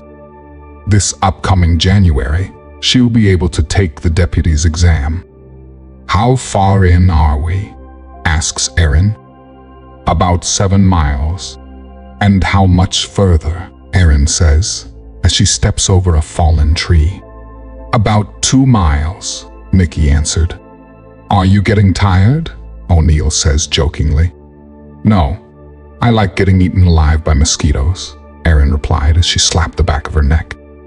It's better than the alternative, says Nikki. What's that? Being torn apart by dogmen? Yeah, I agree, said O'Neill. The trio continues on their trek through the forest towards the old hunting cabin. Which, according to Sheriff Parker, there's something that can help deal with the dogman's presence. He never said what exactly it is, but they're going to find it. He takes a slow breath through his nose, the crosshairs steadying on the man's forehead.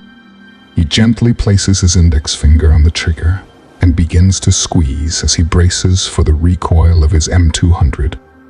He stops and exhales. He removes his finger from the trigger as he sees a woman with blonde hair, Nikki. He lowers his rifle and stands to his feet, watching his young friend accompanied by 2 others. A gorgeous red-haired woman and a man carrying an M4A1 with a tactical flashlight attachment heading towards his cabin. He grabs his pack and begins heading down the hillside to his cabin. Danny, are you here? Nikki calls out. Hey, Danny. Who's Danny? Questions Erin. He's the man that lives here. O'Neill raises his weapon as he moves towards the cabin door. He goes to open the door. I wouldn't do that if I were you. A man's voice sounds from their right. O'Neill and Erin turn quickly, weapons raised as the man exits the tree line. Not unless you want about 1,000 steel balls flying at your genitals, that is. No need for those weapons to be pointed my way. I'm friendly, Danny says as he walks to the door of the cabin, opening it slightly, while removing a small pair of wire snips from his pocket. He snips the wire and opens his door, then turns back and says, Nikki, it's good to see you. How have you been? Nikki says, as she walks up to Danny, arms extended, and gives him a big hug. You know me, doing good out here all alone. That's good. I'm happy you're safe. Me too, especially with all the craziness happening nowadays. Why don't we go inside, and you can introduce me to your friends, says Danny. Danny, Nikki, Aaron, and O'Neill walk into the cabin. As O'Neill enters, he sees that the wire was connected to a claymore about 2 feet inside the cabin, pointed directly at the door. "Damn good thing we didn't just walk in. We would have been scraped up with snow shovels and poured into plastic bags," said O'Neill. Danny laughs. "Sorry about that. With everything going on, you can't be too careful. Please don't forget to tune in next Friday evening at 6 p.m. Mountain Time for episode 3. If you enjoyed this video, please don't forget to like and subscribe to Descent into the Unknown for more horror content. If you have any real cryptid encounters, or you're a horror writer wanting to share your stories, please feel free to email me in the description anytime.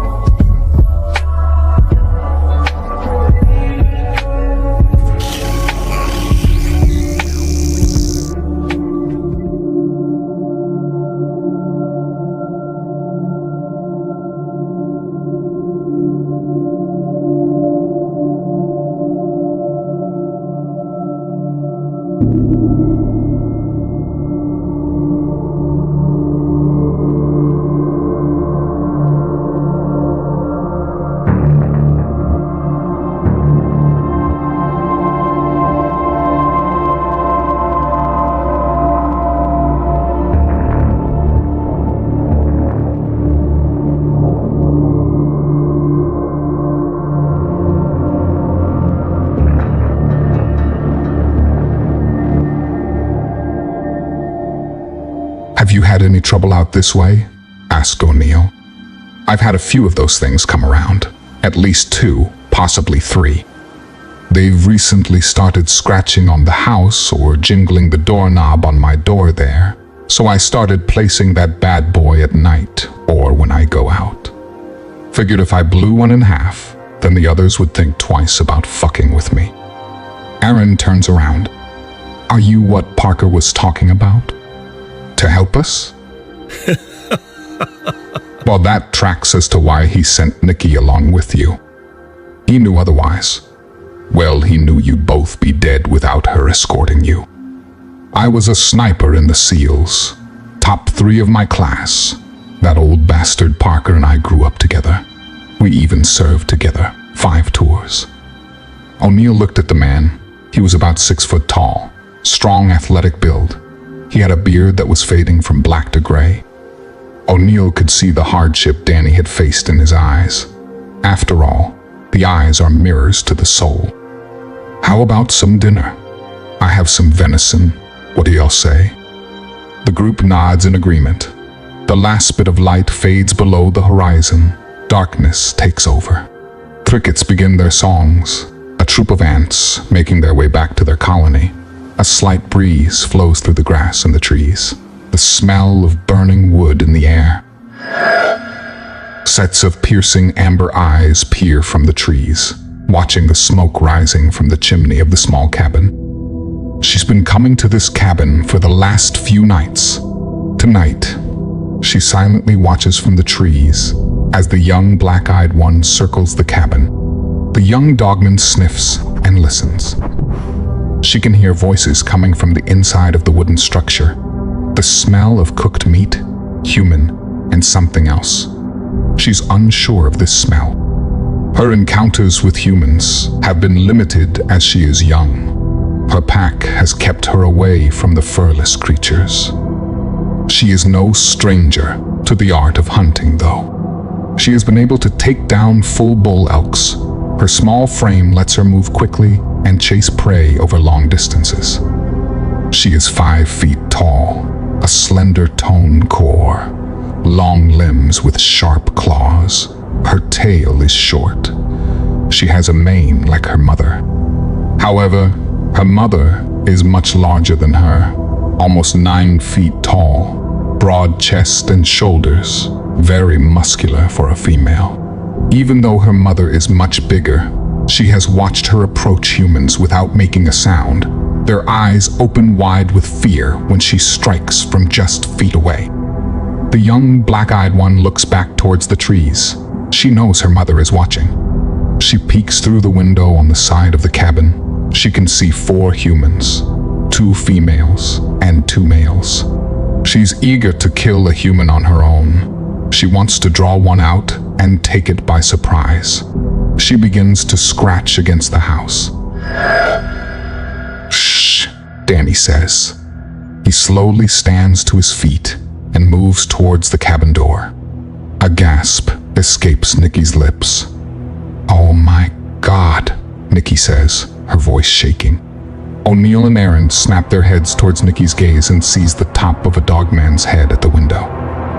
"Is that one of them?" asks Nikki. "Shh," Danny repeats. Danny unhooks the wire going from the claymore to the door. "Nikki," Danny says, "keep looking at it. Don't break eye contact. Trust me." O'Neill and Aaron slowly stand and move towards their weapons. Danny picks his cig up from the table next to the front door and slowly begins to open the door. "Nikki, how you doing, sweetheart? I'm fucking terrified. This thing is smiling at me." O'Neill slowly lifts his M4A1. "No," Danny says. "Don't move." O'Neill lowers his weapon as Danny opens the door as quietly as he can. She stares into the young female's eyes. She can feel the terror coming off of her. She hasn't seen this human before. There's something intoxicating about her. She begins to smile at the thought of ripping her apart, tasting her flesh. Her mouth begins to take the shape of a smile, her canines protruding from her maw. Her heart begins to race. She wants to rip apart this human. Her ears flick. The sound of footsteps coming from her left catches her attention. Crack! She howls out in pain. Her shoulder and forearm are burning. She turns and sees a male human standing just a few feet from her. Her fur stands up. She bares her fangs and lets out a growl. "You're smaller than I thought you would be," Danny says, as he points his cig at the black-eyed dogman in front of him. "Well, you shouldn't have brought fangs and claws to a gunfight, bitch," Danny screams as he begins to pull the trigger. "Danny, look out," O'Neill yells. A flash of black crashes into him and slams him into the exterior wall of the cabin. The air flies from his lung and his pistol falls to the ground. He feels a searing pain fly through his side. Danny looks up to see a massive black dogman with amber eyes towering over him. Gunshots and her young one's howl fill her ears. She was already moving towards the cabin. She saw the human come out of the door, pointing a weapon at her pup. She lowers her shoulder as she slams into the human. She looks up, expecting to see her pup. Where did she go? She looks around and sees her pup heading back into the trees. She roars at the human as fire buries itself into her thick hide. She stares down the human, standing in the doorway, and lets out a deep, guttural roar. "Oh shit," O'Neill says, as he raises his weapon and squeezes the trigger. Flashes from the muzzle of his M4A1 light up the surrounding area. The black dogman is gone. "What the hell?" O'Neill questions. "Danny, where is it?" "I don't fucking know, man. I buried my face in the dirt." Danny winces as he stands to his feet. "I think that thing broke my ribs. Damn it, that one is fast." Howls sound through the surrounding forest. "We better get inside." O'Neill grabs Danny and helps him back into the cabin. "Danny, oh my God, are you okay?" Nikki runs to Danny and hugs him tightly. "Don't squeeze too hard there, Nick. Let's get you patched up, brother. Then we'll get some rest. And at first light, we'll head back to the town." "Danny, What gear do you have here that you need to take back with you? Questions Aaron. Sweetheart, I need my M200, the 5.7 round box magazines, and all the 408 J-Tech you can fit inside that backpack. O'Neill, we're also going to take that claymore. Sounds good, said O'Neill, while wrapping up Danny's side. A huge purple bruise covered his right side. Nikki, you need a weapon, Aaron says as she picks up the black backpack. Danny, what's the combination to the gun safe? Danny smirks. There isn't a combination. There's just a latch. Just undo the latch and pull open the door. Do you have any 5.56? I sure do, brother. Be my guest. There's also a silencer in there that is threaded to your M4. Take it. I'm sure it will come in handy, Danny says. A bit of a chuckle escapes as he puts his hand over his side. Let's see here, Aaron says as she opens the door of the gun safe. Wow. Aaron and Nikki's eyes widen. Holy shit. It's a mini fucking armory in here. Nikki grabs a 12-gauge semi-automatic shotgun from the safe. No, Aaron says. You want something that you can load quickly when you're against the wolves. This one is perfect, Aaron says. She picks up the MK-13 and hands it to Nikki. This is an MK-13. It's a compact rifle and it shoots 5.56. You have a foregrip, tack flashlight, and a holographic sight on there with a double mag. After you empty one, just flip it over and put the other side in. Wow. How do you know so much about guns? Nikki asks Aaron as she inspects the weapon in her hands. Rich. He's taught me a lot since we've been on this wild adventure. He's lucky to have you by his side, Nikki says as she takes the ammunition from Aaron. Yeah, I wouldn't have made it without him. Her black eyes peer through the window of the cabin. A low growl begins to stir. She sees the two female humans in the room. She glares at the blonde-haired female. It has one of the fire sticks in her hands. She moves to the side of the window as the red-haired female closes the door to the case against the wall. She peeks in the window again. Only the blonde-haired female is there now. She slowly starts to rake her black claws against the glass. Her sharp claws leave deep scratch marks in the glass. She will be back for this one. The moon is high in the sky. The full force of darkness has come. There is no wind. Everything is still. She slowly makes her way around the cabin, sniffing around the door and the windows. There, she stands up onto her hind legs effortlessly and begins to sneak towards the window she visited prior. She peers into the darkness of the small wooden structure. Her eyes are made for the darkness. She can see the blonde-haired female sleeping on the couch. She's made her plan, and now it is time to execute it. Her mother has taught her well. She will kill and consume her first human tonight. Her black eyes are locked on the human female. She begins to tap on the glass.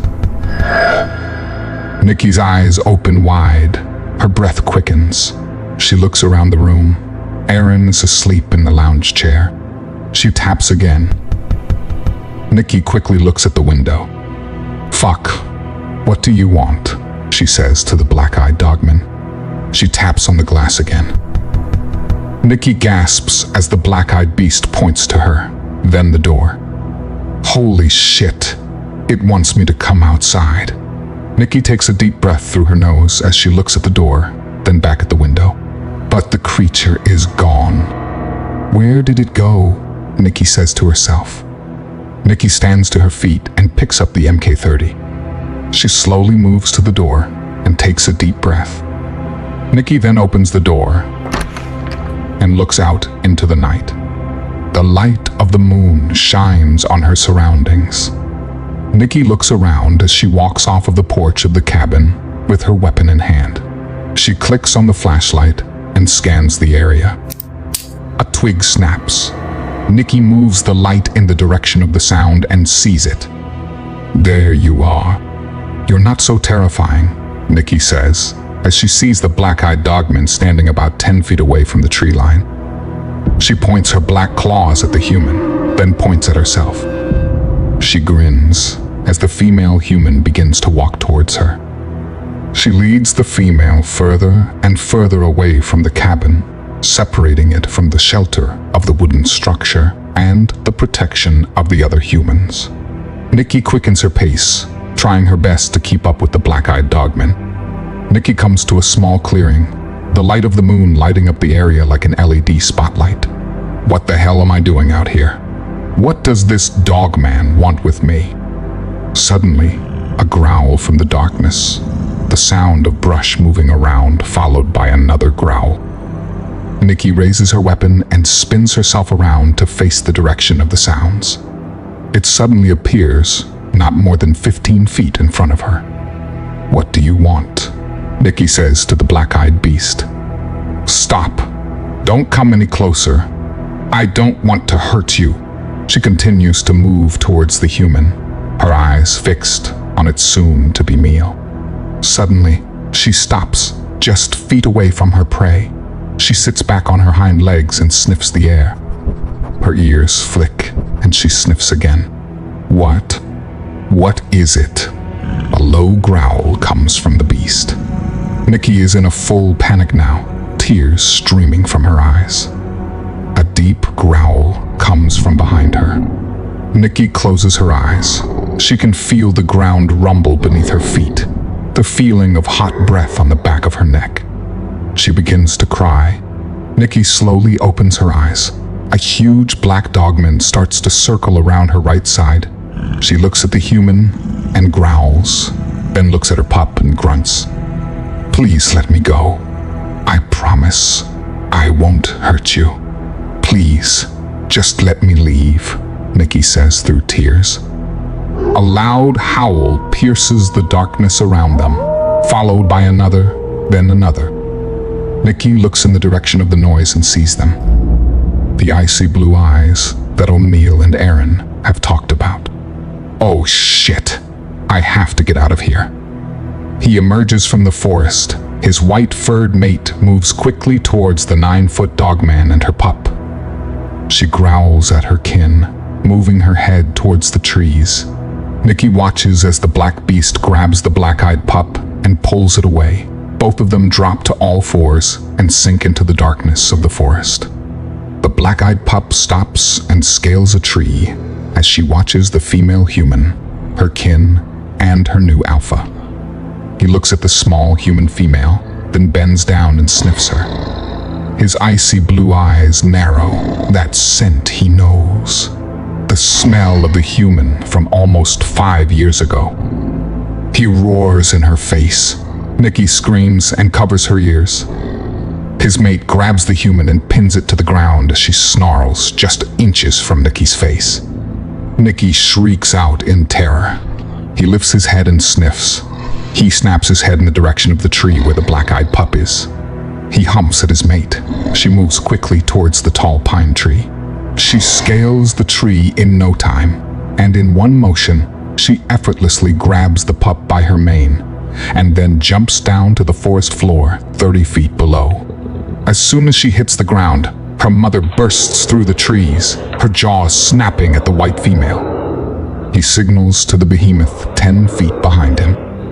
He moves at an unnatural speed towards his mate and the black female.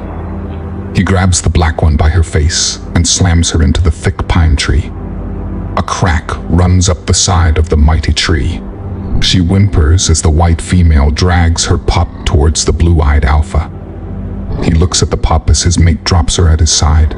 He lets out a low grumble and points at the human female. Nikki wipes the tears from her eyes. I'm going to die if I don't get the fuck out of here, she thinks. Nikki snaps out of it and realizes she's still holding the MK-13. She lets out a slow breath as his icy blue eyes meet hers. His head is massive. He looks bigger than O'Neill and Aaron described. She looks at the black-eyed pup and the massive gray beast holding the black dogman to the tree. That's your mother, Nikki said to the pup. His head cocks to the side. Is this human trying to communicate with them? He stands and watches the situation in front of him. I'm sorry this happened to you. I know you were going to hurt me, possibly kill me. The black-eyed pup sniffs deeply. She lets out a low whimper and looks towards her mother. She then looks back at Nikki and growls. It's okay. I understand. That's your mother. She's being hurt. If I could go back and save my mom, I would. She tilts her head, her ears flick, and she can hear the sadness in the human's voice. She can feel her pain. He continues to watch. This young dogman is communicating with a human. Of all the creatures he has seen and encountered, the same disgusting creatures that wiped out his pack, the stench of one of them pouring off of this pitiful female in front of him. Rage fills him. She looks up at her alpha and quickly pushes the human female. She follows up with a slash across the human's left arm. Blood pours from the claw marks on the human's arm. She roars at the human. Nikki screams out as she turns to run back the way she came. Branches slap against her body. Thorns snag her clothes as she runs with everything she has back towards the cabin. He grabs the young pup by its head as he roars into the small face of the black-eyed pup. He throws her off the side and howls. The massive beast lets go of the black dogman and bursts in the direction the human ran. He uproots trees 12 inches thick like nothing. Nikki looks over her shoulder and sees the beast rampaging towards her. She lifts the MK-13 and squeezes the trigger. The recoil pushes her hands up, making her miss her target. She turns and continues to run, screaming at the top of her lungs. The beast roars as a bullet grazes his leg. His rage boils. His eyes tunnel onto the human female. If you enjoyed this video, please don't forget to like and subscribe to Descent into the Unknown for more horror content. If you have any real cryptid encounters, or you're a horror writer wanting to share your stories, please feel free to email me in the description anytime.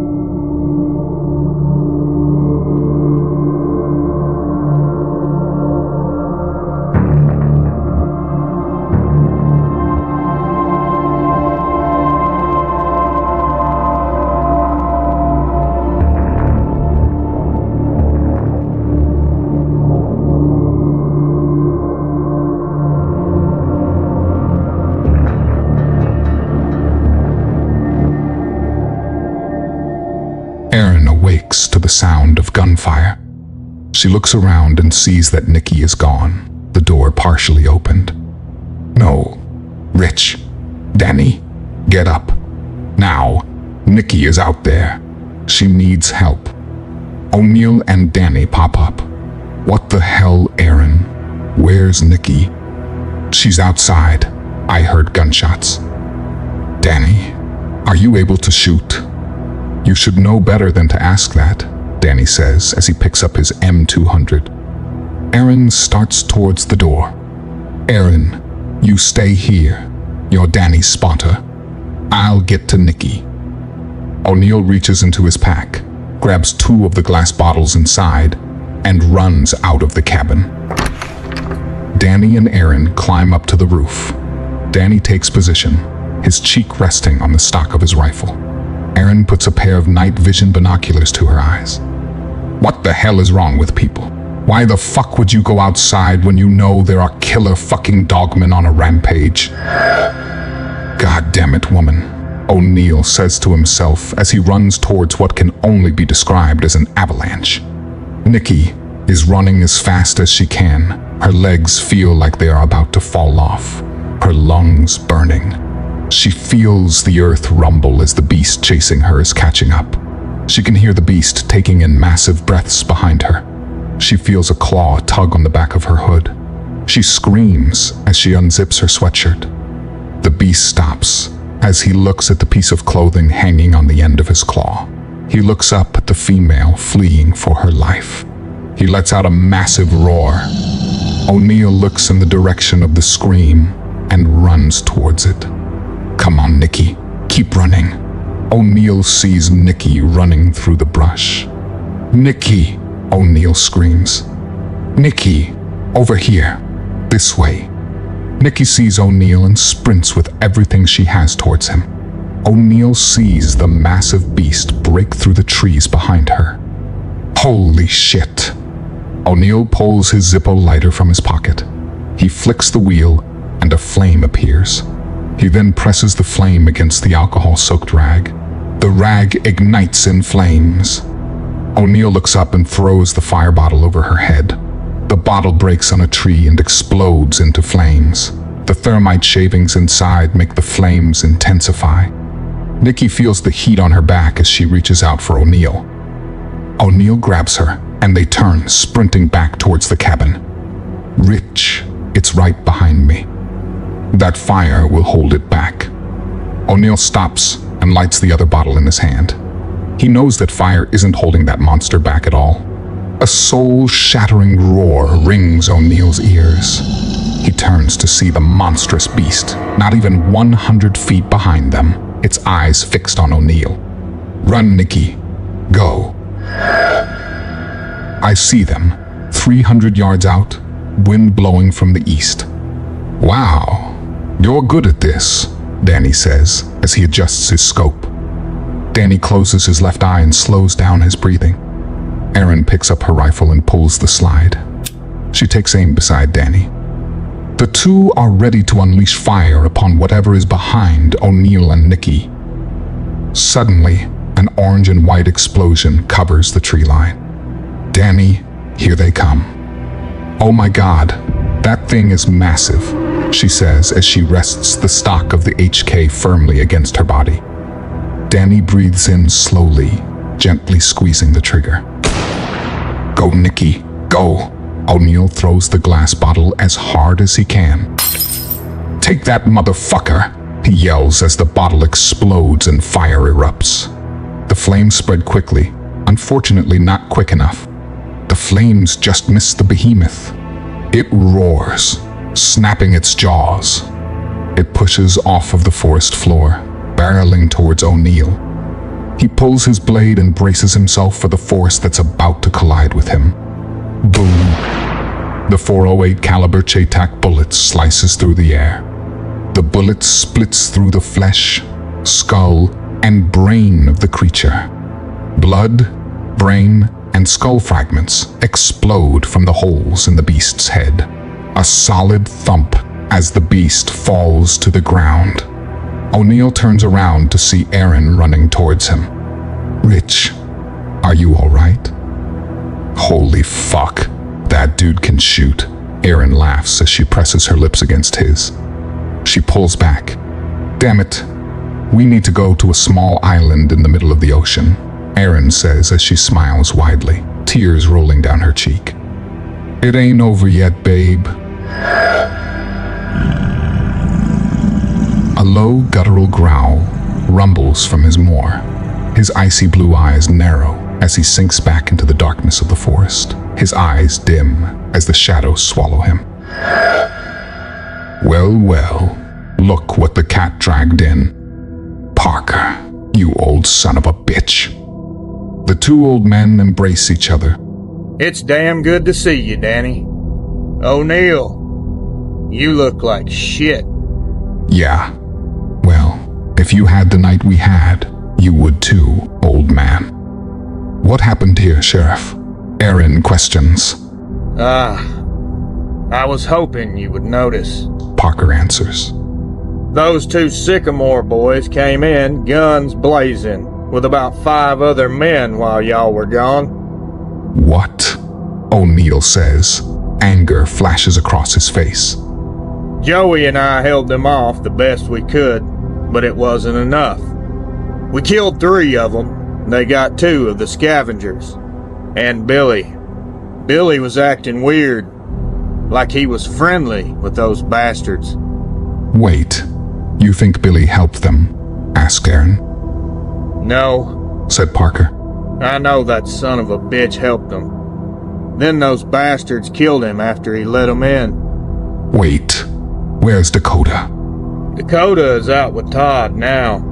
They're dumping the bodies. Parker continues. Where's Joe? Asked O'Neill. Son, that bastard Jerry Sycamore bashed him in the face with the butt of his gun, and they dragged him off. I assume they brought him back to their compound. We have to get him back, Aaron says. Agreed, said Parker. O'Neill looks over at Danny. He's placing 408 bullets into a magazine. I take it that means you're in? You got that right, brother. All right, get some rest. We have a long night ahead. O'Neill goes into his room and places his gun against the wall. He sits on his bed and picks up an old sat phone that he had got from Danny. I hope this works, he says as he exhales. He presses a strand of numbers and puts the phone to his ears.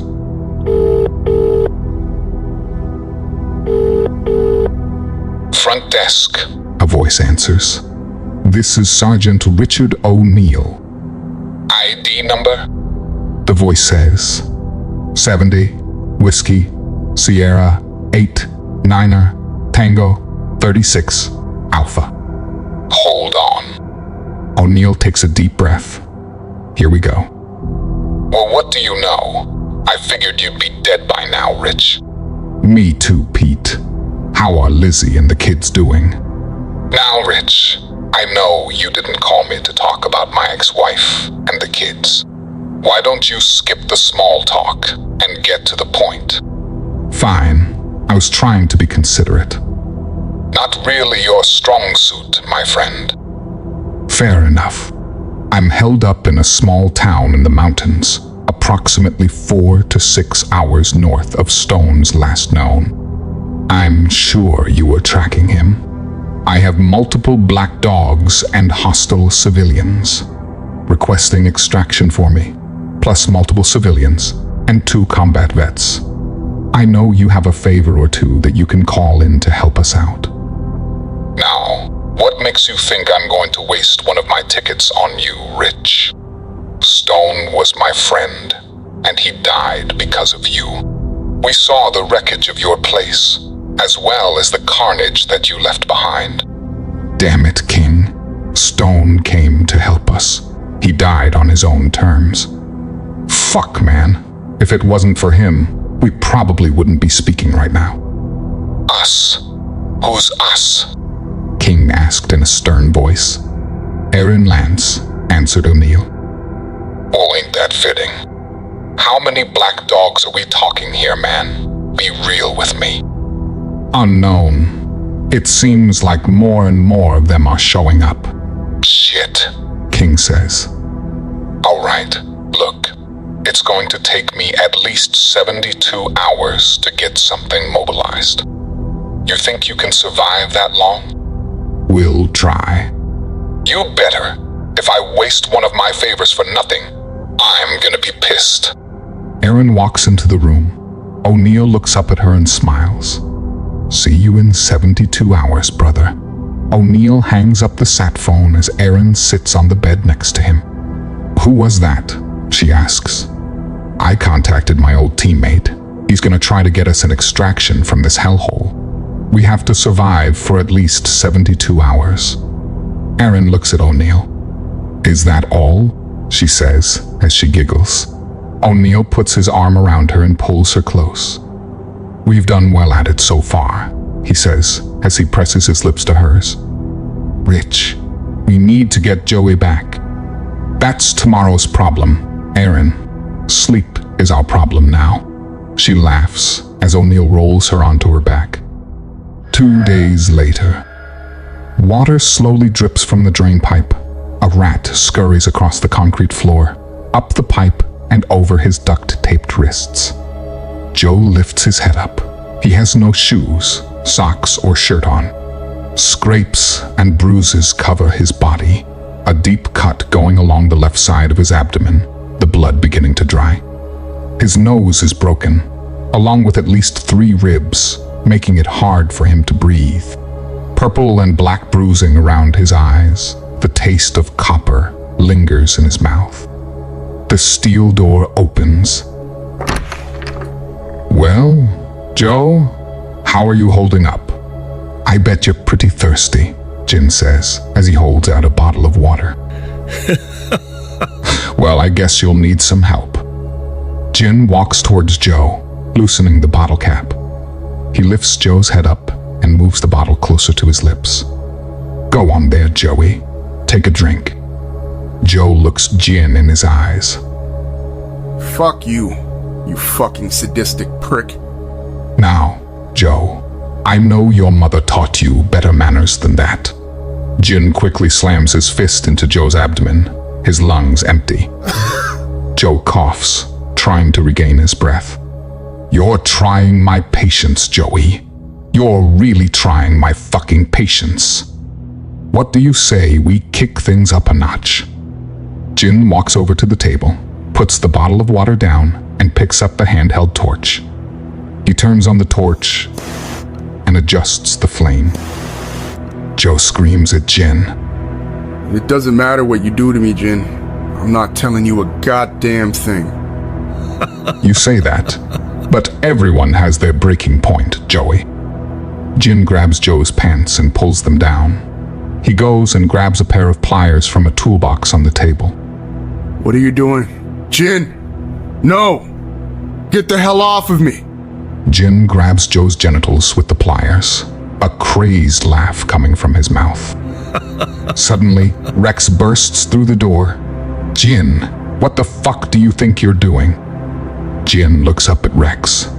Until you interrupted me, I was going to burn Joe's dick and nutsack off with a blowtorch. Rex slowly moves towards Jin. That's not the way to get information from someone, you simple moron. Jin lets go of the pliers and quickly moves towards Rex. What the fuck did you just say to me? Rex puts his hand on his Colt 1911. Go ahead, you sick fuck. It would be my honor to drop you. Jin laughs as he puts his hands up. We will finish this later, little cousin. He drops the blowtorch and walks out of the room. Rex picks up the bottle of water and walks up to Joe. Joey, take a sip. Rex helps Joe take a drink of water. Thank you. No problem. Next time, though, it's not going to end up like that. Rex, let me go. We grew up together. Joe pleads with his childhood friend. I'm sorry, Joe. I can't do that. Either way, you're dead. It is just a matter of how and when, unfortunately. What? Why would you save me just to let me die? Joe says, tears flowing from his eyes, his voice shaken. Just as Rex is about to answer, Scott and Henry Sycamore burst through the door, guns in hand. Rex, what the hell do you think you're doing? Scott yells, pistol pointed at Rex. I just saved Joey here from your crazy fucking brother. Yes, we heard about it. The only thing is now, Jin wants you to suffer what Joey here was about to. You think you two bastards are gonna carry out that master plan? Rex says, as he slowly backs up towards Joe. Rex shoots Joe a quick glance as Scott approaches him. I never liked you, always having to take you with us, all because your mama wasn't around. Watch it, Scott. You know the worst part about our uncle marrying your mom? It was the fact that I had to call that cunt of a mom of yours, Auntie. Images of his mom flash through Rex's mind. Rex smiles. He moves with precision, grabbing Scott's wrist with his right hand, moving him down towards his right. He gets control of Scott's weapon, then snaps his arm at the elbow. A loud crack as the bone rips through the skin. Blood flows from the wound. Scott screams in agony. Rex points the gun at Henry's forehead. In one motion, he pulls a knife from his belt and cuts the duct tape that was securing Joe to the drain pipe. Joe drops to his feet and coughs. "Back up, Henry. Don't make me kill you," Rex says to his cousin. He looks back at Joe. Joe regains his feet, holding his side. Rex pulls his pistol, pointing the end of the barrel on Henry's face, and gives Joe the USP-45 he took from his cousin. "Henry, move the fuck out of my way. Help your brother, then go tell Jin what happened." "Fuck you, Rex. You ain't leaving this room." Suddenly, an explosion. The force shakes the room. The three men stumble. 2-0 Alpha. This is Overwatch. I'm in position. Over. Copy that, Overwatch. We're 30 seconds out. Over. Copy that. 2-0 Alpha. Hold your position. Tango on 6 o'clock. High from your position. Danny takes a deep breath in, and as the crosshair steadies, he drops the tango with a single shot to the forehead. O'Neill barely hears the sound of the bullet penetrating the skull of the man above him. 2-0 Alpha. All clear. Move in. O'Neill signals to Parker that he is clear to pick the Mortise cylinder on the door. A click confirms that the door is unlocked. Parker stands and moves to the right side of the door. He slowly turns the knob and opens the door. O'Neill quickly moves in, followed by Aaron, then by Parker. The trio silently moves through the courtyard. A low crack followed by a thud as a man with a bullet hole in his forehead drops to their left. Danny smiles as he pulls back the bolt on his M200. The trio continues. They stack up on the corner of the main building. 4 men are standing around the exterior staircase. They need to go down. O'Neill peeks the corner and signals to Aaron to move left and for Parker to hold his cover. Aaron quickly moves to the left, and O'Neill comes around the corner with his rifle raised. He switches his firing mode to a 3-round burst. He drops the man on his far left with a quick tap of the trigger. A single pop comes from the HK-416 in Aaron's hands. The man leaning his back against the wall drops to the ground.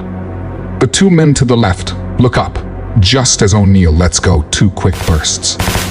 6 bullets hitting their mark as blood squirts from the chests of the 2 men. O'Neill and Aaron quickly move to a corner and signal Parker to move. Parker jogs to the 2, and they move down the stairs. "All right, Sheriff. Time to put that breaching charge to good use," O'Neill says to Parker. You two better stand back a tad. Parker says with a twinkle in his eyes. Parker places the charge on the door, then turns and hits the trigger. The explosion is deafening. O'Neill moves through the doorway. Bullets fly through the air, connecting with the skull of the fat man trying to stand up. O'Neill narrowly escapes a blast of buckshot as another man comes through a door on the far side of the room. The man shakes as his flesh gets ripped apart by bullets. Parker releases the trigger on his M4 as he grabs O'Neill under his arm and helps him to his feet. The trio continues to move through the lowest level of the main house of the compound. They tactically clear each room with deadly purpose. A door flies open. "Oh my God, Joey," Parker yells. Rex and Joe come walking out of the room. Parker runs up to his young friend and puts Joey's arm over the back of his neck. "Aaron, help me." O'Neill puts his hand on Joe's shoulder. "It's good to see you, my friend." Took you long enough. O'Neill looks up at Rex. "Thank you." Rex nods his head. Blood sprays from his chest. A ring fills O'Neill's ears. Another hole appears in Rex's throat, followed by another. One more appears in his stomach. Rex drops to his knees, then smacks his face on the hard concrete floor. Blood pools around his body. Aaron squeezes the trigger. 5 bullets fly through the air, ripping apart the head and chest of Henry Sycamore. 2-0 Alpha, do you copy? 2-0 Alpha, come in. It's getting crazy out here. Danny says over his radio as he drops another man. Get out of there, now. Joey, you better be able to run, O'Neill says as he loaded a full magazine into his weapon. The 4 of them make their way to the exit, dropping the Sycamore's crew as they move through the house. The flashes from automatic gunfire light up the dimly lit rooms. The team runs out of the front door of the house. They come to a stop as they face 12 men with AKs pointed at them. Jin Sycamore steps forward. Well, well, well. Look who we got here. I was expecting that y'all were going to come for Joey here. With my inside man gone, I wasn't sure when. Look, here you all are, Jin laughs. Now, why don't you drop those fine weapons of yours and get down on your knees? I don't think so, Parker says. Yeah? Jin lifts his AK and fires. A loud smack as the bullet hits Parker in his forehead. The bullet explodes through his skull as it flies out the back of his head. Blood and brain spray the wall behind him. Aaron screams out. Joe drops to his knees and begins to sob. O'Neill looks on in shock as Parker's body hits the ground, blood pouring from the massive hole in his head. I think it's time you fuckers listen to what I say and drop the damn guns, or you can join the old man. A bright white light fills their vision. Behind the ringing in their ears, automatic gunfire can be heard along with the sound of screams. O'Neill, Richard O'Neill. O'Neill raises his hand and his vision begins to return. A tall man wearing a black camo fatigue, holding his hand out, comes into his vision. Rich, get the fuck up. Pete, is that? Sure is. Now get the hell up. O'Neill takes his friend's hand and stands to his feet. Thank you, Pete. I owe you big time. This was easy. Nothing easier than taking out a group of unorganized hillbillies. O'Neill looks around. He sees Jin laying dead on the ground, bloody holes covering his body. Wait, where's Aaron? O'Neill begins to yell. I'm right here, said Aaron. She grabs O'Neill and hugs him tightly. I know you, she says to King. Miss Lance, it's good to see you again, answered Pete. Sure is, thank you. A massive arm wraps around O'Neill and Aaron. I'm so glad you two are all right, Danny says as he squeezes his 2 friends. Parker, he says, I'm sorry, my brother. We're going to clean this shit show up and roll out. What about the wolves? A young woman's voice says. The group turns. Nikki, oh my God.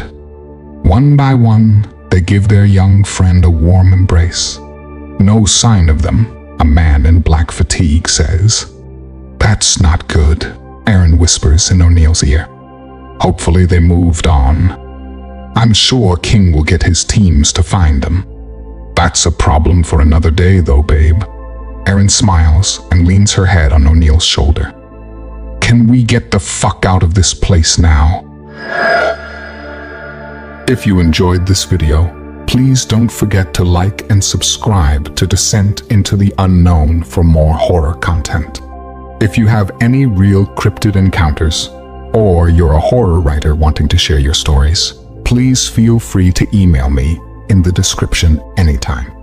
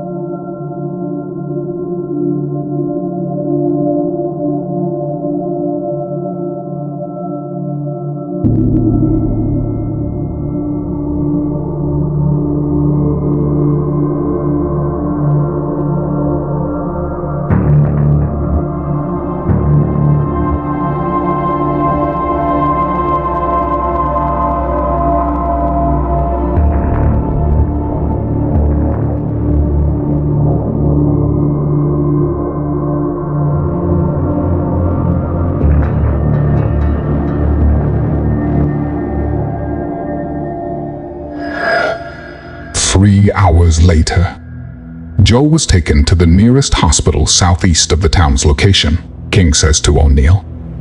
Good. Keep me updated on his progress, will ya? Aaron stirs. O'Neill lightly grazes her cheek with his hand. It's good that you found someone that has been through the same craziness as you, Rich, said King. Yeah, we've been through a lot together, O'Neill answered. O'Neill looks through the back window and sees the other van following them. Danny and Nikki are all right? O'Neill asks his friend. Yeah, they're fine. We're bringing everyone back to base for a debrief. Then we'll buy you all a plane ticket for wherever you want to go. King looks at O'Neill. I owe you that much, my friend. Zulu 003. This is Zulu 01. We're at the location. No dogs. I repeat, no dogs. King turns the volume up on the radio. Zulu 003. Hold up. We found something. There's a body of one here. Zulu 001. We're heading to your position. Be there in 3 minutes. Aaron awakes. What's happening? They never leave their dead, King, O'Neill said with a slight panic in his voice. King grabs the radio. Zulu team, this is team leader 77 Zulu. Fall back now. I repeat, fall back now.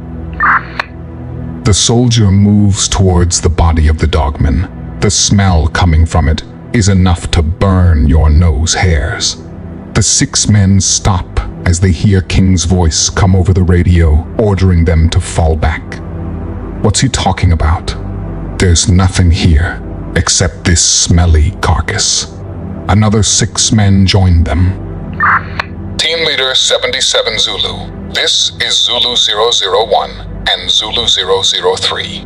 Nothing. Screams come through the radio. With one swipe of its claws, the gray dogman severs the soldier's arm, his fingers holding the mic button down. The automatic gunfire coming through the radio is drowned out from the screams of men being torn apart. The sounds of wet rips, bones breaking, fill their ears. A slow gurgle comes over the radio, followed by a deep sniff and fading footfalls. King slams his fist on the dash. God damn it. How many were there, O'Neill? How fucking many? 12 men were just ripped apart. Pete, I told you their number was unknown. You know the intelligence of these things, firsthand, how cunning and ruthless they can be. You see 1 or 2, but there are dozens more you don't see. Wait, Nikki said. There was a young black-eyed one, the same one that was around the cabin. She said it saved her life. That bastard with the icy blue eyes was going to kill her, and the black-eyed one pushed her away. Holy shit, it saved her, said King. That's what she said, answered Aaron. King grabs the radio. Caravan 2. Ask the girl if that black-eyed dogman she encountered helped her. Caravan 1. Hold up.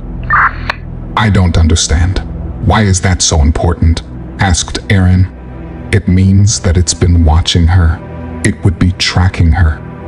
We figured out that these things mark people, for lack of a better word. Caravan 1. She confirmed that a young black-eyed dogman saved her life. Shit, King yells. What? Aaron, the black-eyed one is a pup.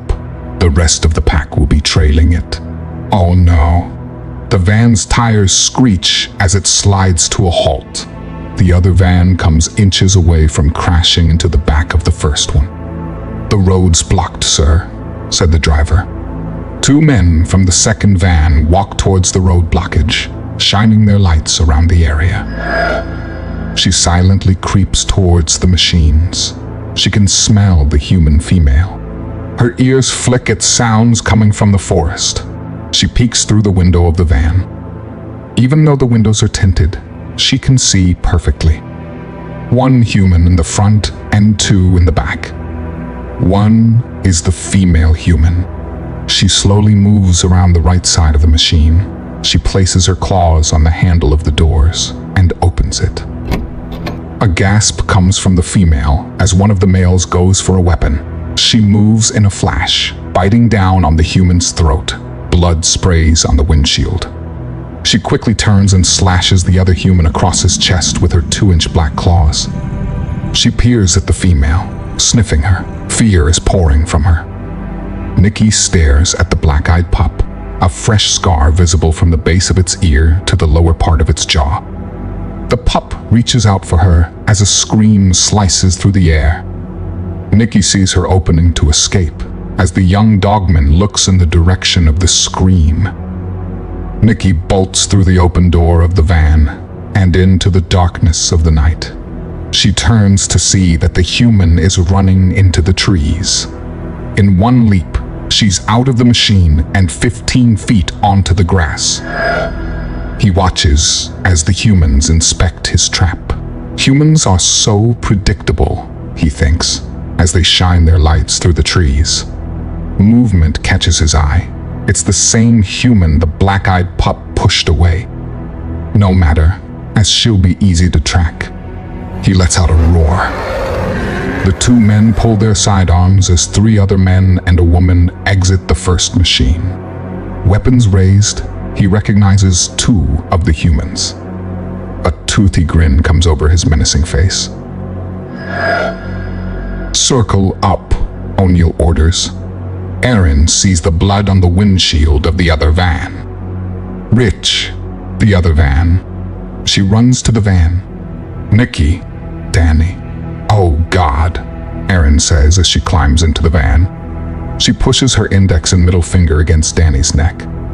"Thank God," Erin says to herself. "Rich, Danny's hurt." O'Neill jogs over to the other van and climbs in. "Danny, get up, man." Danny's eyes open. It happened so quick. That little black-furred fucker. It killed the driver, slashed me, then I blacked out. "Where's Nikki?" Erin helps Danny sit up as she wraps a jacket around his chest, trying her best to stop the bleeding. O'Neill shines his tack light and sees indentations in the soft dirt by the roadside. "She went this way," O'Neill says. "King, we have to go after Nikki," O'Neill shouted. "King?" O'Neill looks as a massive, 9-foot black-furred dogman covered in blood is holding King by his neck. Holy shit. I didn't even hear it, O'Neill thinks as the beast snarls at him.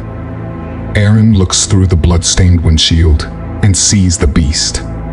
"Danny, can you run?" O'Neill whispers, just loud enough for Danny and Erin to hear. "I really don't want to," Danny says in a sarcastic tone. O'Neill sees King pull a grenade from his vest pocket. Fucking better. It's about to get real fucking hot over here. Oh shit. O'Neill turns and pulls Danny from the van. "Let's go." "Erin, grab the guns. We have to move." O'Neill looks at King as he sees him pull the pin. "Run," King yells as the beast smashes him into the hard concrete. The grenade rolls out of King's hand. A bright orange and red light fills his eyes as the force from the explosion pounds into him, forcing him from his feet. Shrapnel flies through the air and a piece slices the side of his face. He lets out a whimper as he hits into a pine tree behind him. He regains his feet, shaking his head. He looks at the burning piles of metal, one of his pack laying headless on the road. He throws back his massive head and howls. As his head lowers, his icy blue eyes lock onto the 3 humans running into the forest. His ears flick as he hears footfalls from either side of him. His pack comes around him, yips and clicks. He howls again. One by one, the rest of the dogmen throw back their heads and howl with their alpha. He pushes off the forest floor. They cut through the forest, carving a path of destruction in their wake. He slides. As he comes to a stop, he snaps his head, looking towards the east. He growls and points. 3 of his pack take off in the direction. Him and 2 others, including his white-furred mate, take off in the other direction. Guys, I can't keep running. I've lost too much blood. You have to leave me, Danny says, sweat mixed with blood dripping down his brow. No, O'Neill says sternly. We aren't leaving you to be torn apart. Listen to me, Rich. Give me my bag. I have a surprise for those fuckers. Danny, Rich, we don't have time for this bullshit. You and Aaron get to Nikki and get the fuck out of here. Take this. Danny hands O'Neill the GPS tracker. This was from your buddy King. He gave it to me in case the vans got separated.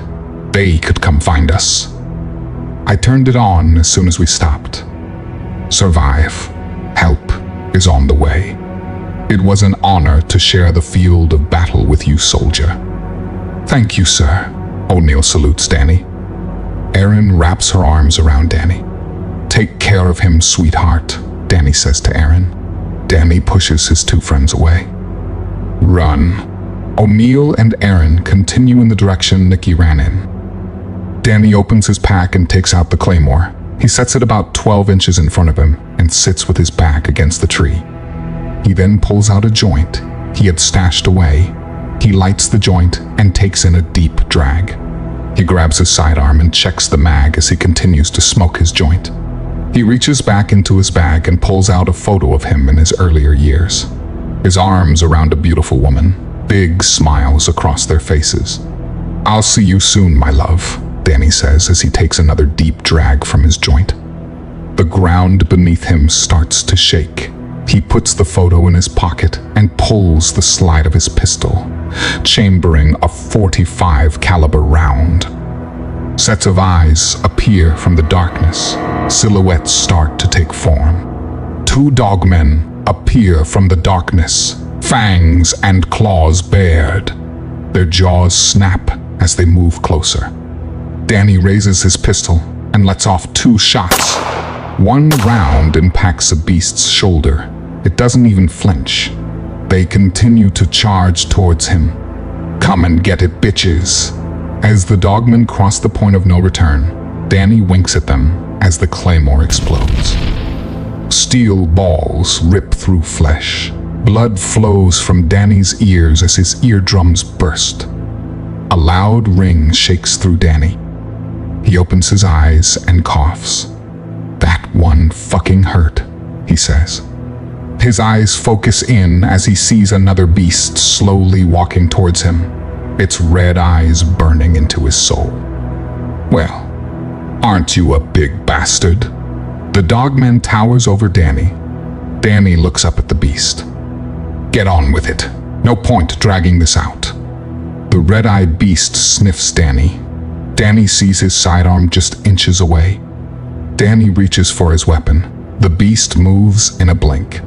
Danny's eyes open wide. Blood pours from the gash in his neck. He slumps over, a slight smile on his face as everything goes to black. The sound from the explosion rings through her ears as the smell of blood enters her nose. She knows some of her kin are dead. It doesn't matter to her. She needs to catch up to the human female and protect her from her pack. She can see the human female. She leaps through the air, colliding with the female. Nikki and the black-eyed pup roll through grass and dried-up pine needles. Air leaves her lungs as she hits into the trunk of a small tree. Nikki groans in pain as she turns onto her knees. Using the tree, she stands to her feet. Nikki looks at the pup. It's shaking its head, blinking its eyes rapidly, trying to regain its focus. Nikki looks around. The forest is silent. The light of the moon shines dimly through the tall trees. A shuffle catches her attention. Her eyes move in the direction of the noise. The young dogman is gone. Nikki lets out a gasp, frantically looking around. She draws the SIG P220 that Danny had given to her. A twig snaps. Nikki quickly turns her head. The black-eyed dogman is only feet in front of her. How do you move so fast? Nikki says aloud. The young dogman sits back on its hind legs and cocks her head. Thank you for helping me, Nikki's voice shakes. The pup cocks her head again. She moves closer to the human. Please, please don't hurt me. Nikki turns her head away as the pup presses her wet nose against Nikki's cheek. Nikki takes a deep breath as she reaches her hand out. She moves her eyes to the human's hand. The feel of the human's touch along the side of her face, where the white fur dogman slashed her. She lets out a low, rumbling growl. It's okay, I won't hurt you. Nikki stares into the pup's eyes. Nikki can see intelligence in the blackness. Her eyes open wide. A wall of brown fur collides into the young pup. Nikki screams. The black-eyed pup fights to get free of the 7-foot-tall beast's grasp. She sinks her fangs into her kin's bicep. She feels a strong grip on the back of neck as the brown monster pulls her, slamming her hard into the ground. Her eyes widen as the beast stomps down on her chest with its massive clawed foot. Her rib cage cracks beneath the force. Blood flows from her mouth. Nikki unloads her magazine. The beast turns, its breath labored, its amber eyes narrow on Nikki. A voice suddenly calls out, "Nikki, get down." She drops to the ground, covering her head with her hands. She screams as O'Neill and Aaron hold down the trigger on their respective weapons. Fur and blood fly through the air, a solid thud as the brown beast hits the ground. Nikki gets up and runs to the black-eyed pup, struggling to breathe on the ground not 10 feet away. Nikki strokes the fur of the young one. "Thank you." "Nikki, no." O'Neill rushes to change his magazine. It's too late. He slices through the human's flesh with his dagger-like claws. His massive jaws wrap around its neck. His fangs penetrate the soft flesh. He growls as he shakes the human from side to side. His icy blue eyes locked on O'Neill. Automatic gunfire fills the air as tears flow from Aaron's eyes. His fur stands up. He pushes off the forest floor, the lifeless corpse of the human female ragdolls in his jaws as he moves through the trees. Snaps and whistles. Pieces of bark and dirt move through the air as a barrage of bullets move towards him. The sounds of the beast's footfalls fade in the night air. "Nikki, no," Aaron says as she sobs. O'Neill places his hand on her shoulder. He picks her up and holds her tight. "It's okay, babe." "No, it's not, Rich. This fucking thing has killed everyone we know and love." O'Neill wipes the tears from Aaron's cheek. "It's time we put this to an end." A whimper catches their attention. O'Neill spins on his heels, M4 raised. He slowly moves towards the sound. His light shines on the mangled body of the young black-furred dogman. O'Neill looks the dogman over. "You're screwed there, girl. I'm sorry this happened to you. I'm sorry I couldn't save her. The best I can do for you is promise that I will kill that blue-eyed bastard." Aaron approaches. The pup's eyes look at her. She lets out a whimper. "Rich, we can't leave her like this." O'Neill clicks the fire selector on his weapon to semi-automatic. The black-eyed pup closes its eyes. Pop! A single shot connects with the pup's forehead. "Rich, look." O'Neill looks in the direction and sees the trail of blood leading deeper into the forest. "Let's go." Eyes up. "Make your shots count." O'Neill and Aaron move quickly through the forest, following the trail of blood. "I lost it," Aaron says. "I can't find it anywhere." "Aaron, what? What is that?" O'Neill looks up. "Ah, fuck. Damn it." Aaron leans over and begins to vomit. O'Neill's light is shining on Nikki's half-devoured corpse 20 feet up in a tree. Her organs and bones exposed, blood dripping down the trunk of the tree. "Rich, we need to move. It's going to come back." "That's what we want. We need to kill this fucking thing." "Over there, those rocks provide cover. We can wait for it to return and then take it out for good.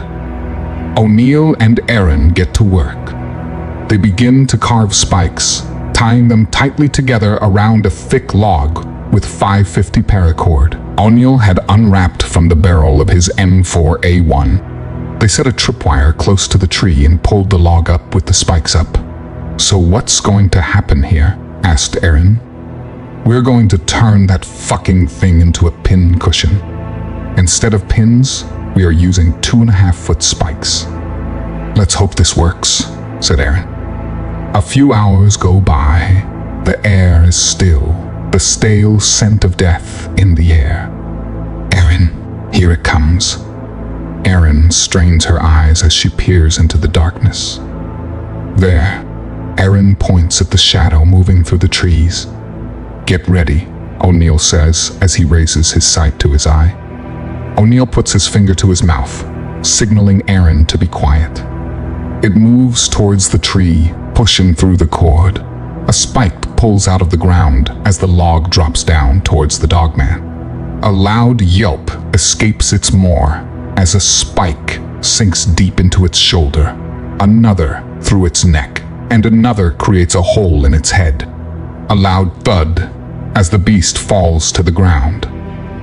Aaron and O'Neill move towards the beast. Turning on their lights, they see it. Holy shit, Rich. The deep amber eyes of the white female shining in the light. Its white fur stained crimson red. A long pink tongue hanging from its mouth. It's another female. It's his mate. Brush whips around him as he runs on all fours through the woods. He suddenly stops and sniffs deeply. His eyes narrow, the smell of humans. He blasts through the woods, following the smell. He stops on the hill. He can see his mate moving through the trees. He scans the trees as he sniffs. Where are they? There. Suddenly, the sound of his mate yelping fills his ears. He watches as she falls to the ground. Blood flows around her. He sees the forest light up. 2 humans emerge from a cluster of rocks moving towards his mate. He begins to growl as rage fills him. His growl gets louder and louder. It turns into a howl long and drawn out, mixed with rage and grief. He leaps down the hill towards the humans. He draws closer and closer, icy blue eyes fixed on the female human. He's mere feet away. His back legs push him through the air, claws extended. The female's green eyes meet his. O'Neill dives between the massive beast and Aaron, pulling his blade as the beast collides with him. He smashes his blade into the flesh of the black and red monster. He digs his claws into the human's side. The hot crimson liquid flows around his fingers. O'Neill screams in pain. 2 bullets enter the blue-eyed dogman's leg as the other 2 graze his thigh. He turns and throws O'Neill towards Aaron. O'Neill hits hard into the ground and rolls into Aaron. "Rich," Aaron screams as she helps O'Neill to his feet. They look as the black and red-furred dogman stands to his almost 9-foot height. He has grown strong over the last couple of months. His chest has filled out. The muscles in his arms and legs are clearly defined. The claws at the end of his toes are long, digging into the dirt of the forest floor. He spreads his dagger-like claws at the tips of his long fingers. He rakes a tree trunk next to him as he narrows his icy blue eyes. A deep guttural growl bellows from his maw, his long fangs glistening in the moonlight. Aaron picks up her rifle and takes aim. O'Neill blinks and he's on them. He swings his powerful arm, knocking Aaron through the air. O'Neill draws his pistol. He turns, his eyes burning with anger. O'Neill's aim is perfect. All 3 shots hit their mark as blood squirted from the holes in his chest. He roars as he feels the rage boiling. "Oh, shit," O'Neill exclaims. They didn't even faze him. He flinches as 5 more bullets enter his flesh. He turns to see the human female pointing her weapon at him, smoke coming from the barrel, the slide locked back. Aaron releases the magazine and reaches for the other on her belt. He charges her. Aaron drops the magazine. It's too late. He chops down hard on her arm, severing it at the elbow. Aaron screams out in agony. He pulls the female's arm from his jaws, tossing it to the side. He raises his claws, his eyes narrowed. Aaron's green eyes widen, images of Matt, Lisa, her home, and Rich flash through her mind. O'Neill screams a war cry as he flies through the air, landing on its back. He drives his 12-inch blade into the dogman's neck. He grabs O'Neill, lifting him over his head. Aaron looks on in terror as the dogman squeezes the life from O'Neill. The whole world around the two warriors freezes. He looks deep into the eyes of the man that wiped out his family and then his mate. O'Neill stares back into the icy blue eyes of the dogman that has haunted his dreams and killed his friends.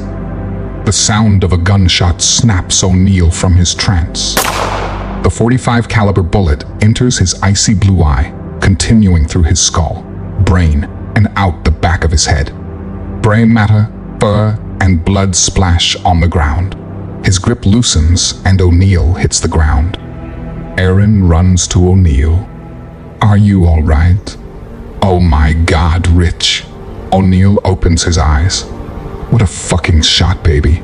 Aaron laughs as she kisses O'Neill. A spotlight lights up the bloody scene. Aaron and O'Neill look up. A helicopter hovers over them. Voices cut through the darkness. Men surround them. They're dressed in full tactical gear. Search Party Bravo. Friendlies found. A voice comes back over the radio. Search Party Bravo. Get them home. Copy that. O'Neill and Aaron lay down. 6 months later, waves crash into the white sands of the beach. Seagulls fly overhead. O'Neill and Aaron are sitting on a towel, a cooler full of beers next to them. "This is what I'm talking about," O'Neill says. "Yes, it is," says Aaron with a huge smile across her face. O'Neill grabs another beer from the cooler as Aaron stands to her feet. "Where you going?" "To take a swim." "Are you coming?" asked Aaron. "In a bit." Aaron unties her bikini bottom and walks towards the water. Her bikini top falls as she looks back at O'Neill and winks. O'Neill stands and drops his beer back into the cooler. He looks around and takes a deep breath in. "Stay here, King." The 4-month-old German Shepherd cocks his head. If you enjoyed this video, please don't forget to like and subscribe to Descent into the Unknown for more horror content. If you have any real cryptid encounters, or you're a horror writer wanting to share your stories, please feel free to email me in the description anytime.